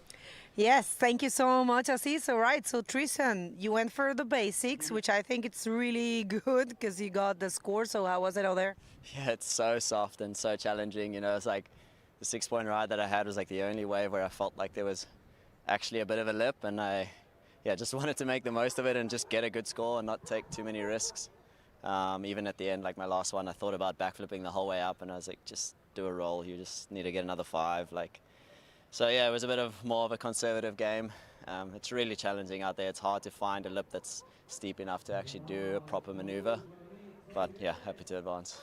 Well, the upcoming events are looking good. You know, we have as well hitting the coast, so they're looking forward for that. Big size and maybe a little bit more of consistency. Yeah, it's crazy. Like every day you get here, it's like your strategy is so different. You know, this place is all over the place. If it's small, it breaks in a different place. If it's big, it breaks in another place. If it's medium, it breaks in another place. You know, it's like we just don't really know what to expect, but there's a good, clean, big swell coming, and happy to just survive, and hopefully I make it to those rounds and try and put on a show.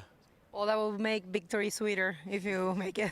You want to speak a little bit about that last video you had going on? Yeah, I just uploaded a video on YouTube with Pride called Westbound. It's just like my favorite beach break in South Africa, and it's a full 6-minute video of just trying to do as big airs as I can, and I had a lot of fun shooting that last year, and yeah, I'm really proud of that project, so if you want to watch it. Oh, and that backflip the other day, are you all right? Yeah, at Anchor Point, it was like my first wave too, didn't really warm up too much. Yeah, definitely put a whole bunch of new creases in my board. Yeah, been some really good waves on the lay days on the other point breaks, and boys have been surfing a lot. We're actually pretty tired from all the paddling and surfing, so maybe a bit of a rest day for the rest of the afternoon today. All right, anyone to say hi or thanks? Yeah, just thanks to all my sponsors, all my friends and family, you know, just appreciate all your support along the way. Thank you. Right, good luck on the round of 16. Back to you guys. All right, thank you, Begonia, Tristan. Yes, massive punts. We saw. I actually saw him the other day at the point break and some boosts. But well, today there weren't that many boosts. As he mentioned, he was playing it safe, thinking about a backflip on his last wave, but decided to opt for the roll. You know, that's what it takes to be a professional. Sometimes you have to know when to put the foot on the metal, and sometimes when to not put the foot on the metal. So doing what you have to do in order to make it through the heat. Speaking of doing what you have to do to make it through the heat, in this heat, we have Ethan 5.75 just ahead of Armide, 5.6. Speaking of Armide, here we have Armide paddling into this one, keeping a high line, keeping that speed up. Let's see what he can do around this section. Oh, and it's been a little while. It's been a minute since we've seen a backflip done, and he did it. So nice backflip from Armide. Cool performance for that rider, as we were saying later on. As we can see here in the replay, he got a first backflip of this heat, I guess. Right, actually, first backflip could be of, you know, completed in a couple of heats, actually, possibly. So some solid points for sure coming up for Almeida. He was waiting for a while for his first wave, but seems like he has his engine revving. Speaking of putting his foot on the metal, that was a great, you know, instead of just doing a Rolo, that here's was the time Ethan on his third wave and finishes the wave. So Armide actually hit super bright, so he made a good choice of his last wave. Right, and well rewarded with a 6.15. So, you know, Tristan in the interview mentioning, you know, when it's not the right time to, you know, go for something bigger And when it is, and Armide just showed that, he was feeling pretty confident already with a 5.6 up, went for it and was well rewarded. So 11.75 combined heat total at this point. So feeling pretty comfortable, I bet. I mean, pretty comfortable. I'm not sure about that because you have two other riders who are very, very clever and very good riders, and you still got 18 minutes and 40 seconds left. So everything is possible. He will try hard to improve his score at just the last second of the heat, I guess, because I don't know if you see that as like I saw it. Oh, here's Armide in another right with a nice backflip completed. So as I was saying, all the previous heats left us with the suspense until the last second. Nail-biting finishes, right? So we'll see if that happens again. Here's Armide on his last one. Not as clean as the first one. Got kind of caught up in the chaos of the white water, but still made it. So just getting warmed up, and if he finds a cleaner section, well, then he'll even maybe be able to do a better backflip. I don't think he's gonna improve his score because he's already got 5.6 and 6.15 in for his two best wave scores. So he's got 4.25 for his last wave. So he stays in first position with 11.75, and in the second, Ethan Capdeville needs 6.51, and in third position, Ben Abdeslam Ashraf, who needs 2.06 to get into second position. And let's get back to thank all our sponsors for their beautiful and helpful stuff that they did for us to make this event great and performant for you guys. Right, to make it possible. So associations, Imouran Surf Association, New Generation Anza, Anza Blue Waves, Taghazout Boardriders Club, along with the Tikida Group and the beautiful, spectacular Nobi Boutique Surf Hotel Tamraght, where we're staying at. Can't complain. Probably Bodyboards, Rip Curl, Red Bull. And we also thank La MAP, Visit Rural Morocco, the authorities as the Ministry of Education and Sports, the city of Agadir, the Souss Massa Regional, the Wilaya of Souss Massa, and also the Valley of Agadir. Thank you for all your efforts and support that makes this like events happen. So here we have Ethan Capdeville in his beautiful ride with a roll. Still on the wave, Ethan Capdeville. No, he finishes. He decided to finish the wave with a one maneuver wave. Here's a replay. I think he was hoping for something more to connect to, but couldn't find enough wall there. So came up with a roll. It's kind of a chandelier type of lip. Didn't really project him too much. He was hoping for a reform on the inside, but didn't really happen, so he didn't think it was worth it to hang out and wait for that thing to stand up again. So I don't believe that'll change his situation at all. Well, now he has an 8.65 combined score, so maybe a little higher now. Yeah, he's but still in second place. He's only got 3.4 for his last wave, Ethan Capdeville, and he needs 6.51 to get into first position. But still, there's a set coming, and there's still 15 minutes before the end of this heat. Here's a beautiful right maybe coming. Blue's got first priority. Second priority goes to Armide in red. I think the blue is waiting for the right wave. Still, he knows that he's still got time. Oh, here's Armide going on this superb right with a nice backflip, still on the wave, trying to, yes, with a cutback, he's going back to the wave and hit the lip with a nice air roller to finish. Oh no, he didn't finish yet. Oh, super performance by Armide. See how he managed to get to the next level of the wave with a reverse and still a nice air rollo to finish his Beautiful ride, beautiful choice of wave. Oh, yes. And from that one didn't Armide. really look like it was like a wave right behind another wave, and it didn't seem like it was going to line up, but boom. There we go. Third backflip of the heat for him, and he made it around that section. As you can see, he has quite a bit of wall to work with, setting up, coming down the line. I thought maybe he might backflip that one as well, but he wanted to continue on, and as you can see, he's fighting, kicking, getting around that section in order to make that the last section of this wave. Nice reverse. And waiting for that last small section on the inside for that roll. So backflip, couple rolls, couple spins. So that'll be some definite points for him. And that gave him a 7-point wave, which is an amazing score. And he's now, I can say, he's quite comfortable in his first position, because Ethan Capdeville needs a 7.91 to get into first. And even more difficult for Ashraf Ben Abdeslam, who needs 4.66 to get into second position and 9.16 to get into first. There's only 13 minutes left. I don't know, everything still possible. Even if the scores are quite different, but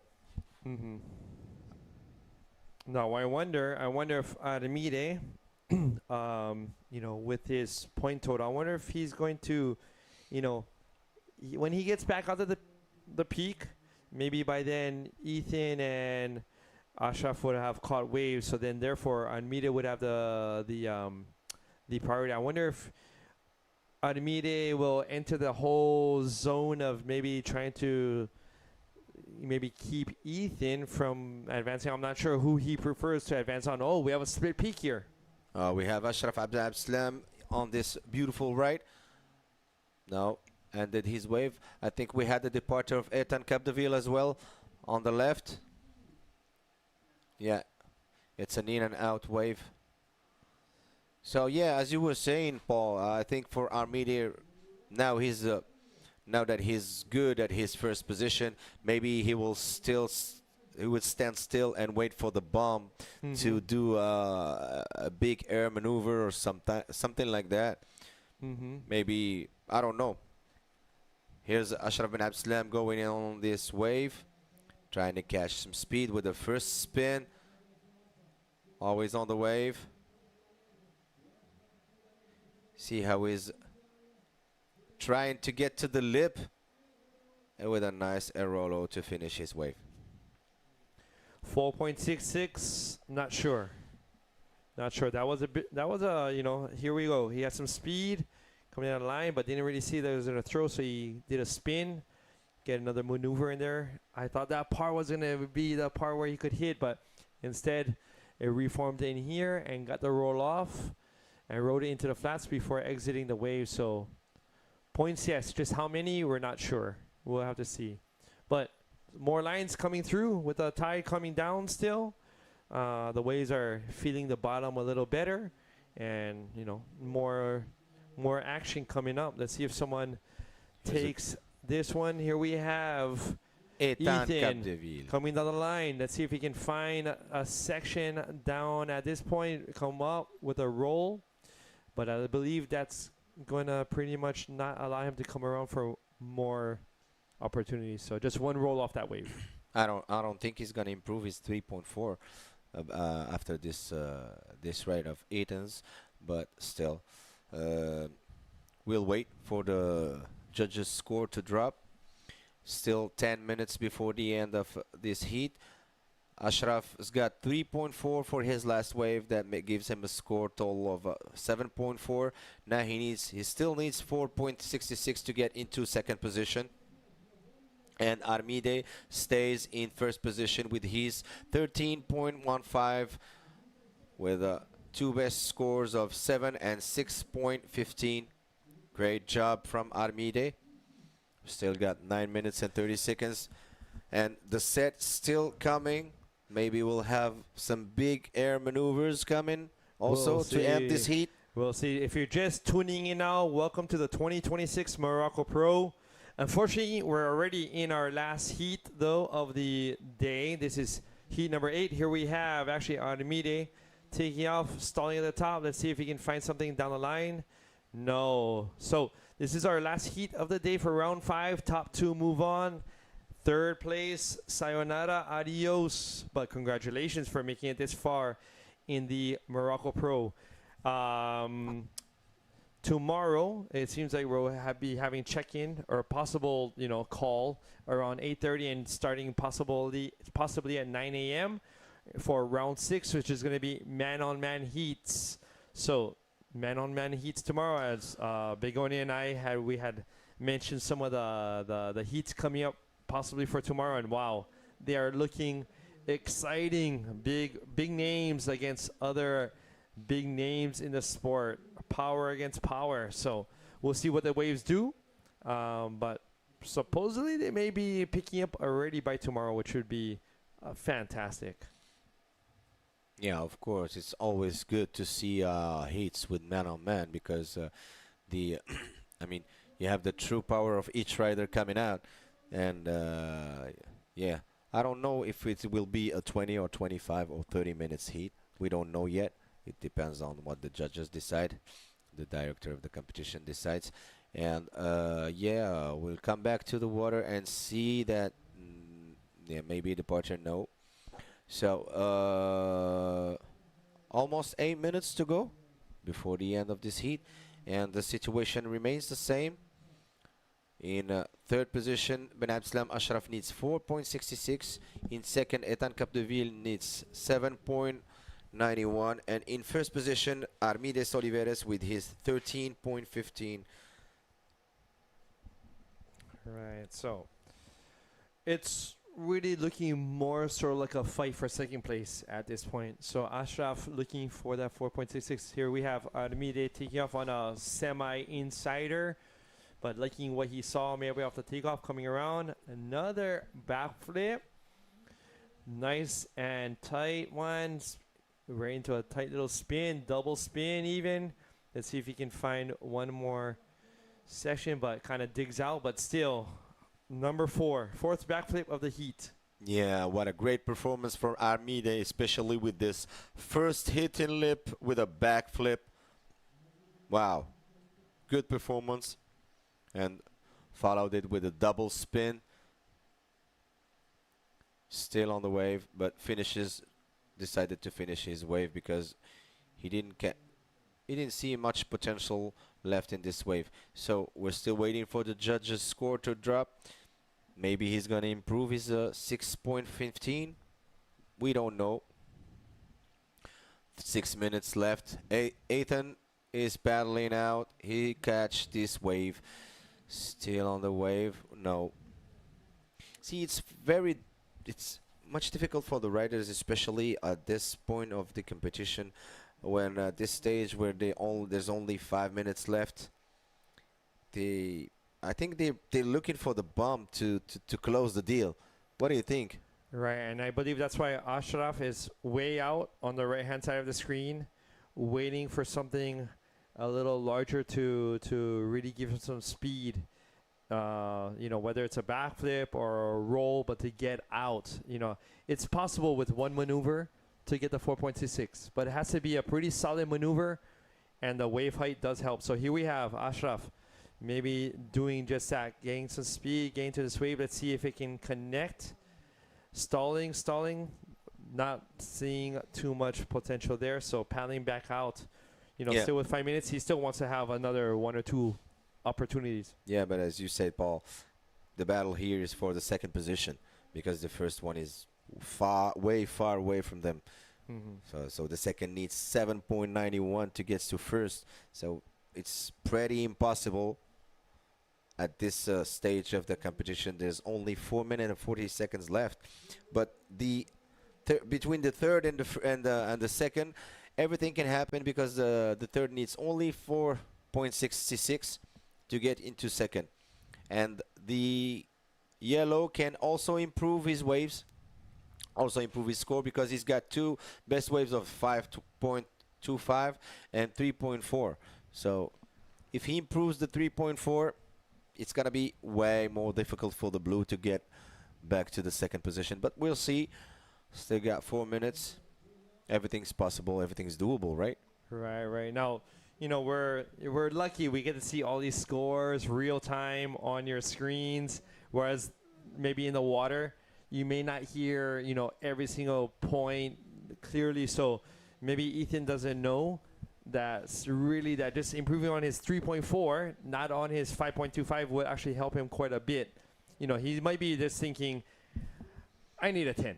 I'm looking for a 10, or I'm looking for a 7. He doesn't know that just with a 3.5 to 4.0, that's going to, help his campaign to make sure solidify his second place.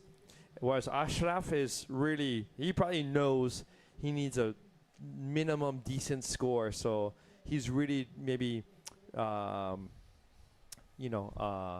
looking for, ones with a wall, quite a bit of wall, Yeah, in of order course, to get because punched out. but still, if Ethan's improves just a little bit his score of 3.4, it's gonna make it harder for Ashraf to get back into second position. So, Right. and Not again, this is what a suspense again in this heat. So we've seen all those heats today. There was a lot of suspense, right? Right. Right at the Until end, the it's last coming minute down. of the heat, last seconds, like for the heat before the last one. Exactly. It was decided at the last wave after the gong. So Oh, here we have a wave. Let's see if anyone's going to take this one. Here we have no takers. It's kind of looking, to be honest, quite soft out there, as Tristan also mentioned in his interview. So, trying to find ones that reach the bottom a little bit better. here's Ethan in this super bright goes for a roll, still on the wave, and finishes the wave. So priority goes now to Armide and Ashraf with the second priority. So for all the newcomers and all the new viewers, we are here watching the last heat of round 5 for today. We are stopping the competition for today, and we are starting tomorrow.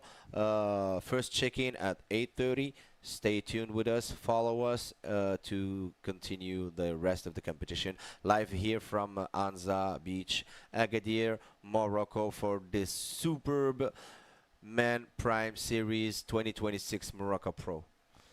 Right. So if you haven't, please subscribe. YouTube subscription is so important in these days for sponsorships, viewers. All these little clicks add up. So here we have Armide using his priority, getting this one.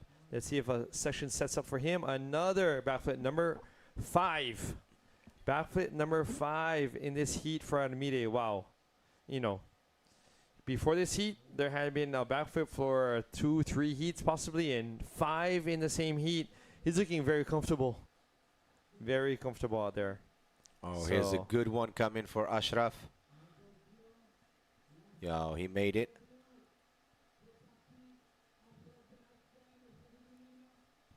Nice right in from Ashraf. He's trying to gain some speed to get to the lip and hit the maneuver with a nice first rollo. We remind you that he needs only 4.66. Maybe, I don't think he's gonna make it with this last wave of his. What do you think about this last one, Paul? Right. Well, actually, Ethan may be solidifying his second place. He did a roll on the outside. It looks like it's going to reform on the inside, coming down the line with another nice roll. But maybe add a little reverse there and take it on in. I'm not sure. Well, one more roll onto the rocks. So careful for your knuckles, dude. Careful for that. There's some sharp ones in there, but Ethan definitely coming into second. So ending that heat, we had Armide comfortably in first place. Oh, let's take a little replay. Yeah, as we can see for the replay of the last one of, I think we're going to see the replay of the last one of the yellow. Yes, it's Ethan's wave. So he started the wave with a nice roll and got to the section, as you can see, trying to catch some speed to get to the lip and hit it with another roll, and still stood on the wave with a nice cutback And here looking for the section, and boom, hit it with a nice super projected rollo, and finishes his with a reverse, and finishes his wave with a spin with a rollo. So the last result for this last heat is Armides Oliveres in first position, followed by Ethan Capdeville in second position, and Ben Abdeslam Ashraf in third position. We'll leave you with a commercial and get back to you as soon as possible. Thank you for watching us. This is the new RRC Concave, built for speed. The quad channel setup offers enhanced control and ensures smoother, more fluid rail transitions. The RRC Concave, now available across our new range.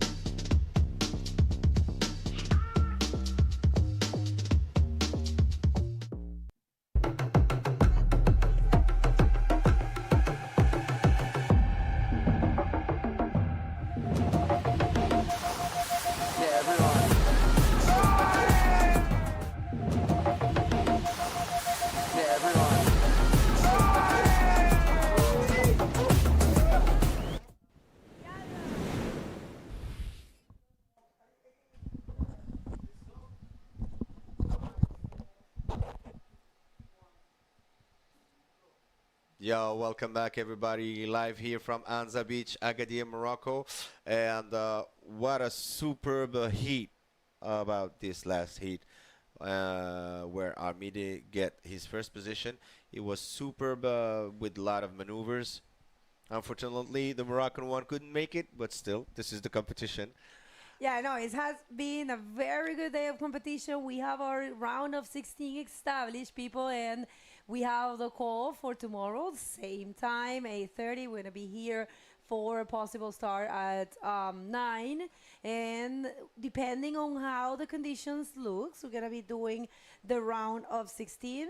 And maybe we carry on with the quarterfinals. That depends on tomorrow. If not, we're going to be back on Wednesday. But let's just do step by step. And tomorrow we're going to be here at 8:30. And do we have an interview? Yeah, we have here Paul ready with Armide for the interview. Paul, can you hear us? The mic is yours. All right, thank you so much, guys. So here I am with Armide, winner of the heat number 8, the last heat of round number 5. And not 1, not 2, not 3, not 4, well, 5 backflips in 30 minutes. I don't know who else can do that. Really, that's got to be a record.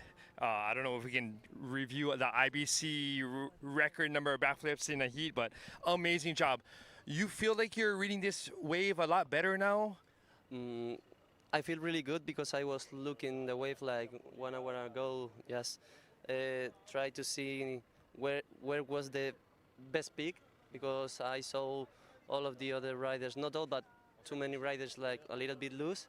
So I tried to focus myself on the best spot to get the best, for getting the best score.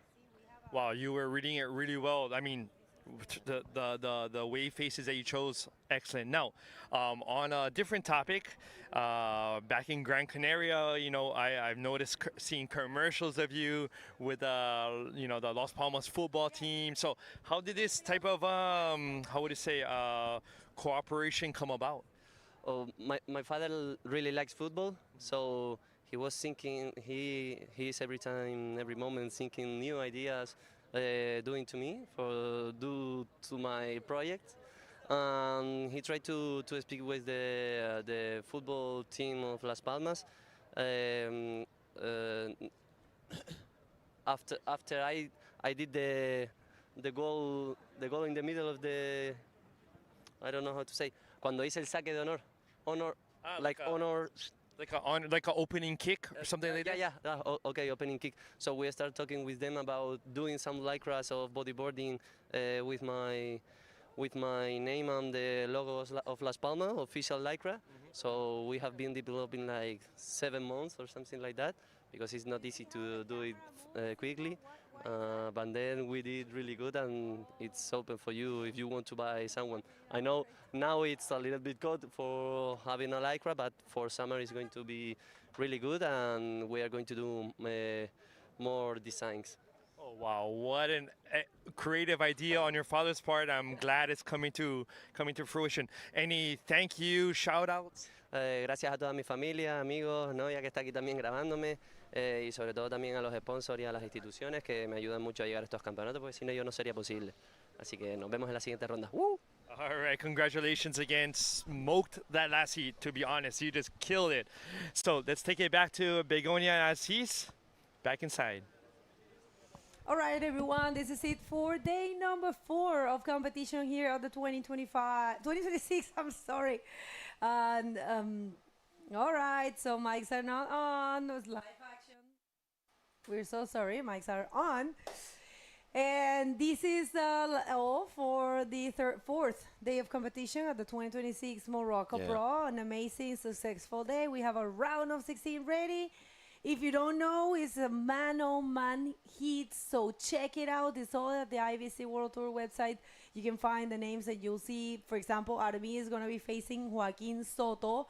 Tristan is going to be against Ethan Capdeville, and so on. There's going to be amazing hits. So thank you, everyone. You want to say anything? Maybe in Arabic? Thank you very much for watching us. Thank you for your support, and thank you for comments, for the good energy that you bring to us to let us make this event greater and greater.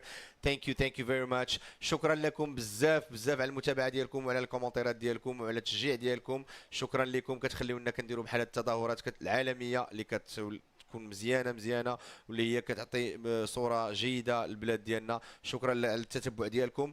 stay tuned with us. غادي نرجعوا غدا ان شاء الله باش نكملوا هاد لا كومبيتيسيون اللي غتكون مان اون مان، اللي غيكون فيها لي بودي بوردر الواعرين ديال العالم tels que Amaury Lavernhe, Pierre-Louis Coste, Yuri Valadao, كاين بزاف. Stay tuned with us, and thank you for all the support that you give us here in the IBC. Thank you very much. See you tomorrow.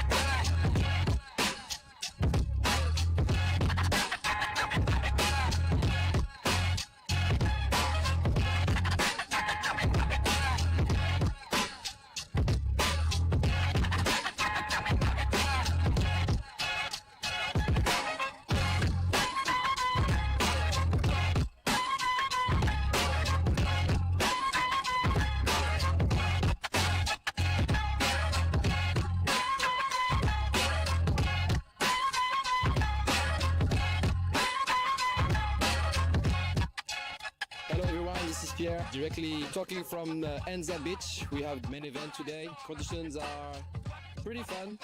The swell dropped quite a lot since yesterday. We have some really clean conditions, some nice wall to work with, and yeah, we're gonna go right after to Renfort, and looks like the conditions.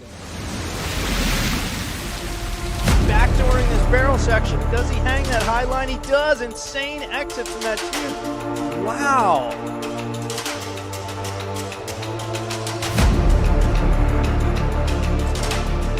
Best results of my life. I make some 5th place. Fuck, fucking dream.